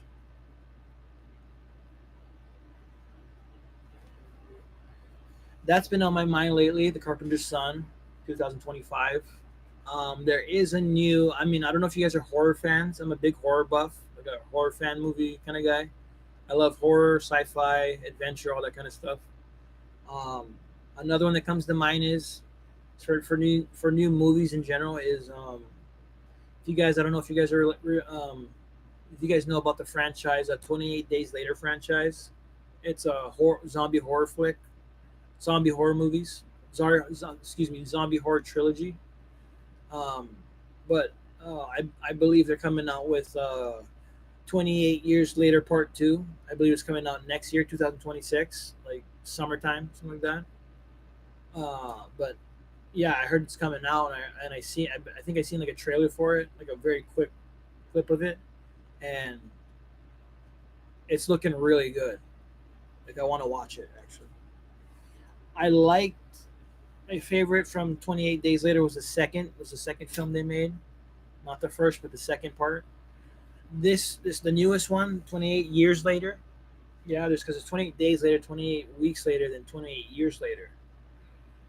But my favorite one was 28 weeks later. The second installment was my favorite of the trilogy so far. I heard part two is going to be really good. It's already looking really good from the trailer, from the quick Universal trailer, whatever it came out in. Um, Excited for that. Super stoked. We got what Grand Theft video games. We got Grand Theft Auto 5 or 6 coming out next year sometime, right? Grand Theft Auto 5 or 6 coming out. I forget the exact number it is. I think it's Grand Theft Auto 5 coming out. The newest one, whichever. But Grand Theft Auto coming. Um, new, new stuff. What else we got?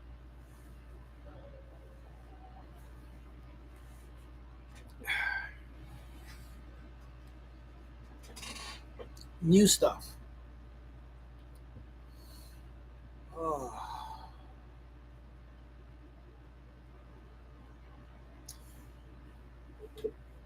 Oh, I couldn't, I couldn't tell you about any super new video games. I haven't been into that. Like as far as this year goes, like just my video game playing has drastically diminished because I've been so busy with other things, filming, photography, making music, all that kind of stuff. So it's been a very musical year. Let's put it that way for me. Um, California is going super nuts with the riots and all that, and all the freaking fires, and all the major cities, right, with all this like the immigration and all that kind of stuff. That's super nuts. I have no correlation or no connection to that stuff whatsoever. Just this is just a thought, but I'm just talking about current events and just new things, right? Um,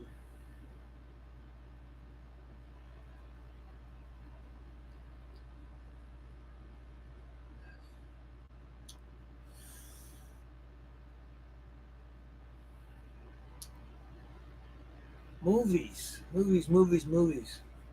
What else? I just rewatched The Island of Dr. Moreau. I don't know if you guys are into like sci-fi, all that kind of stuff, but sci-fi movies. But I just rewatched the with Val Kilmer, whatever, as one of the main characters. It's like the '90s or whatever, early 2000s or late '90s flick, The Island of Dr. Moreau, with the cat girl, right? Um, and the cheetah, half cheetah man, super sick. No my. Or I rewatched it and I started to laugh really hard mid movie because I realized how funny it was. Actually, I thought it was like the scariest movie ever, like the coolest one. When I rewatched it now that I'm older, I ended up just laughing through most of it because it's so good. For one, the whole story, the whole synopsis, everything. The flick is incredible, 10 out of 10, and just with Val in there or Val Kilmer or whatever, it's hilarious, right? So through most of that thing, instead of being scared now, I was literally just like cracking up through most of it. This is so hilarious. One of my favorite movies of all time, The Island of Dr. Moreau. If you haven't seen it, check it out. Not the black and white first one, like the remade version, right? With the whole Val, with Val and everybody inside there. But super sick movie. I enjoy it. Highly recommend it if you guys haven't seen that. Um, what we got, you guys?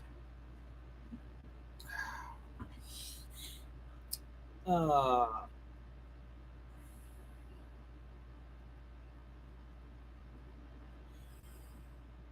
yeah, I'm gonna have to do a lot more study on top of like just camera placement because I have all my cameras set up and my webcam. So it's gonna take me a long time to get my camera setups all perfect, all like high up or something. Maybe like even leveled but a bit higher and like just perfect.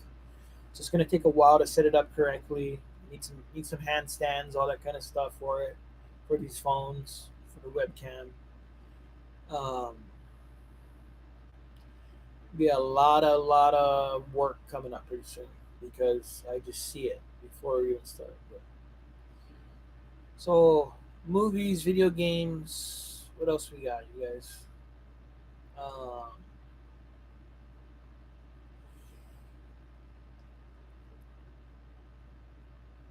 I'm trying to think.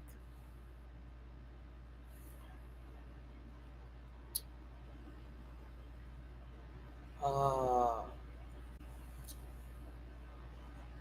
you know, music venues and like major bands are back in business again after COVID. Like so, 2005, right? But 2020, 2021 was crazy because we had the pandemic and all that kind of stuff, or whatever year it was, and just bands weren't moving around. But now they're back in full effect.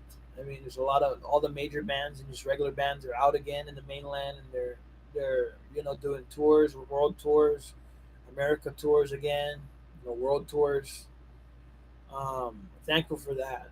Super stoked to see just the local music scene and all that thriving again because it's just super awesome. I'd hate for that to go away, and I hate the fact that Warp Tour got canceled because it was so cool to have that that outlet. And I guess they're back with when we were young or something like that or whatever. But like having a prevalent music scene, with festivals like you know year round festivals and all that kind of stuff, or just yearly festivals, is major. Vans Warp Tour, when we were young festival, all the major continent music festival areas and stuff. It's so important because music is so important. The musicians are so important. The music is so important.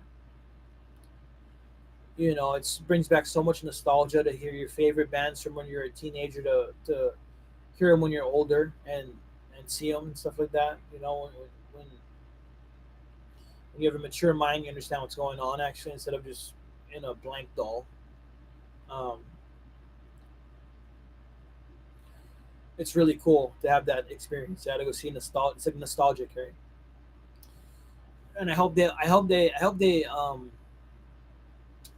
music scene owners and all that kind of stuff. I hope they butt their heads together and they come up with really cool new ventures for music. Whether it be just like, you know, literal like music vendors, like music people that like in the future, like you go outside and you see like a little like circus, or like a little circus wizard, little I'm talking about the little like a wizard doll, but it's like you put a coin in and it tells your future and all that. But instead of being that, it'd be like a musician instead, right? And like you put in a coin, and like he's just at his 9 to 5 job and he's playing you a song. I hope they do stuff like that in the future. That'd be sick, you know, because at any given moment, like if you do it, if you play some in every town, then every musician would actually have like a 9 to 5. They can go into their work whenever they want, nighttime, daytime, morning. They can go into the little music box and somebody puts in $1 or 50 cents and he'll just jam you a song right there. Have like a little list. You pick, press the button for whatever track you want, and he'll just jam it right there, acoustic for you or something. That'd be sick. I hope they make that in the future. Um, I hope, I hope everything musical. I hope it gets a lot more musical in the future because music is what brings a lot of people together. Yeah, and it provides a lot of people jobs. Surprisingly enough, I mean, if you know anything about the music industry, it doesn't pay musicians nothing, next to nothing. Especially if you're in a touring band, especially if you're doing it for real, it pays you next to nothing. Your agents and record company get most of the money. You know what I mean? You're just a henchman. You're basically just like a heroin addict, just getting your fix every day, and you're stoked just to eat food. I know about that because I just know about it. I've lived that life for a bit, for a stint, for very small stints. I'm not nowhere near some super professional guy with like a wiki account and like in some super huge band. But I've tasted it. You know what I mean? Because I was in it for a long time. I played music for a long, so I was in just local bands. So I tasted the life. You know what I mean? A good taste, and it tastes pretty damn good. But only thing is, if you go deep into it, you'll know there's they don't make nothing, next to nothing. You know, which is sad because I mean they work really hard and they should get paid what they're worth. Yeah, but it's just the truth. I mean, for most musicians, they don't get paid hardly anything. The roadies don't get paid much. The bus drivers don't get paid much. Like nobody really makes too much money in it, you know, which is sad. And I think they should be do some kind of musician union in the future and freaking pay them quadruple like athletes. You know, that's how I feel about it personally. Um, I think it's deserved too because it's a hard craft to hone. To make good music, it's like it takes a lot of it's serious effort, yeah, to like make a good song. And then, dude, like, and I barely try, and frick, man, like, sometimes I make up some good stuff, and I barely try. You know what I mean? Could you imagine if I went 100% all in? Shoot, I might make a platinum album. Just saying. But yeah, what else is going on? Um, Video games. I don't know much. I wish I could talk about video games, but I don't know much. Um, Nothing's coming to mind. So for Grand Theft Auto, the newest one. I'm sure there's a ton of good games. I gotta just look it up again, do a quick research. Albums. Here's the crazy part with me is I'm more of just like a track by track kind of a guy. I'm not so much an album guy. Um, but if I had to pick, I like, I like a band called La Dispute just because of his vocal attack and the song arrangements are really post hardcore, really super punk alternative, but really good. You know what I mean? And his La Dispute, like the guy, I'm talking about a band here, but I've always been a big fan for years, but more recently, more than ever, just because it's so interesting. Just his vocal attack on each track, it's unique with its own little flavor to it. I mean, I'm a sucker for those kind of Midwest emo pop punk bands. La Dispute or whatever East Coast hardcore bands or whatever. Because there's so many different eclectic types. Yeah, I like um, La Dispute. I like. I mean, if we're going down that rabbit hole, like so much bands, dude. I couldn't even get into it because my brain isn't even thinking right now. But a lot of dispute. You got freaking have heart, boundaries, loathe. They got freaking at the gates. Uh, I mean, such a different spectrum, right? The super like hardcore punk to like, and I'm speaking about like straight up like metalcore, death metal or whatever. You know what I mean? But that's my range, kind of like punk rock to like straight up metal. You know? But like, yeah, all these bands have at the gates for sure. Fucking always been a big time fan. A lot of dispute, like punk rock, straight up like East Coast punk rock or Midwest, whatever. Um, Moose Blood, just really good tracks in general. Uh, Twitch just shut down completely. I have no idea why. My phone, like, I don't know what happened just now. I think my phone just overheated or something. That just went down. So we got one down, I guess. Unless it just, yeah, this fucking thing just went down. But, that was a good first run, though. Um, Going off the top of my dome, man. I hear the band, I hear the tracks. It's just I can't, I can't put the band name to the tracks. Yeah, but there's a lot of stuff coming to mind. Yeah, let me look. Let me see for 1 second. It's pissing me off now. And I'm just giving just names of bands that I'm into right now that maybe you guys can check out. I am a big fan of new music and just checking out all kind old music, all kind of stuff. I'm really into like Midwest emo, pop punk, post hardcore, metal in general, metalcore, that kind of stuff. That's just more my scene. If you look up, let me see some stuff. I'll look at my playlist track just for shits and giggles. This is a band I'm thinking about too, and I just can't remember the name to save my life.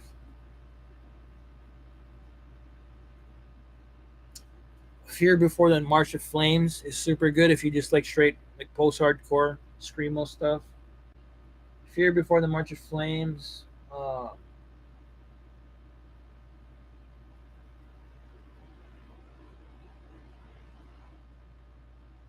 It's really good screamo, post hardcore. Um, Closure in Moscow. You guys haven't heard? Closure in Moscow is really good. Like I guess Australian straight up metalcore.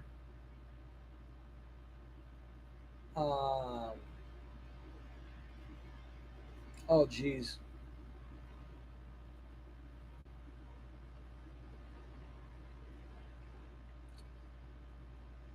Yeah, and of course it's not pulling up now, but you heard the names. If you want to listen to some new music you haven't heard, maybe you have heard, but if you haven't, check them out because they're. I mean, I'm into like screamo. I'm into like metalcore, metal, straight up metal. I'm into like clean plus screamo, so like really good metalcore. But I'm also into like kind of scary metal. Like Boundaries, like 156 Silence, kind of thick gent, yeah, thick gent. Or if you're looking for like really pretty instrumental gent, maybe like Invent Animate, of course. Invent Animate. I've been getting into recently, just with the guitar work in general. I've been listening to a lot of stuff without the scream vocals. I've been listening to a lot of Invent Animate. It's just like metalcore, super like math rock, like tappy. It's just like Invent Animate, but I've been listening to a lot of their instrumental work. So just kind of isolating the guitars and stuff. um, and really good stuff. I mean, I'm just not so much a fan of the vocals, but I love me the guitar work. The songwriting behind it. I mean, it's right up my alley. I love Invent Animates guitar work and bass with the drums and all that. Sounds super good. Um, As I Lay Dying, just old school metal. um, Atreyu, Orange County, California, just straight up metalcore, metal. Hella good, right up my alley. I love the old stuff and the new stuff. Um, see, Tiger's Jaw, Midwest emo, East Coast kind of how you say folk rock or whatever, or just like I wouldn't know how to describe it. Just like Midwest emo stuff, you know. Tiger's Jaw. Let me look that up. I don't know. It's very college dorm kind of music, but there's a lot of good jams in it. You know, a lot of good bar jams, a lot of good college dorm type of sound. Let me just hear it for 1 second.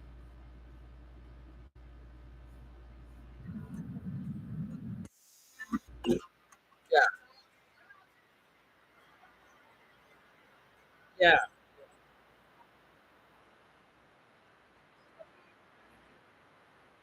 They got stuff like that. You know, it's very folky. You know, but this, you know, I like me with when it comes to vocals, I'm very picky. Like, I didn't even like that song in general, but he has some songs that are like really good.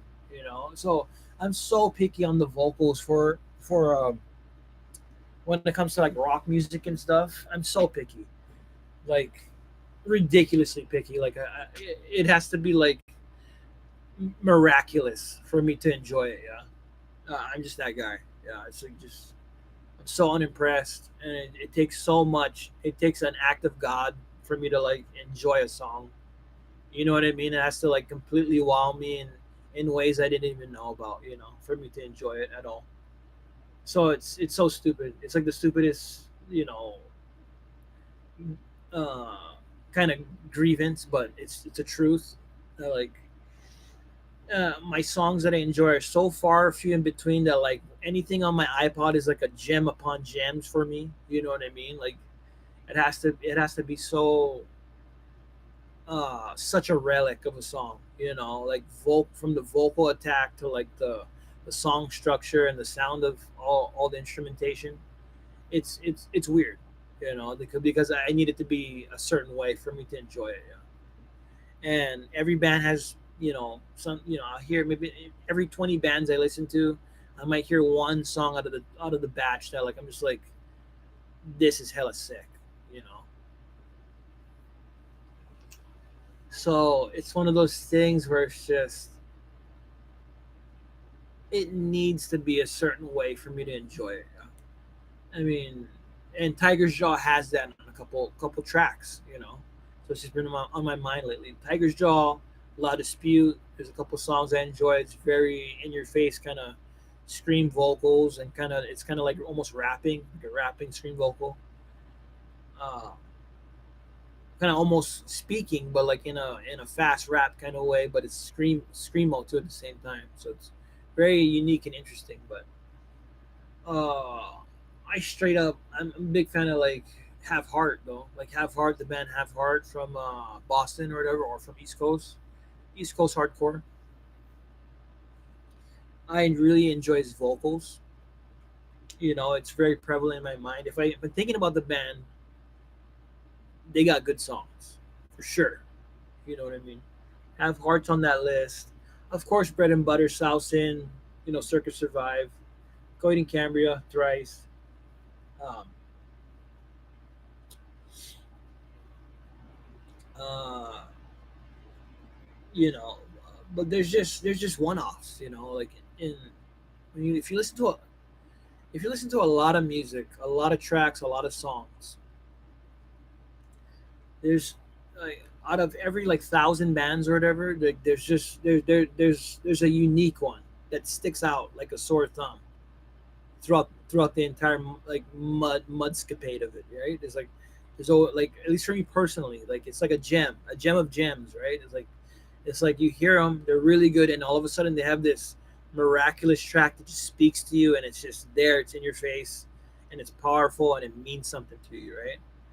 And it seldom, rarely ever happens to me, but when it does, um, it's special, right? Like Jimmy Eat World for me was one of my first ones. Jimmy Eat World, like you know, whatever, whatever the track is, cursive, I heard a song from Domestica or from Jimmy Eat World from their second album, whatever. I can't think of it off the top of my head, but uh, just a couple of tracks are just like boom, it's the sickest of all time, right? Circus Survive, right? Circus Survive, a lot of really amazing nuggets throughout the songs, and just a couple of super huge bangers from start to finish. A couple of them, right? Of course. Um, South End, they just have some classic, really good songs, like really good singing inside of them with the really good songs. But his to me personally, South End, his voice really hits hard. Like besides the good music in the back, like he has that tone that just does it right. Just like Under Oath does it for me. Like this, just with Spencer's and fucking uh, Aaron. Aaron's voice when the two just collide, it just meshes in this beautiful cake, and it's just so scrumptious, right? It's just so good. And they have a couple tracks from their old stuff to their new stuff that's just like it's delicious, right? It's so good, really good songs. Of course, Thrice has like a lot of like from old to new, just bangers throughout the whole thing, start to finish. Probably one of my favorite bands of all time. I'll up there with like Coit and Cambria. Um, you know, so My Chemical Romance obviously has like bangers, like super good songs. His vocals are unmatched. Probably like one of my favorite singers of all time, Gerard. Um, Claudio from Coheed, Dustin from Thrice, Aaron, Spencer, Under Oath, super good jazz, like this top 10 of all time, right? For me personally, metalcore, post hardcore, um, really good rock, right? Um, if you dive deep into it, to all of them, eh, you know, who's my favorite of all time?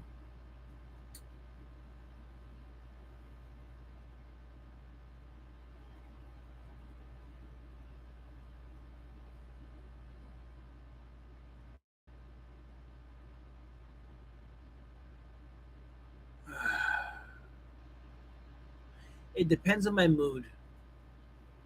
I'll say that. It depends on my mood and what I'm doing. Um,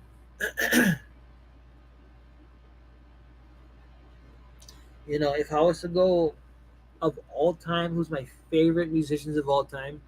My favorite band?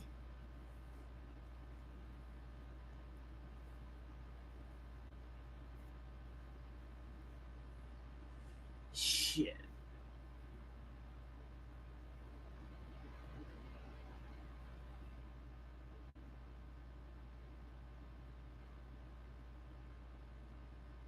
This might be a guilty pleasure, but I'm gonna just say it anyway. And I'll tell you guys, like out of everybody I've ever listened to, okay, it's gonna be weird, okay? I'm gonna tell you right now. The thing is, and I'll tell you why, is because it's such a trip because my favorite bands of all time are not famous bands. Okay, they're like no name, like nobody bands. Almost. I'm just saying, like it's not like they're not famous, but like they're not super famous, right? My favorite bands of all time, and there's different reasons for them being my favorite, most favorite bands of all times or favorite musicians, right? Mostly when I reanalyze it, why they're my favorite bands is because I'm a sucker for really good vocals, in my opinion. If the vocals are on point, like if I love their vocals, like they're godly to me, right? If they're otherworld, if their vocals are like heavenly to me, godly, so good, even by itself without the music, I'm fully in. You know what I mean? I'm a sucker for really good vocals. Um, and I'll tell you this. I'll tell you why it's a shock to me. And I'm gonna run down four people, four bands. My favorite bands of all time, out of the thousands of bands I've listened to in my lifetime. Okay, because I'm one of those guys who listens to music like all the time, but all the time. You know what I mean? Like I actively look for music, right? The four that stick out to me right away that I'm just into personally, and besides Coheed and Cambria, obviously, besides Thrice, besides like My Chemical Romance, besides Circuit Survive, besides Atreyu, right? Besides As I Lay Dying, besides Poison the Well, besides like Have Heart, besides like Boundaries, besides like you know At the Gates. I probably would have to say my four favorite vocal artists of all time. Personally, for me, number one that sticks out of my mind is the singer from a band that's disbanded already. They're not a band anymore, but I believe they're like a Midwest emo band from Illinois, and they're called Paper Rival. They used to be called Paper Rival. I don't think they play out anymore.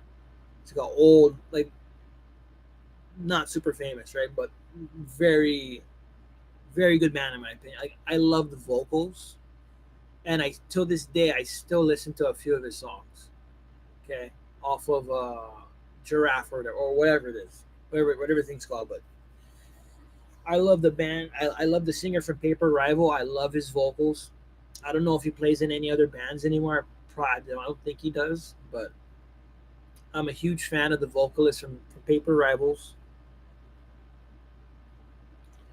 This is like secret stuff. This is stuff I don't tell anybody. Okay, so I'm giving you guys this stuff. Okay, music stuff. Two, my second favorite band of all vocalists of all time is Joey from Joey Favier from the band. He used to be in Get Scared, and I think he's in jail now for bad stuff. But like, if I'm talking about like singers in general, he's probably one of my favorite of all time. I just love his voice. It's very sweet. It's very full. It's very sweet. Um, the way that he sings, it just hits me. It takes me there. Right? There's nothing that can go wrong. It's just when I hear Joey's voice, vocals on "Get Scared" or his solo work, um, it's some of the best vocals I've ever heard in my life. Uh, Personally, that's just me. Okay, and this is I'm somebody who listens to a lot of music. Okay, number three, and that's just my honest opinion. You know, I think he's one of the best vocalists I've ever heard, along with Paper Rivals vocalists from back in the day. I'm a sucker for like like Midwest emo pop, just pop singing. You know what I mean? Just full on, just any kind of stuff. Call it emo rock, whatever you want. I'm a sucker for that stuff. I love it. I listen to it even to this day. Okay, when I take a shower or I'm outside, listen, just jamming out. My third one of all time is that pops into my head.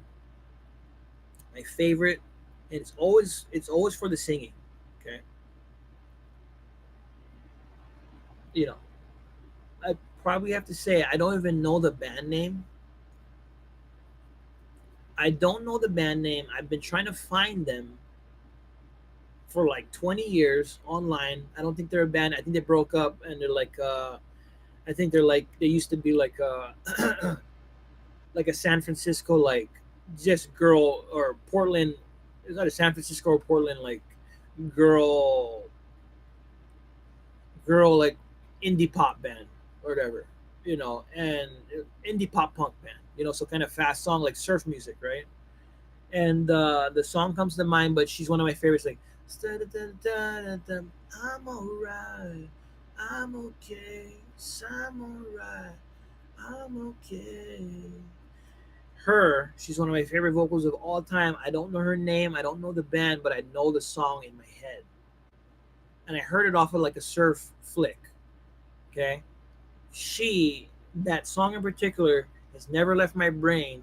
And I never figured out who is the band, who is the band for one, and who is the girl singer of that band. So, third one is a mystery, but I know her song. Okay. Favorite singers of all time. Okay. So, I mean, it never left me. And I've written like two songs just off the beat alone, and her singing was like major influence growing up. I'm alright. I'm okay. I'm alright. I'm the same. It's all she does throughout the whole song. Punk song, one of the sickest I ever heard in my life. Okay, and I'm talking like I'm comparing it to every song I know of. Okay, so it's just sad. I've tried to find her. I tried to find the band. Tried to find the song. I can't find it anywhere. And I believe it's on a surf video that doesn't even they don't even produce anymore. But I don't know the surf DVD. I don't know. I just heard it just growing up, and that song it's stuck in my head for like 30 years, dude. I kid you guys not. But that punk rock girl that sung that song is one of my favorite of all time because that song is like the sickest in my mind of all time. I'm alright. I'm okay. I'm alright. I'm the same. And she does that with like just the guitar riffs and the drums and the bass and the sickest of all time. And I will never know who that band is. You know what I mean? It's sad, but one of my favorite girl singers of all time. Just off of that track alone. Okay. Um. So that's a mystery, but it's there. Okay. So we had Paper Rivals. We had Joey. Get Scared. We had the mystery punk rock girl that I'll never know the band or the girl's name, but she's there. And number four of all time,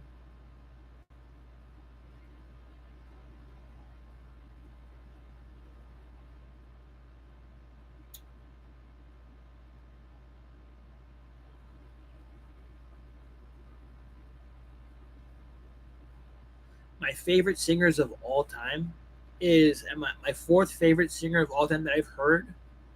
I probably have to say Dino Gala from Boston.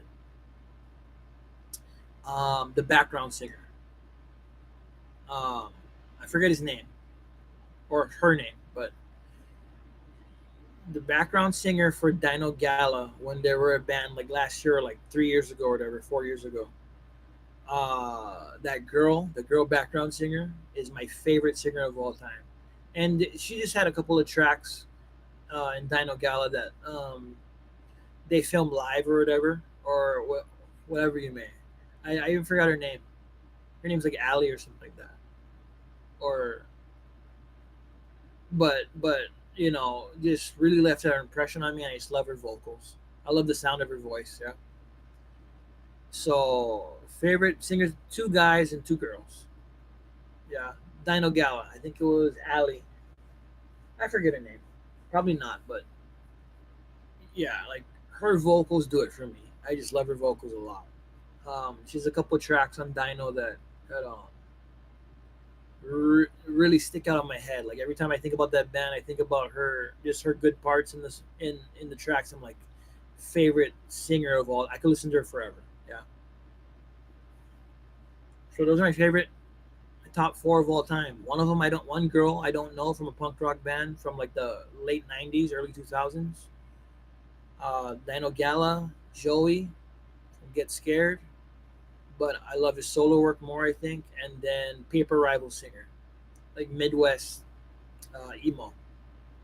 Four favorite of all time. Something I never share with anybody. Yeah, but it's just, and that's like an accumulation of every song I've ever heard in my life. Yeah, so I'm very much drawn to like emo, slow rock, but just with really good vocals. Yeah, is more my thing. So yeah. It's a little tidbit. It's a little info for you guys. Uh, you have one down. Twitch is down for whatever godly reason, ungodly reason.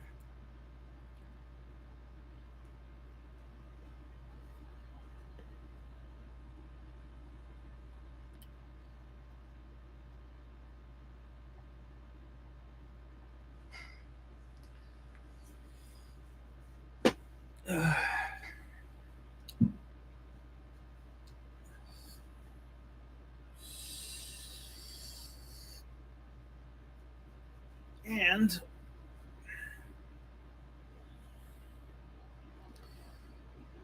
um, but yeah, so it's my favorites. You know what I mean? It's my favorites of all time.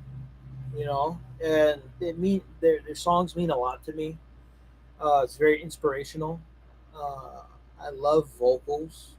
You know, I love good vocals. Um, I love isolated vocals if it's just them singing. I wish I would pay all four of them to sing to me just a cappella without even a guitar or any background beat or instrumentation. I'd pay all four of them an insane amount of money to do that. Just because I'm such a huge fan. Yeah? I would learn a lot from it. You know, I would get more from that than what I'm giving back. It's because I'm a huge fan, right? Um,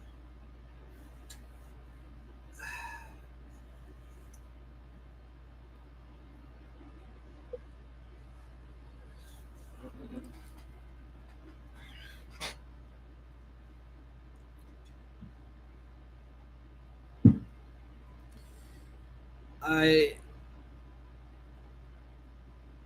I I love Aaron's voice from Under Oath. He's a friend of mine, a very distant friend, but we've met before. I mean, we've talked before, hung out, like exchanged words, had a convo or two. Aaron, he's always been a huge, like a very huge influence of mine too, and um, he makes me, obviously he's an Under Oath, so he's always touring under Oath all the time, but he has different side projects and all that kind of stuff. Um, I love his voice. I'm a sucker for his voice too. I love his artistry in vocal work and drumming work and guitar work, everything work. I also love Spencer's voice too. Obviously, they go together like peanut butter and jelly. Um, I really enjoy both of their voices a lot, and I love their solo work as well. Both ends, Spencer and Aaron's from Under Oath. Um, yeah, I mean, if you're talking about all time, they're right up there with all the four I just mentioned and Aaron and Spencer. Definitely one of my favorite vocalists of all time, hands down, without question. My second one, it may come as a bit of a shock. My friend Pobs. Pobs is like he does mostly like like deathcore, like growly, screamy vocals. But I grew up, I kind of grew up with him for a bit in Salt Lake City, and he's always been a major influence in my life as far as just music goes in general. Like as far as even going back all the way to like middle school, I remember he was always like playing music and stuff. So he's always been a big influence. Pops from Chelsea Grin is one of my favorite vocalists of all time as well, for sure. Just because I know him and he's just a good guy, and but at the same time, one of the sickest singers at the same time I've ever heard in my life for deathcore music. Yeah, as far as just like scream vocals, right? So I got to work with him a couple times um, in the studio and stuff like that. Taught me some guitar stuff, some guitar, some computer work, all that kind of stuff too. So very fortunate, yeah, because he's in like Amiona. He used to be in Chelsea Grand. So he's in like a major like country band from the East Coast or whatever. And on top of that, he does like Salt Lake City stuff with the original members from Chelsea Grin or whatever like that. Yeah, his old band, half of them I guess or something. But they um, I love Pop's vocals, dude. Like just beyond everything, his vocals do it for me. I mean, he has a lot of sick tracks. If you run through his entire discography of work, Pops has a lot of sick parts. A lot of screamy stuff, a lot of very low stuff, a lot of growling, a lot of screamo, a lot of clean, surprisingly too as well. But his vocal tone, just like as a fine as a type of wine per se, I enjoy it um, thoroughly. Pops has a really good singing voice, and he's just a master at drums too at the same time. I think he's sponsored by Zildjian, so I enjoy his stuff too. I really enjoy his vocals.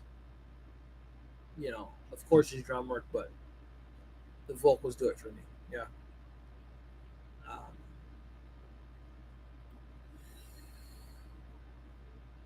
Um, I enjoy. Who else? Um,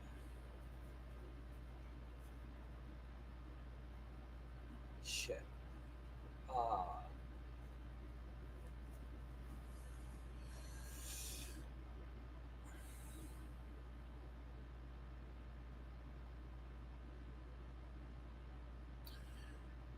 I like the singer from "See You Space Cowboy" from San Diego. I don't know if they're from Portland or San Diego. I'm pretty sure it's San Diego or just close near. But I like "See You Space Cowboy." It's a really good one too. Obviously, "Held the Sun" from where are they from? I forget. It's either Cali, or they're probably San Francisco. Yeah, they're probably like a San Fran band. But yeah, "Held the Sun." Obviously Donovan, really good singer. Um, I love his solo work too. He's just a really good singer in general, even acoustically. Um,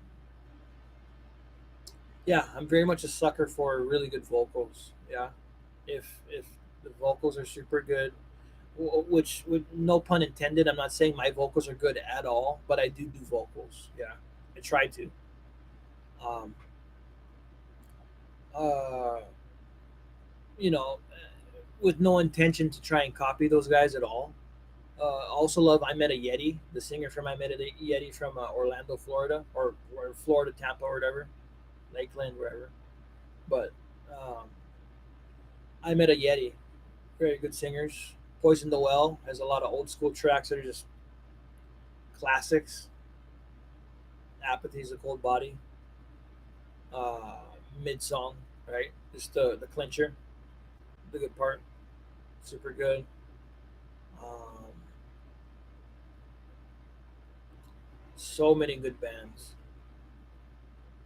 right? Um, all so many good bands. It's insane, right? It could go on forever. Um,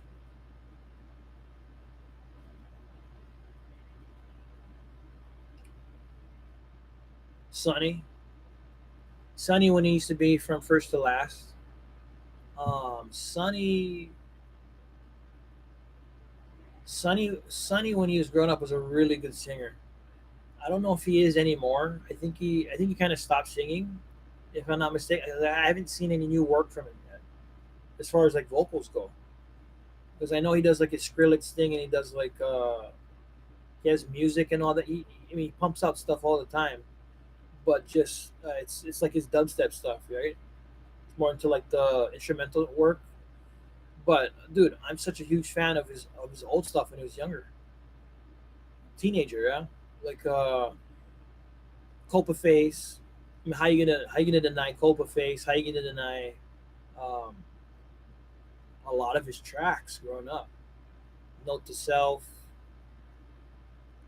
some of the sickest post hardcore of all time, Screamo. and he doesn't even acknowledge it. I think you know what I mean. Of course, Ronnie Radke, all his projects, his old stuff, I think was the best stuff. Ronnie Radke, uh, he has a lot of good vocals. I love his vocals too. On a lot of his stuff. Ronnie's really, really good. Um, he has some epic, classic, like crazy good songs. If you go deep into his discography, his tracks, there's so many good songs. It's crazy. But I mean, if you're talking about Ronnie or you're talking about Sonny at the same time, I would always go for Sonny. Yeah, I would always go for Sonny's vocals because I just think they're sicker. And he was such a good live performer too when he was younger. I probably watched like a ton of his YouTube clips growing up and just being in from first to last, and all his live shows. Right? I mean, there were some epic ones. Like super. He was a really good singer. He's like a legitimate super good singer when he was younger. You know, he had all that. He had so much potential to push that, but I guess he didn't want to because he was into like all his computer work, all his dubstep, which is insane to me. You know what I mean? He should have just kept going in the post hardcore scene. I guess there wasn't enough money involved. I guess he wasn't making enough or something because he went straight to Skrillex, um, which is insane to me. You know what I mean? If I was him, I would have went all the way, screamo vocals all the way. Um, I still think he has it in him, but he just doesn't want you. You know how like some musicians they're into a certain genre until a certain age, and then they just get over it and they're into a whole other thing. Like you've been to like rock and roll when you're younger, and all of a sudden you find opera music with violins, and you're into that. That's basically what I feel like happened to him. Like he found a new niche that was way better. That's paying more probably, blew up. But I don't know. Personally, for me, I'm just a big fan of like this screamo, and rock and roll in general. So kind of die hard. Yeah, I'll never stop listening to it. Probably I'll never stop. I'll never grow out of that phase. I don't think it's a phase. I think it's just the type of music I like. I like rock and roll. You of course, Nirvana. Um, Kurt has timeless acoustic hits. Obviously all the rock and roll hits, but like if you ask me, I think his acoustic stuff is the sickest. Obviously, like freaking like something in the way, acoustic version is him. I'm a sucker for that stuff. You know what I mean? So it really shows in the music that I make. It's very acoustic. It's very stripped down, um, and it's very vocal based. You know what I mean? Uh, I wish I had a great vocal tone. I know I don't, but um, I make a damn good effort. I make a damn good try at it. I take a damn good stab at it, though. You know what I mean? Like I try my very best to make the best vocal I can for the given track to the best of my ability. And I failed miserably most of the time.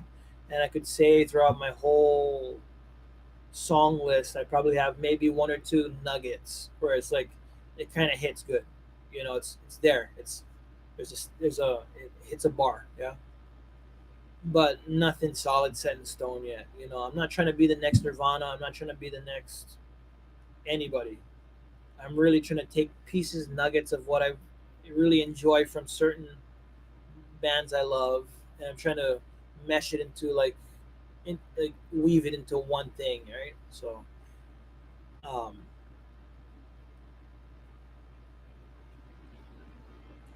you know, yeah, it's tough to do. It's easy to say, but it's tough to actually create. Right? You either got it or you don't. I love to talk about it though. It makes sense in my mind when I talk about it. But uh, That kind of stuff. It's in my mind. Yeah, it's like it's 24/7. You know, like I really, my mind is just geared toward music. I love it. I love it. Takes me away. Yeah, from like my real life. Like I love think about songs, think about tracks, think about musicians in general. Just yeah, like not them personally, just the songs they make, right? So, but it takes up a major portion of my mind. You know what I mean? On a daily basis, right? Songs. How weird is that, right? I gotta be weird, but that's how I am. You know, like songs really are very prevalent in my mind. They're very important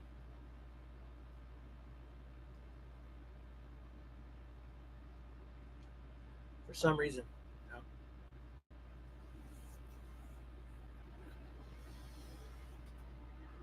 Maybe it's a form of escapism. I'm sure it is. You know, but that's how my mind is.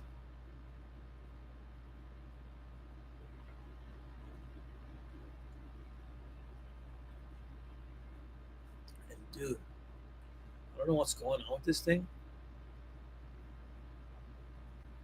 It's definitely not charging.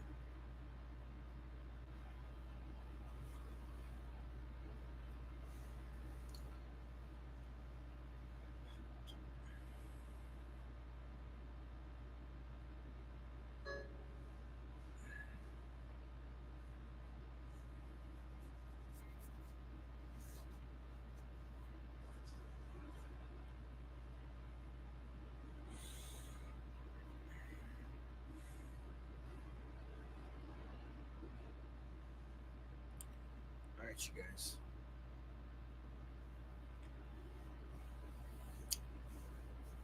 Uh, Giving you guys all I can for tonight. I think.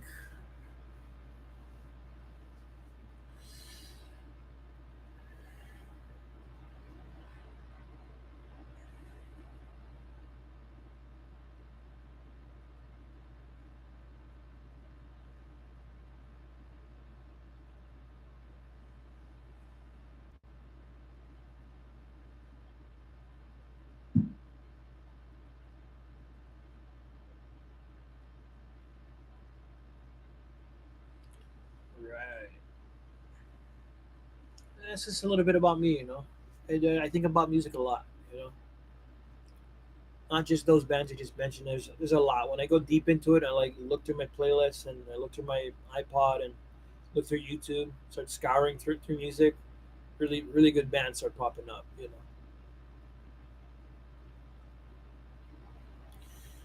I'm the type of guy too that I'll even like go as far as even go to different countries, looking up different countries for different bands. They don't even speak my language. I'm in there just for the music alone. A lot of math rock, a lot of metalcore, pop punk, whatever. Um,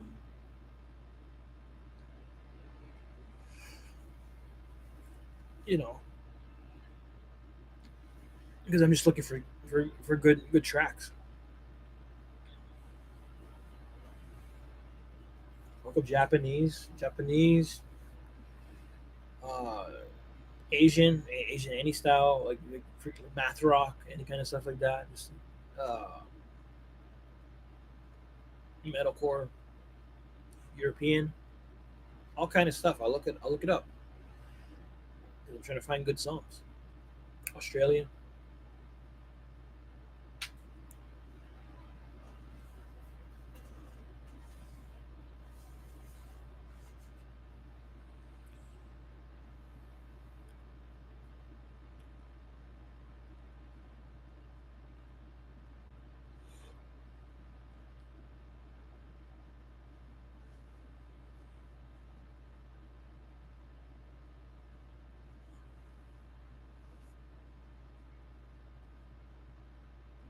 Oh,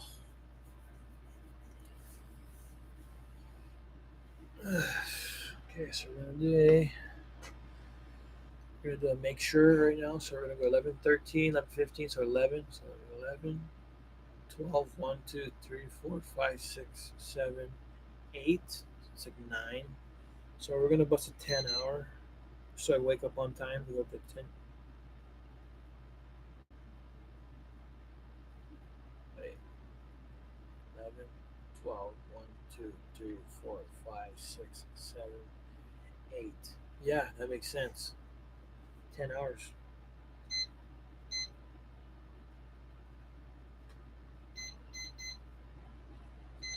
And the countdown begins.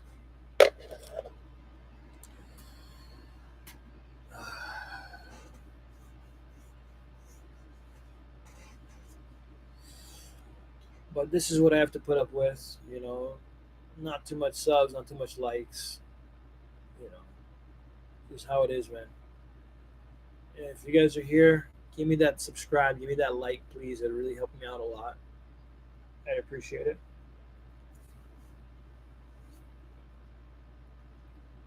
Um,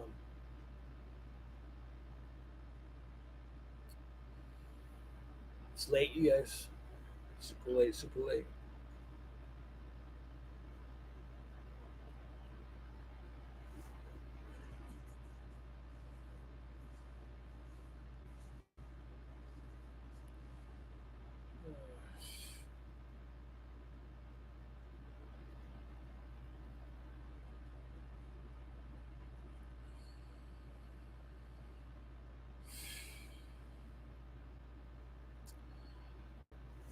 All right. So I'll use the bathroom. Oh,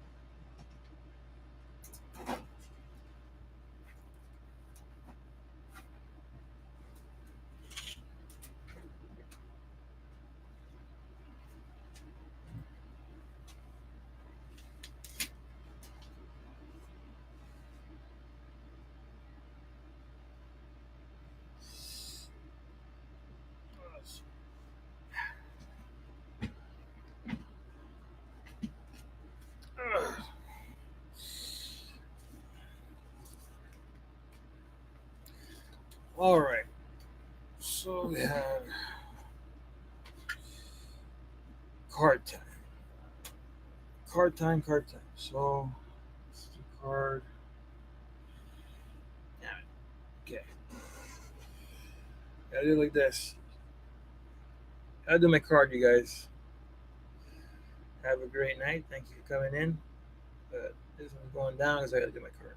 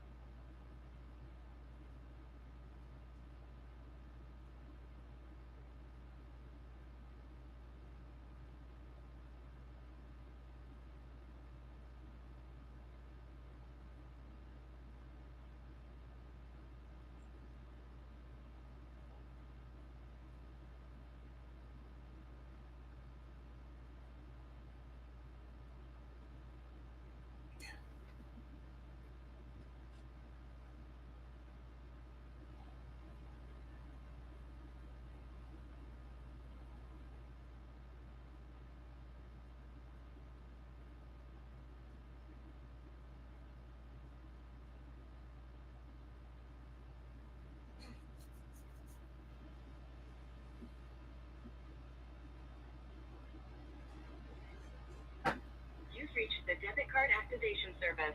Para servicio en español, marque nueve. To get started, say or enter your 16-digit debit card number.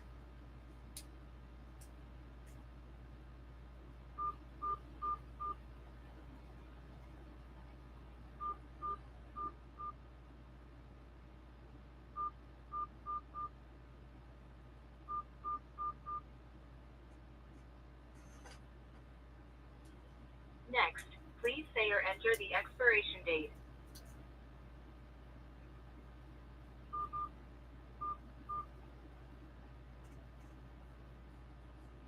Now, please enter the last four digits of your Social Security number or tax ID.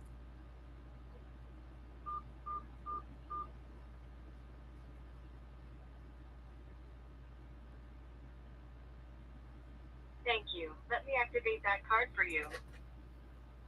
You're all set. Your card is activated and ready for use. Please sign the back and remove the sticker before using your card. If you did not choose your PIN when you set up your account, it will be mailed separately for your protection. Remember, you can use your card securely to pay for everyday purchases without having to carry cash or write checks. Plus, you can use it online. If you're done with your call, you can hang up. Or say, repeat that.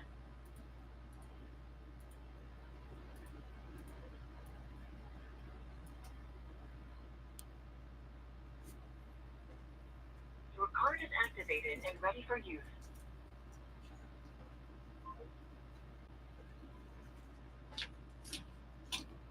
Card is activated and ready for use.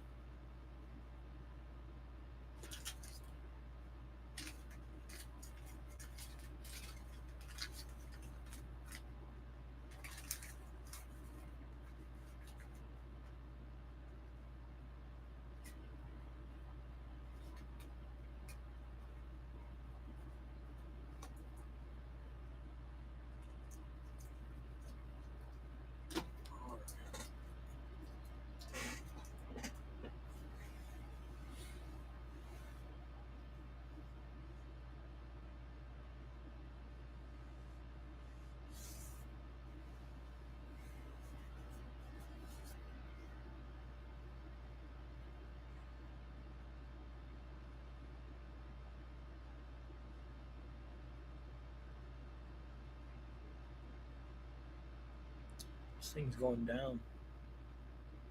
2%.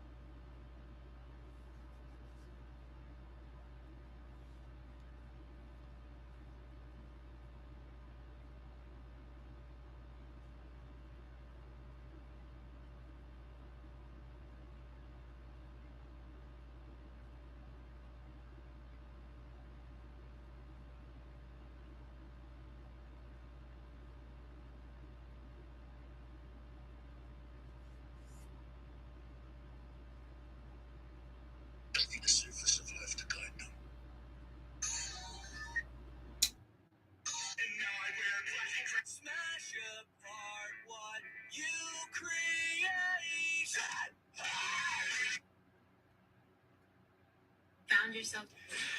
I don't think I have ever seen you angry. It's covered in